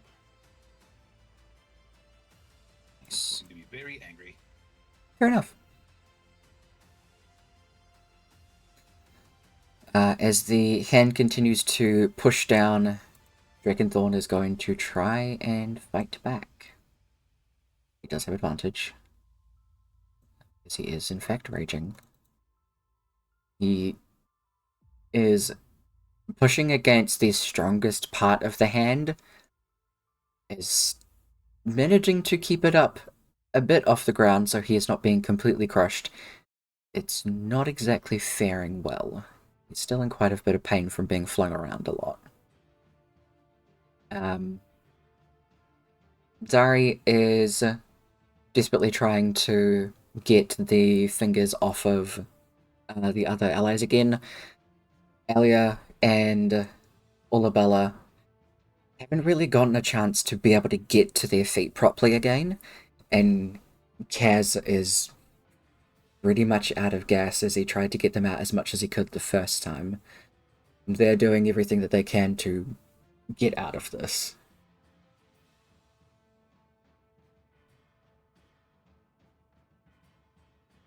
That it is Kaba's turn.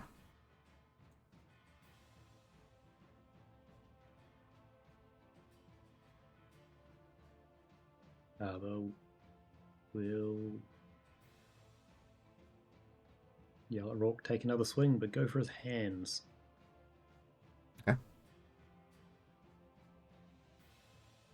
Okay. Yeah, loud and clear.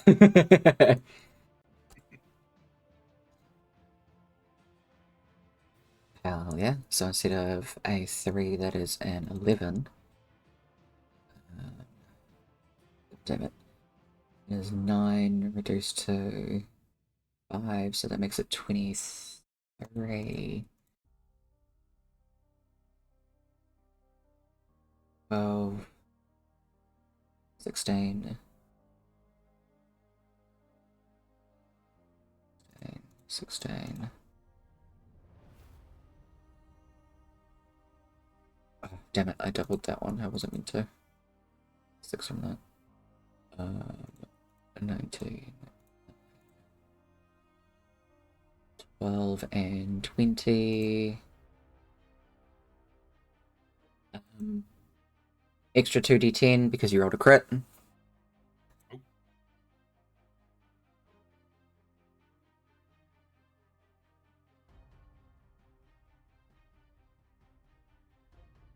Another 17. It is 157. That's nice. Kaba. Will also try and go for his hands with his own 2 swing.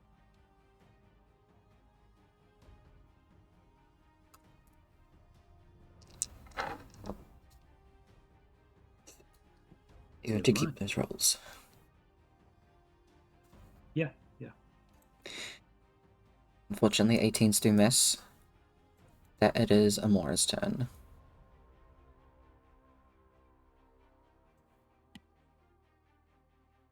Okay, Moira's gonna step forward.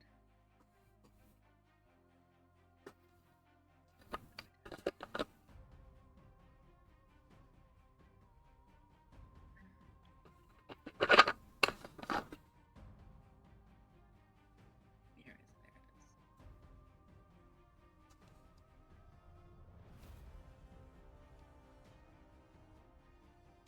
You would see magic, this bolt of magic, just hit you in the ear. It's purple. Okay. Not pink. And you just hear Amora say, and it's like, you will die, and I will enjoy it. And she's just all purple, eyes smoking, just standing up there, staring down at the overseer with just hatred in her eyes.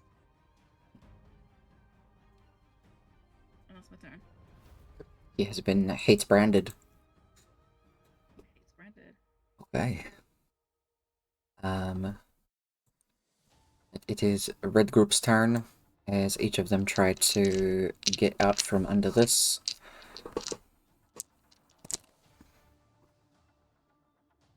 Okay.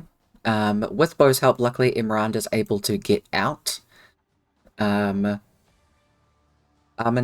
is able to push through and roll out of the way here. Unfortunately, Aegis and Fru and Oshres are not managing very well. Still kept underneath the hand itself, not being able to get out.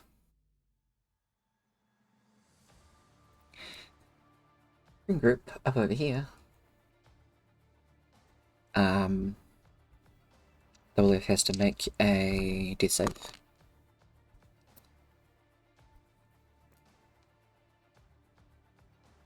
Woundstriker goes up to immediately hack and slash at the one that's left.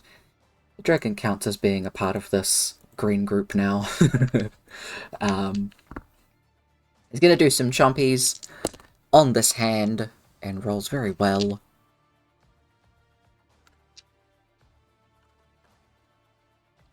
Does a good little chunk of damage and rips the skeletal arm out of its socket at the elbow, and then just flings it. It goes flying into the forest somewhere. Annabella and Dolga are doing what they can to try and get him to fall, or at least drop double F. Millen is going to head up over to Torvik. We gotta get to him more now. And he will grab hold of his shoulder, bamf them both with a dimension door. We'll end up right behind her.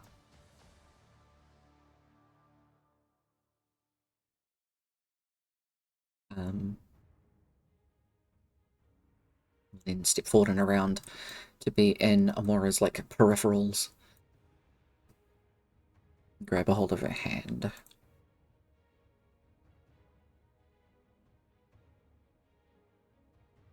I'll say because you rolled a natural 20, you did sever one of his hands off, so he's only got one left. The hand twitches on the ground. Nice. Of the skeletal hands, you see the one on the left against the red group start to push downwards. You start to hear like panic coming from Aegis, Fru, and Oshras as the pressure starts to get heavier and heavier. It curls its fingers in so that Fru gets pushed down in between these two as she goes in further, just digging its palm down until it is just scraping them up into mush.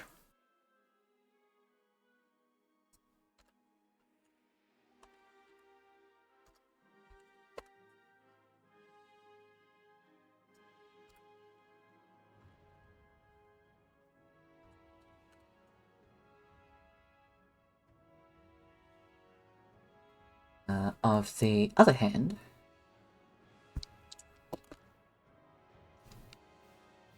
does a similar thing where the push again that Dragonthorn is trying to shove up to get out of it, he's slowly starting to lose that fight as the I want to call it the heal, but it's not. What is that called? Yes, the heel of It's the like palm. Yeah, thank you. I do know things. The heal continues to push down further onto Drakenthorn. Torv has his hands like dug underneath into the bone and is trying desperately to lift it up. There is a very loud, sickening crunch that is being heard from underneath, as Kaz is trying to reach out for Olabella as well.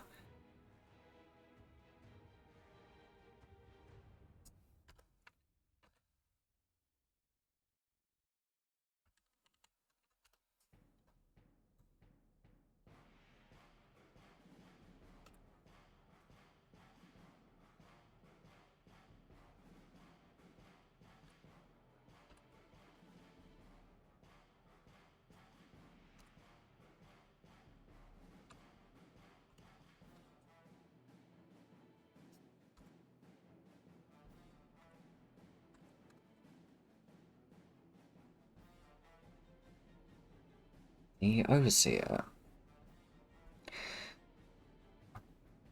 is going to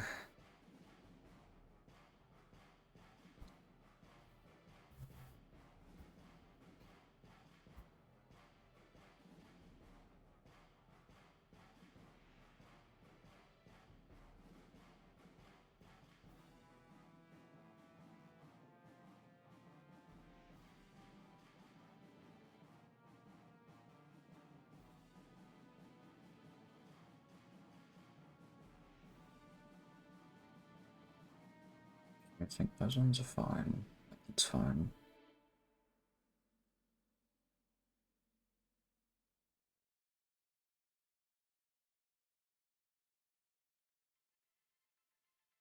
You can see, I'd say Kaba and Rourke because he's facing you. You can see him analyzing the battlefield, looking between where each of his hands are, looking up in the direction where Claire is being held in one of the palms. He almost looks off into the distance past where Claire is being held and makes a humming sound, looking in the direction where the head of the other skeleton is.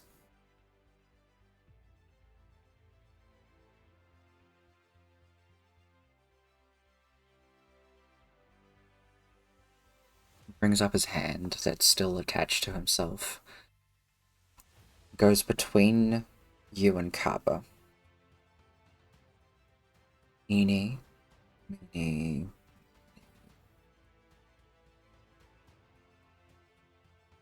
Points up the hill. You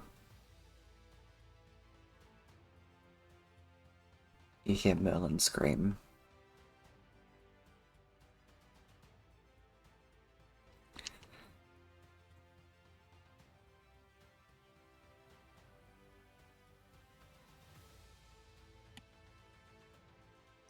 As he falls and slides down the hill.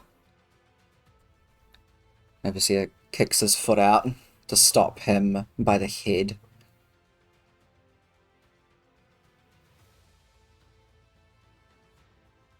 Is this a spell at all? It's not a spell.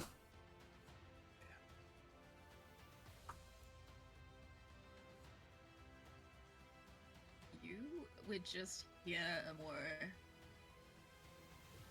grating, like just a gut-wrenching scream, which I'm not going to do because No, that's fair. You have housemates. exactly.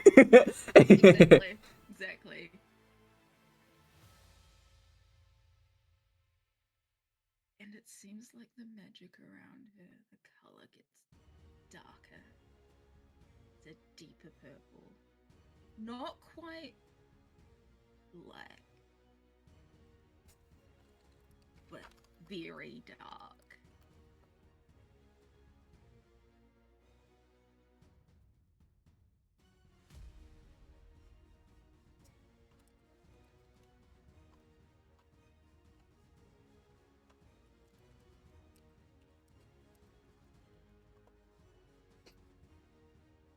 Um, Oh.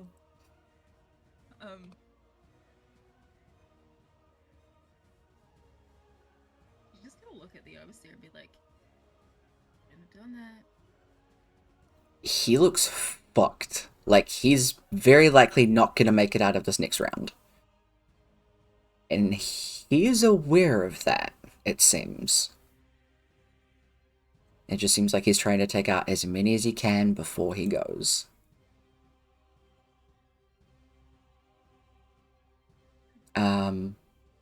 I'm gonna make it painful. And I'm gonna make it hurt.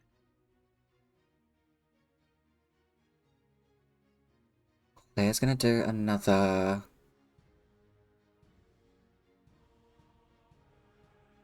other one of these.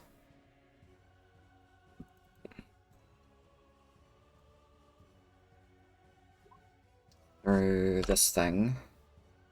For 33. It's still holding her. She's trying to do what she can to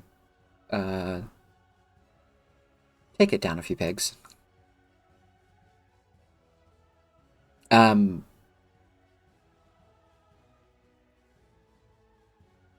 fuck. Poison, god damn it.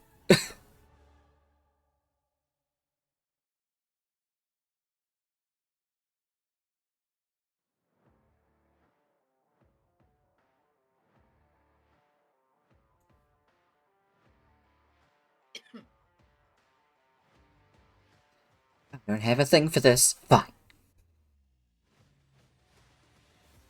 I guess he misses, unfortunately.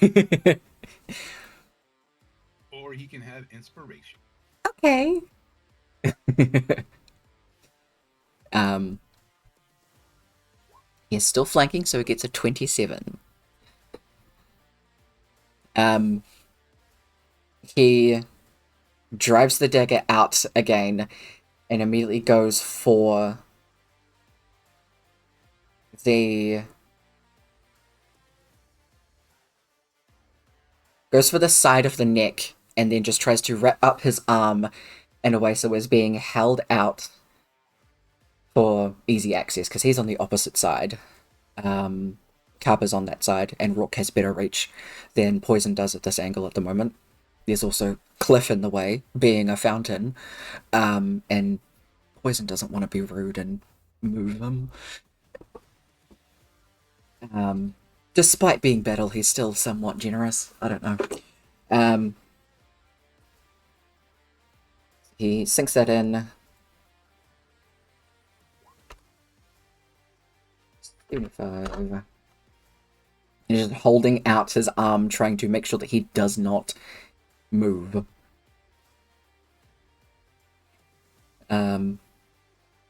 As Poison just yells, "Stop fucking with them! They are not your toys! This is not fair! Why the fuck are you like this?" And he just laughs again.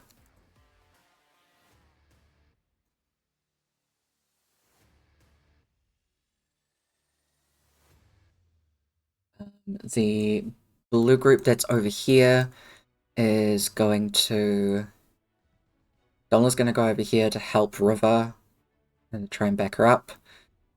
Ava just going to move up over here with Leaf to try and get Oshras out. She's sounding like she's in a lot of fucking pain.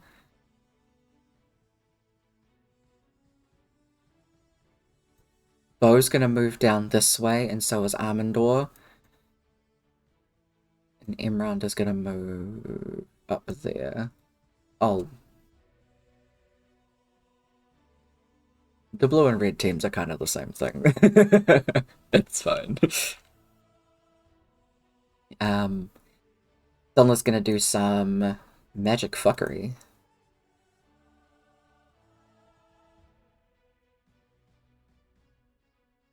And by that I mean a massive cone of cold.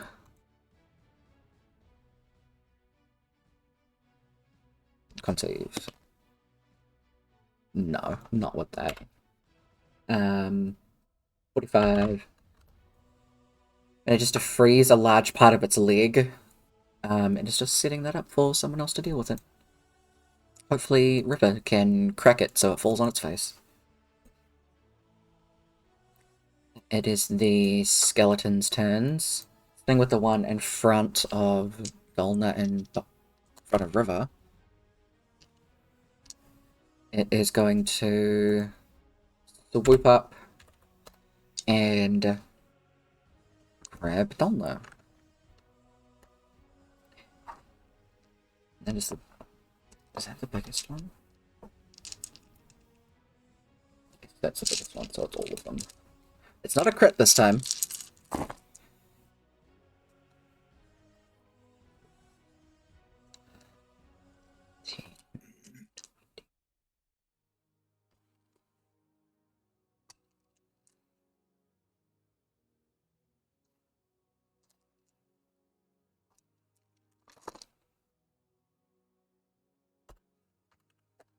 $54, but it's still doing okay.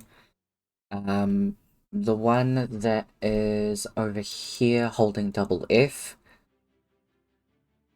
squeezes and crushes Double F before just dropping him to the ground.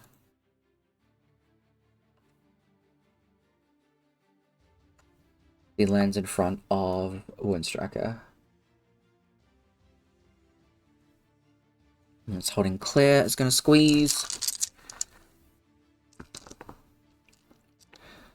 Not as many this time. How did that roll better?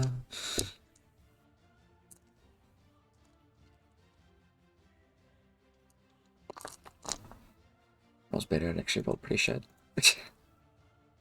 That's the creature's health. Don't.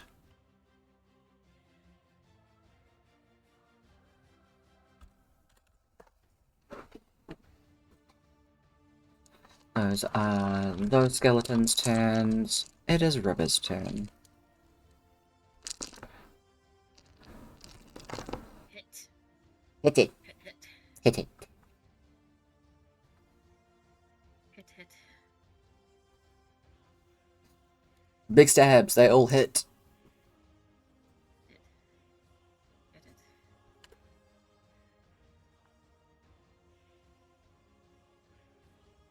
20, 30. 3. Nope. 43. That one is so close to being dead. God damn it. Looking fucking rough. Is there anything else that River would like to do? No. It is Torvik's turn.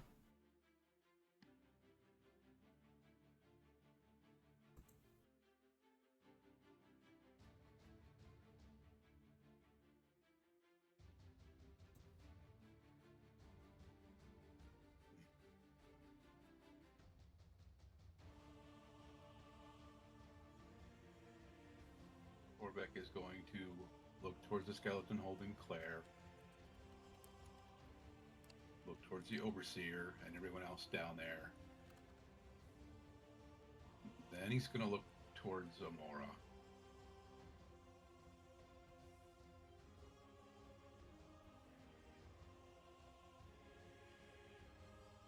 You see him take the locket out from underneath his armor, just kind of hold it up. And he is going to channel divinity. Watcher's Will. The next minute, everyone currently in his aura gets advantage on intelligence, wisdom, and charisma saves. Nice. Okay. Awesome, awesome. And he's just going to look at her and say, Mora Phasor. Control.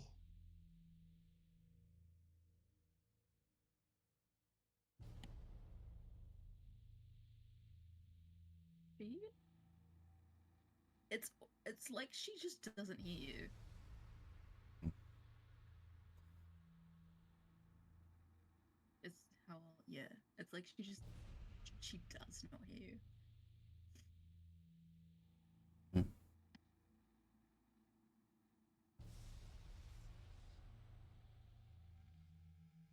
Is there anything else for Torvik's turn? That is it. Okay. It is Rook's turn.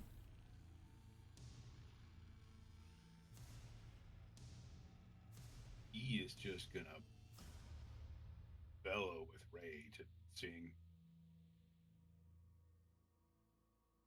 what's happened to his friends.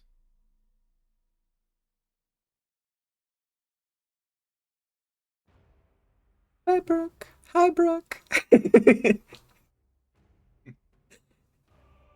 Everybody froze, and I was like, Oh.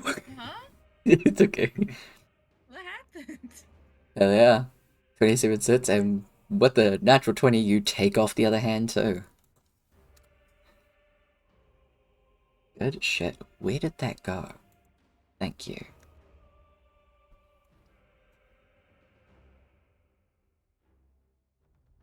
No, it's not even 27. Damn it.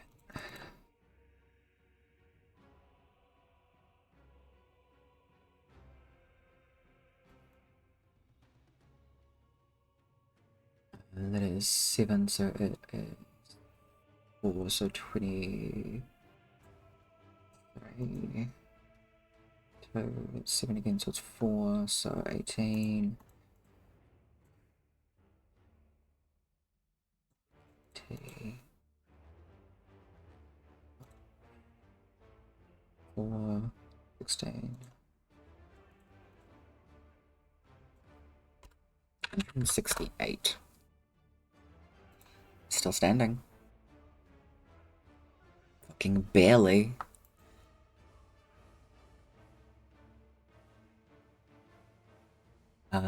Is there anything else that Rourke would like to do for his turn? You cannot take anybody else out with 1 point, though.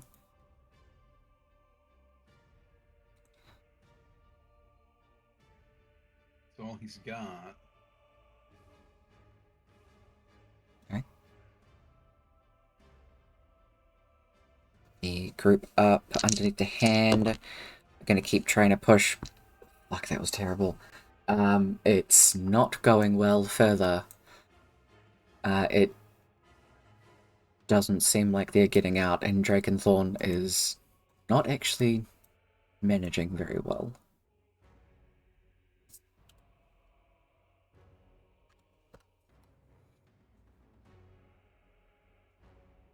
It is Kaba's turn.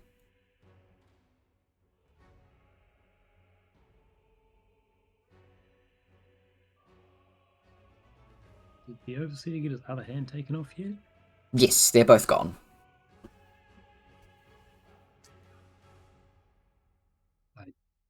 Yes, repeat again. Rob, would you care to cupcake? Absolutely. Cut the cake. He's gonna reroll that. Fair enough.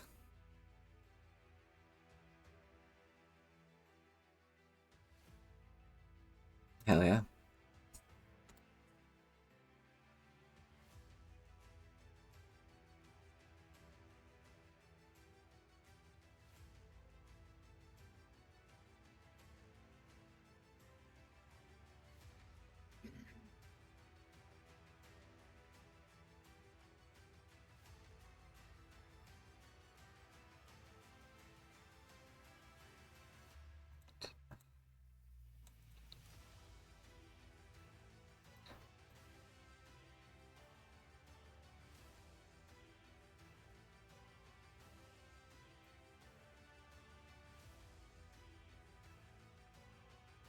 Another 130.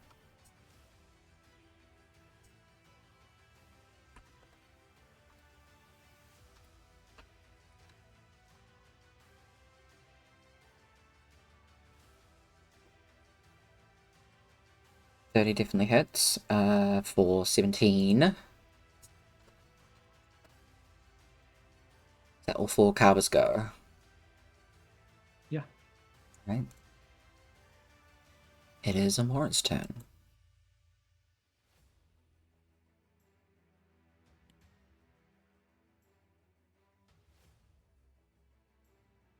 I want to do something, but I don't know if it'll work or if you'll allow it really.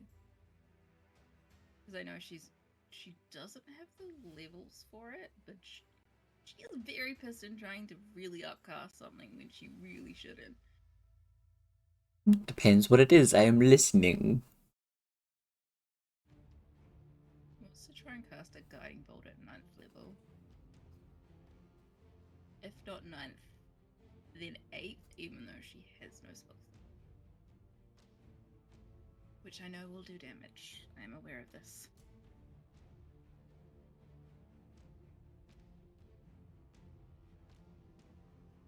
What arm does she cast out of? Because she points with it, so she's... Usually her... Yeah. Right. Okay.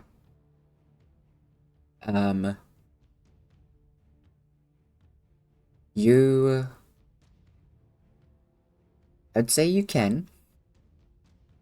No matter what, if you're still casting it at 9th level, it would fray all of the nerves in your arm, and you would have to have it removed. Like, from your shoulder. okay. Okay. Yes. I actually still have to hit with this, so if I Yeah. It's the end of the night, so we'll see. See how many channel points everybody has left.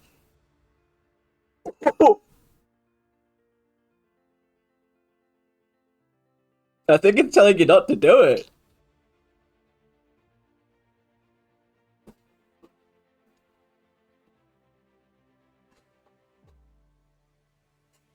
Well, Kev just gave you an inspiration.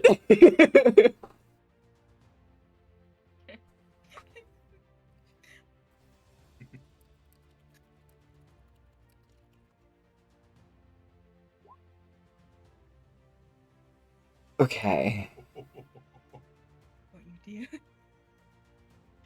I know what you're going to. Don't you do it. Surely not casting the night. The overseer's last gamble. It really is. Do you know how much damage that would do? To Will herself? do, I think. Will do, not would do. The thing is, when it's a natural one, is it hits somebody else. I don't want it. If it has to hit anybody else, can't it just hit her? I will say, Bound to hit her. you can be on the cards. Can I- we just be the cop? The good news is you only have one more deal with the seer left. Unfortunately, he's not going to be able to cash it in. Maybe not soon. But I am going to need you to roll a 1, 2, 3, 4, 5, a d6. Oh my god, you're such a dick. Yes. Please just let it hit me. That's all I ask. Here's the Uh, dice. I will tell you, you need to roll a 4 if you want it to hit yourself. That is the order I have decided. Fuck. The good news is you're hitting somebody that can take it. The bad news is that someone is poisoned.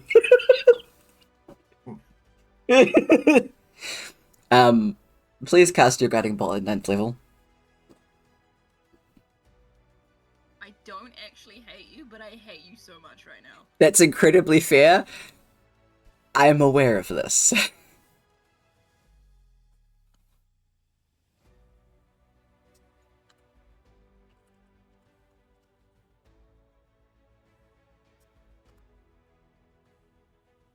This is not that hard. 50. Jesus. So poison has the knife in the arm and the neck, sorry, is holding the overseer out as you go to take a bit of a step forward. And you lose your footing a bit as it goes forward through your arm. Immediately you feel agonizing pain through that arm as it immediately just falls limp to your side. As it starts to turn purple and necrotic. You hear poison yell out in pain. The next attacker gets poisoned has advantage.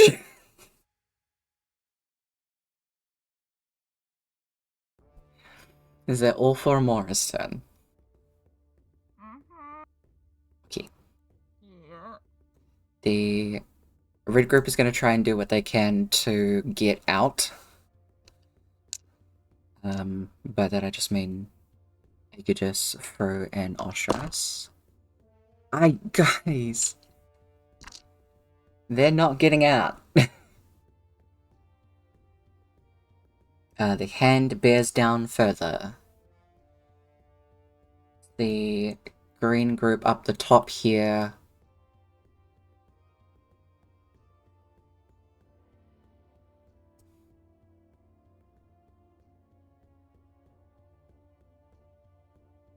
starts to wail on him, doing a good bit of damage.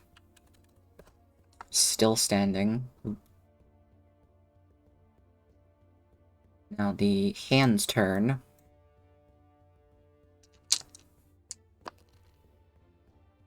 Fuck. Yeah, cool.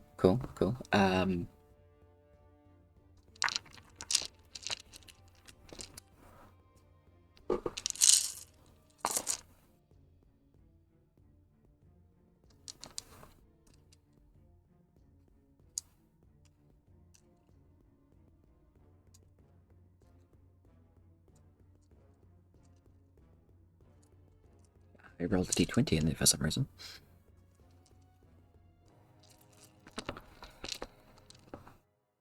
Is the hand pressing down on the yellow crew manages to put enough pressure that knocks out Kaz, Olabella, and Elia.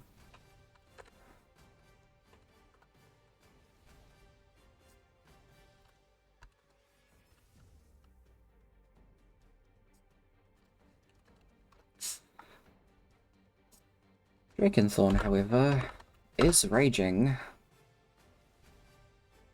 Yeah, the focus is relentless rage.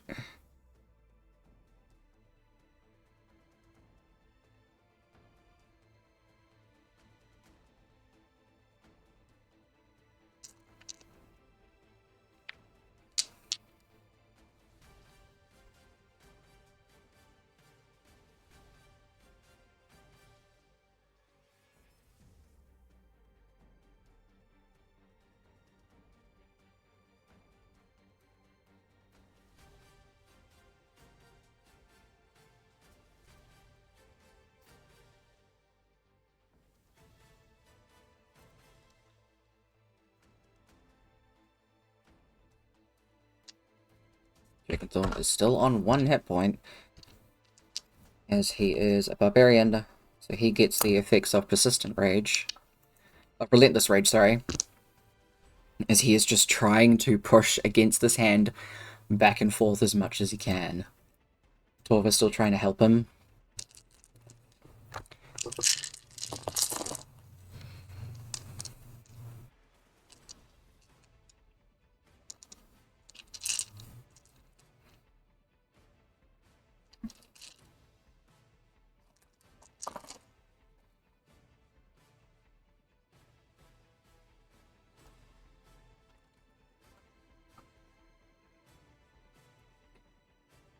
He could just throw an Oshras fall unconscious under the hand.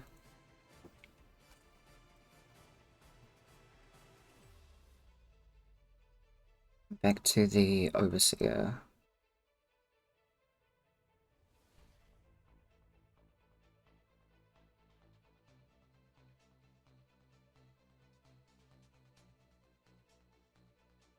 Can I get Cubba and Rourke to make a con save, please?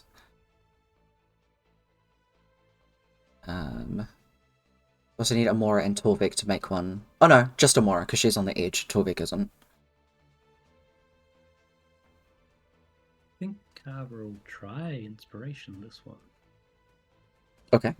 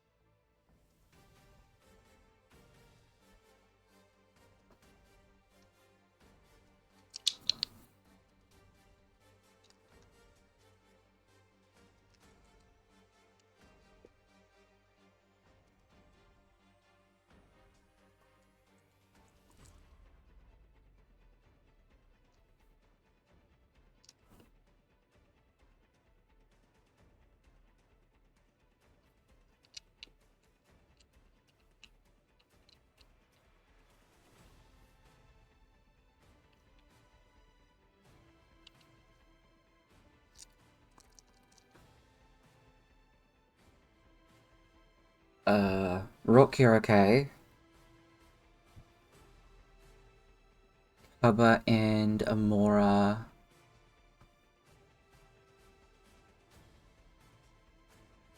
Unfortunately, still fail.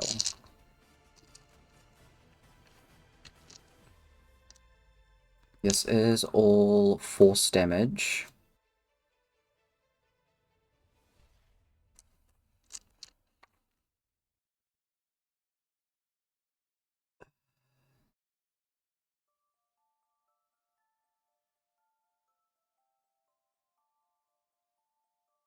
Okay, so you know in the first fight, how he kept doing this cone attack thing? I'd been reducing the damage.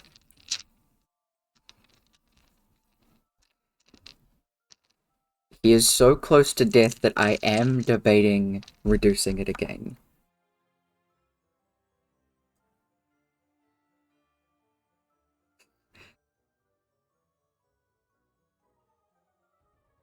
I mean, he probably doesn't have that much blood left inside him.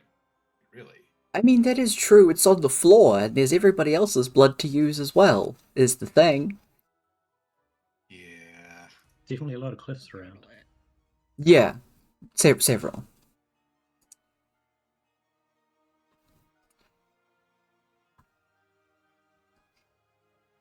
So,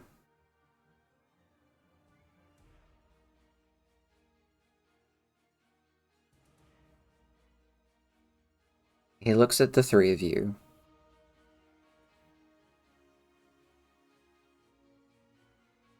I have some cleaning to do. Involves wiping a few of your allies out. You lot are really, really persistent.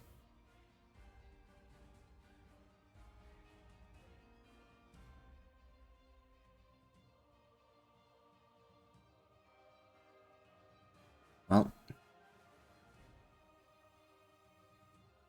I think you three need to take a nap right now.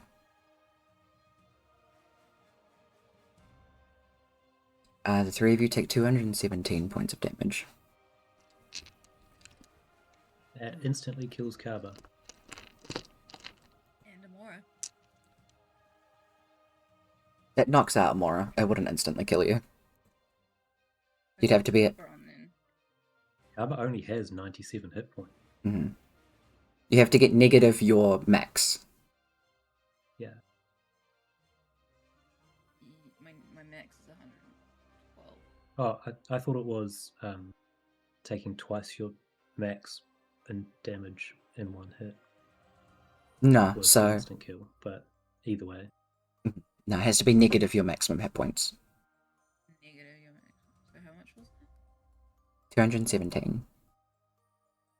Your maximum is 112? Mm-hmm. 105. Yeah. Yep. So if you take 7 more, then you die. But you're not dead.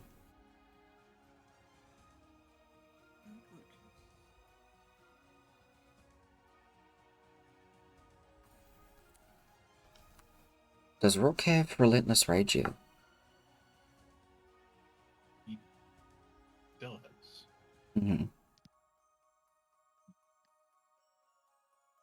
Also, Amora and Kaba wouldn't go down and Kaba wouldn't instantly die because you both have Death Ward.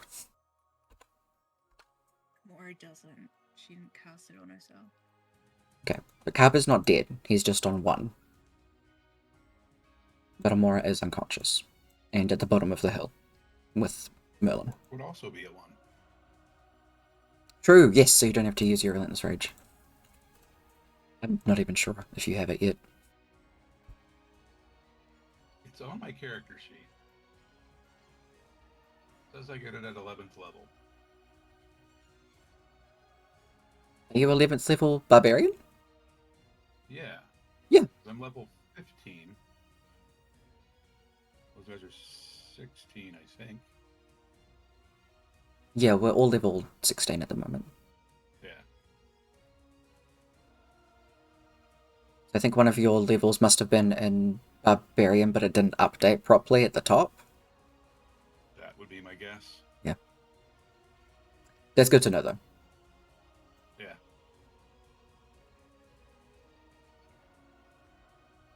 Yeah.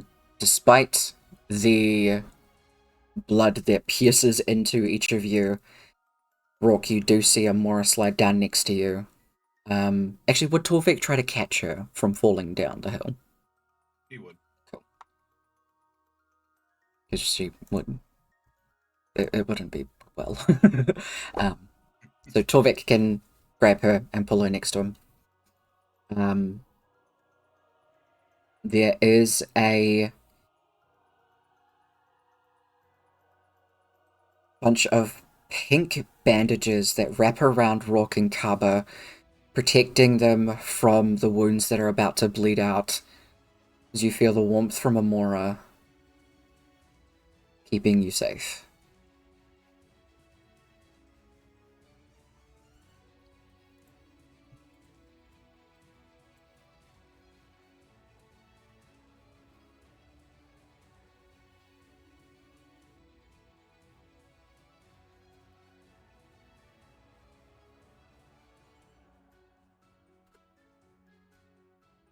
$86.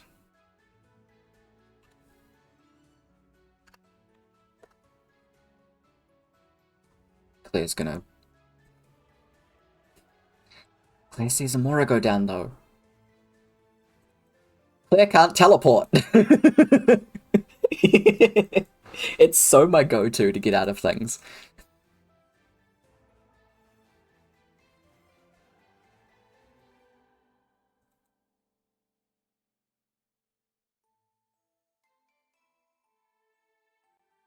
She has to get rid of this thing.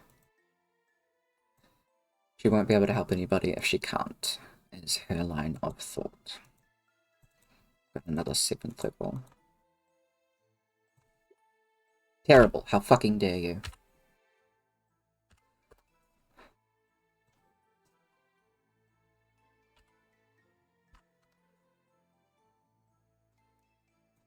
The blue group over here is going to keep trying to help as much as they can.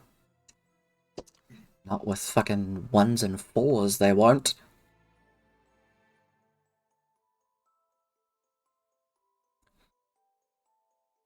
The skeleton's going to try and crush Claire in its grip.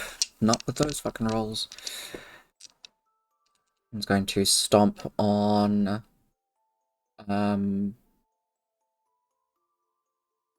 Windstriker.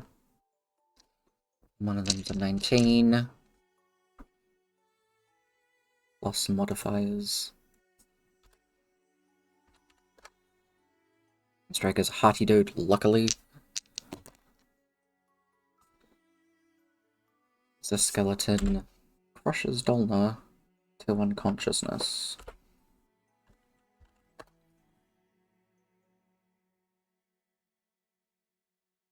It is River's turn.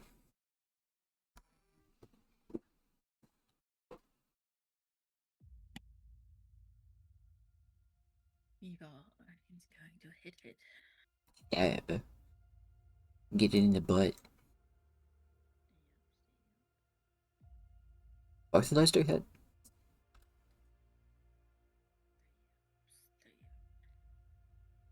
Nice. That is more than hit points it has. How does she want to kill the giantess skeleton on the battlefield? Can she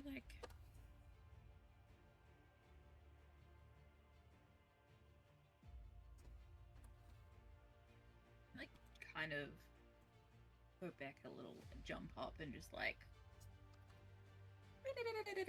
down the ribcage? Nice, I love that. Big xylophone. Xylophone death. Yeah. Absolutely. Using her claws as she is in her feral-like state to climb up it, stab, and then drag down. It just falls apart as she goes. It does... I smudged it. It does drop Dolga from a decent ways up. Not Dolga, sorry, Dolna.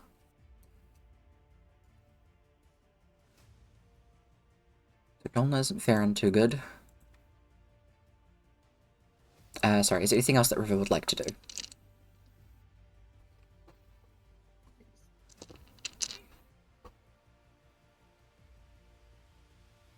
It is Torvik's turn. The Overseer is barely standing. Hold on.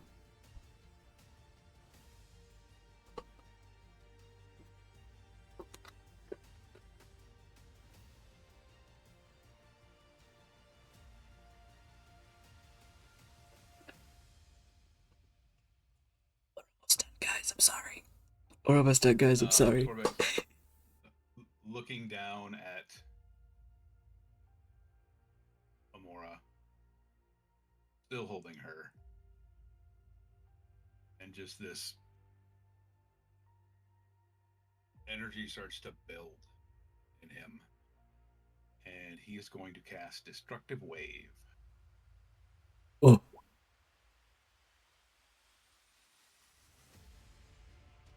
Hell yeah.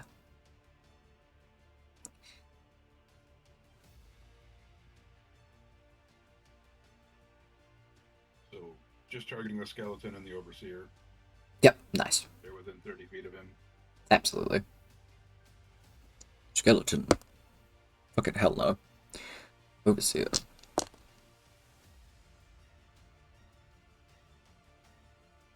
Can't save. 39. It'll still take half.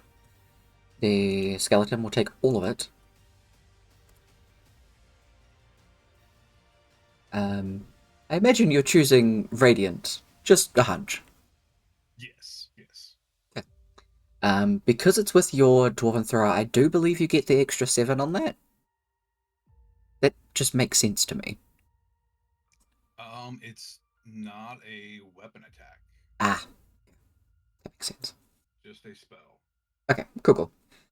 At least I don't think. It says I strike the ground, but I don't think it's like a smite. Yeah, no, that makes sense. That does kill the skeleton. And the Overseer was only on 4 hit points. So with 37, that does knock him unconscious. How does this happen? With Torvik's rage. Just this.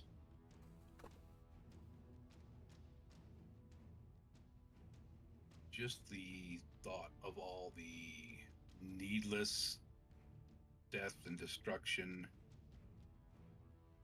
Just kind of like Torvik's almost pulling ambient light in. He begins to glow, and then just boom. Mhm. Just that all that light just ripples out of him. Fuck yeah.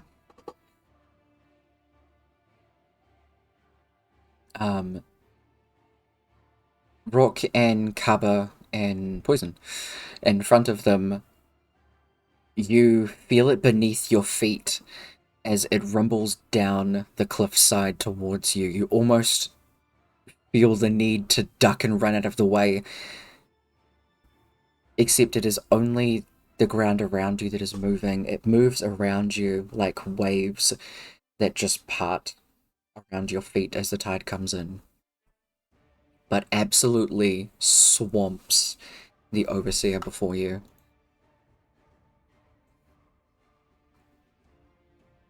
As he finally falls and dies.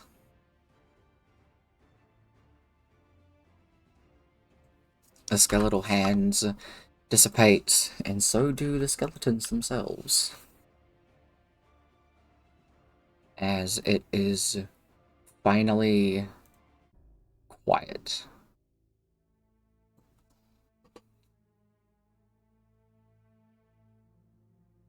Torbeck would immediately turn and pump like all of his lay on hands into Amora. Because you're points. Because you're out of combat, you can do a medicine check to stabilize her and then pop them in so she actually gets all of them. Okay. Because I think, how much did you say you'd give her? He has 100 points. It still wouldn't be enough to up her, unfortunately. And he probably knows that. So you can stabilize her with the medicine check, easy enough. And Just like doing CPR, okay? No, cure wounds. No, cure wounds. No, cure wounds. absolutely. As many as it takes.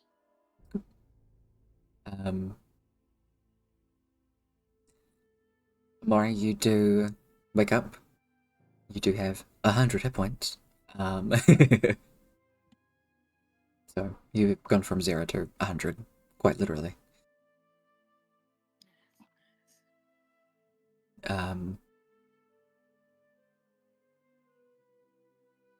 People go around trying to raise the people that are making death saves and doing all of those things. There is an array of people that are just running around trying to get a hold of people.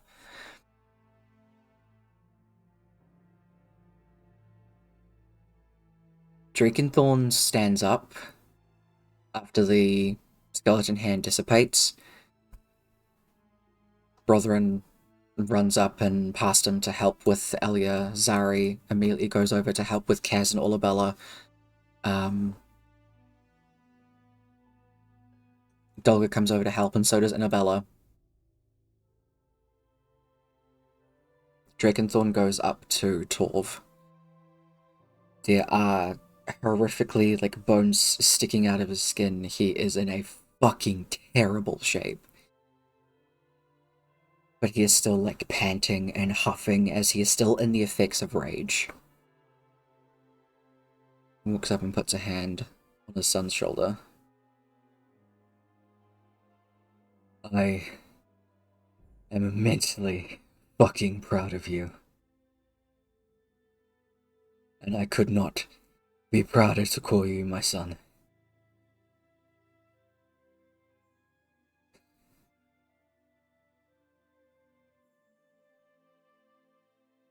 Keep doing what you're doing. He starts to slump. His rage ends after a minute. Wolf catches him.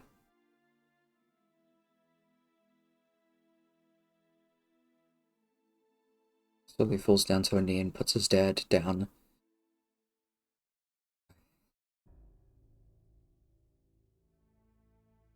Help! Help! Immediately Annabella turns and rushes over to see what she can do.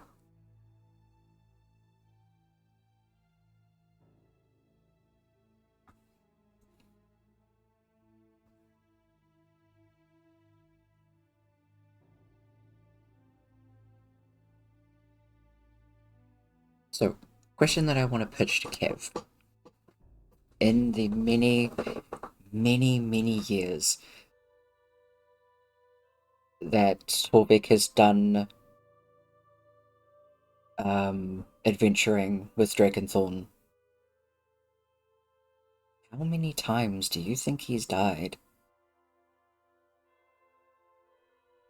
He is a barbarian, he is a reckless son of a bitch, he is a path of the zealot, and very likely uses that as a kind of free-for-all. Yeah. Realistically, what do you think the number might be?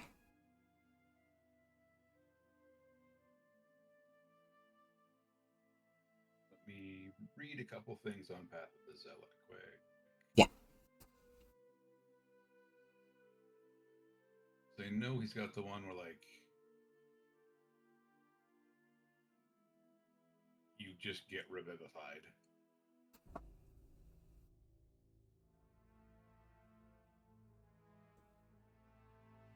Nope, that's Annabella. That's why I'm like, what do you mean that? warrior of the gods. Spells such as Raise Dead has a sole effect of restoring you to life. Okay, caster doesn't need material components.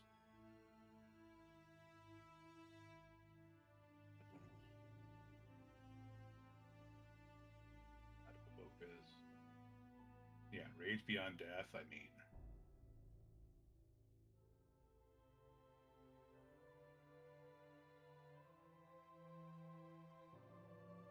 I'm guessing it's probably been half a dozen-ish times.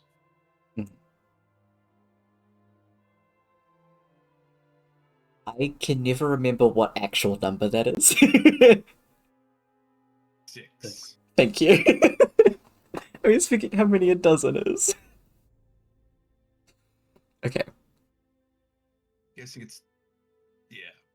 Okay. 4 to 6.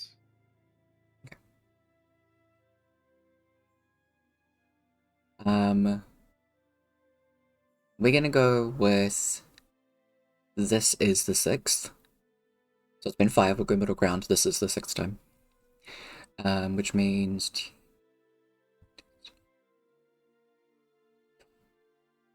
22. I have to write that somewhere.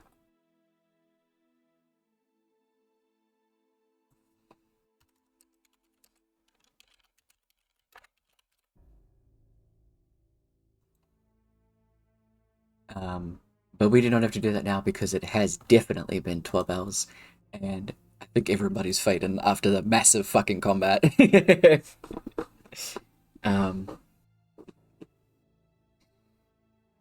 soon as Torvik would have seen Amora awake, Mhm. he would have slid down the hill to try to get to Cliff and Merlin. Mhm. If it has been less than a minute since they've died, I think... try to cast Revivify.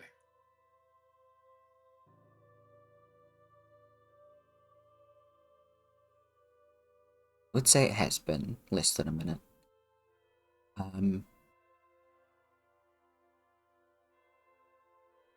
Melon... Actually, with the Revivify you can just roll it. Sick.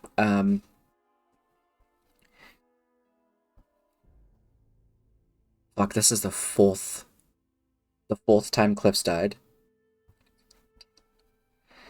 This is only the second time that Merlin's died.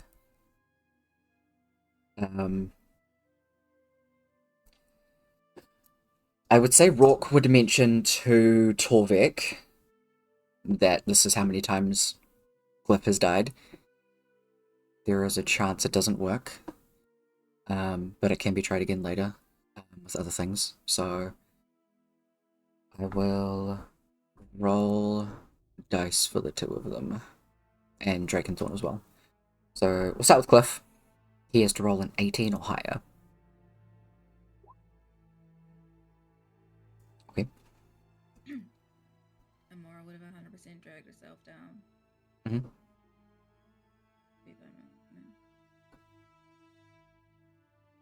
Merlin needs to get a 14 or higher.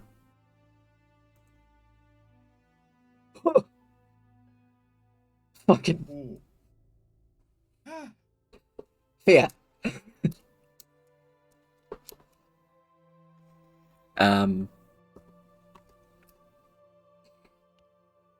It is literally not possible because Dragonthorn needs to roll a 22 or higher. Yeah. Can't do that on a 20-sided dice? Good. Natural 20? There need to be modifiers involved, and this doesn't have modifiers on it. Yeah. Yeah.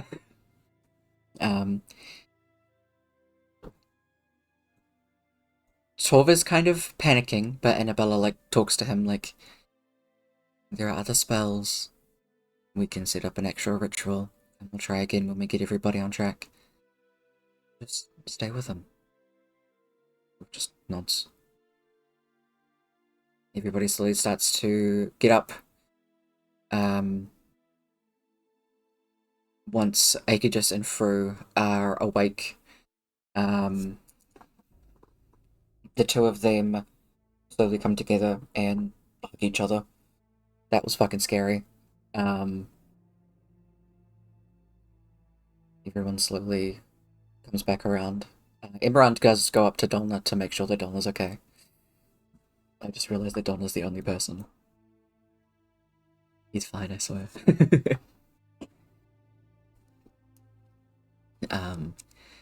As the massive battle winds down,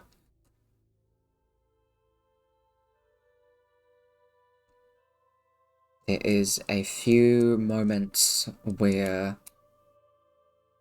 you all start to hear and feel the sound of what sounds like screaming and absolute fucking horror and chaos seeping in as Limbo is deconstructed, as the Feywild is broken apart, as forms of two of the celestial planes break and fall apart. Multiple facets that the Overseer had had a finger in and had materialized to make his own break and fade. And you see for the briefest moment what that does to the world around you. You feel all of you that have magic, you feel it flicker and fade. All of you feel madness seeping in. It feels like it's not gonna stop. And it just keeps going and going and going. And it's fucking terrifying, even after you've won.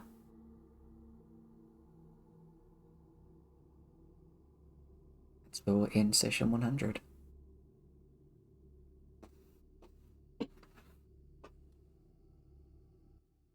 And this will end a 12-hour stream. Good job, y'all. Oh, For running us Good through work, all Rance. that. Ah, jeez. Ah, jeez. Hope you'll have a very good sleep. I cannot wait to get this off my eyes. I keep smudging it, but don't worry, you can't tell because of my glasses, thank God. But yeah, thank y'all very much. I hope you have had fun. I love y'all very much, and please have good rest. All of the loves. Have a good night too. We'll catch y'all later. Bye. And that is us. We are done. We are all very tired. That combat was massive and very last minute planned, if you couldn't tell from my floundering. But it's fine, because we did it. Thanks for hanging out, people. And I hope y'all enjoyed the fuckery. I will let my players know properly what amount